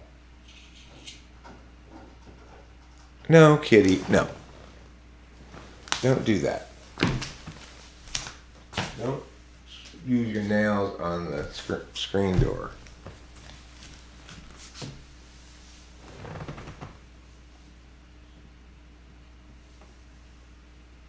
My ISFJ partner and I initially clicked like super well, and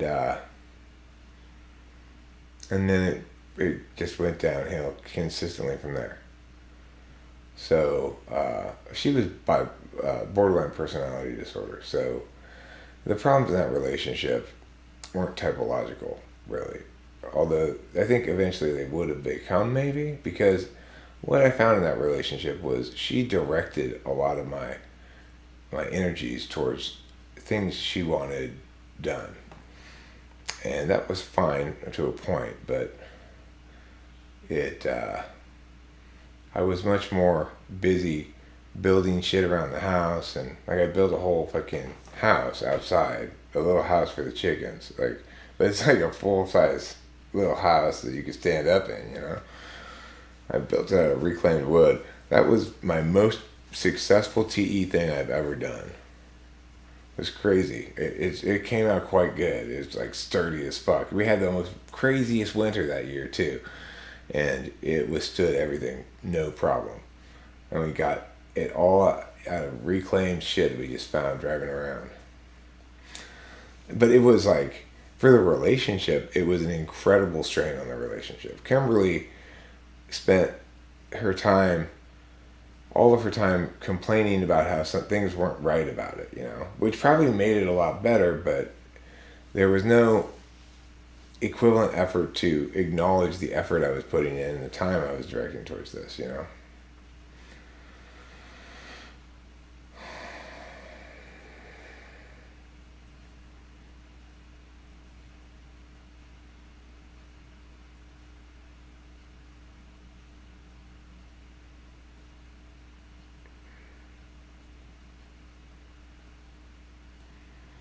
Well, ISFJ isn't FISE, they're SIFE.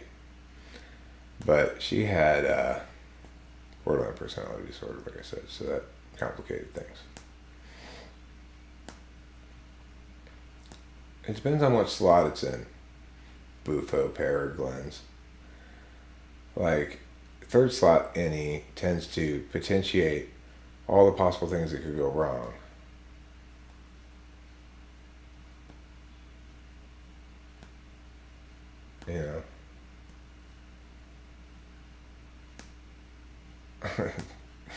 Yeah, watching nature videos on YouTube instead of going outside on a beautiful day.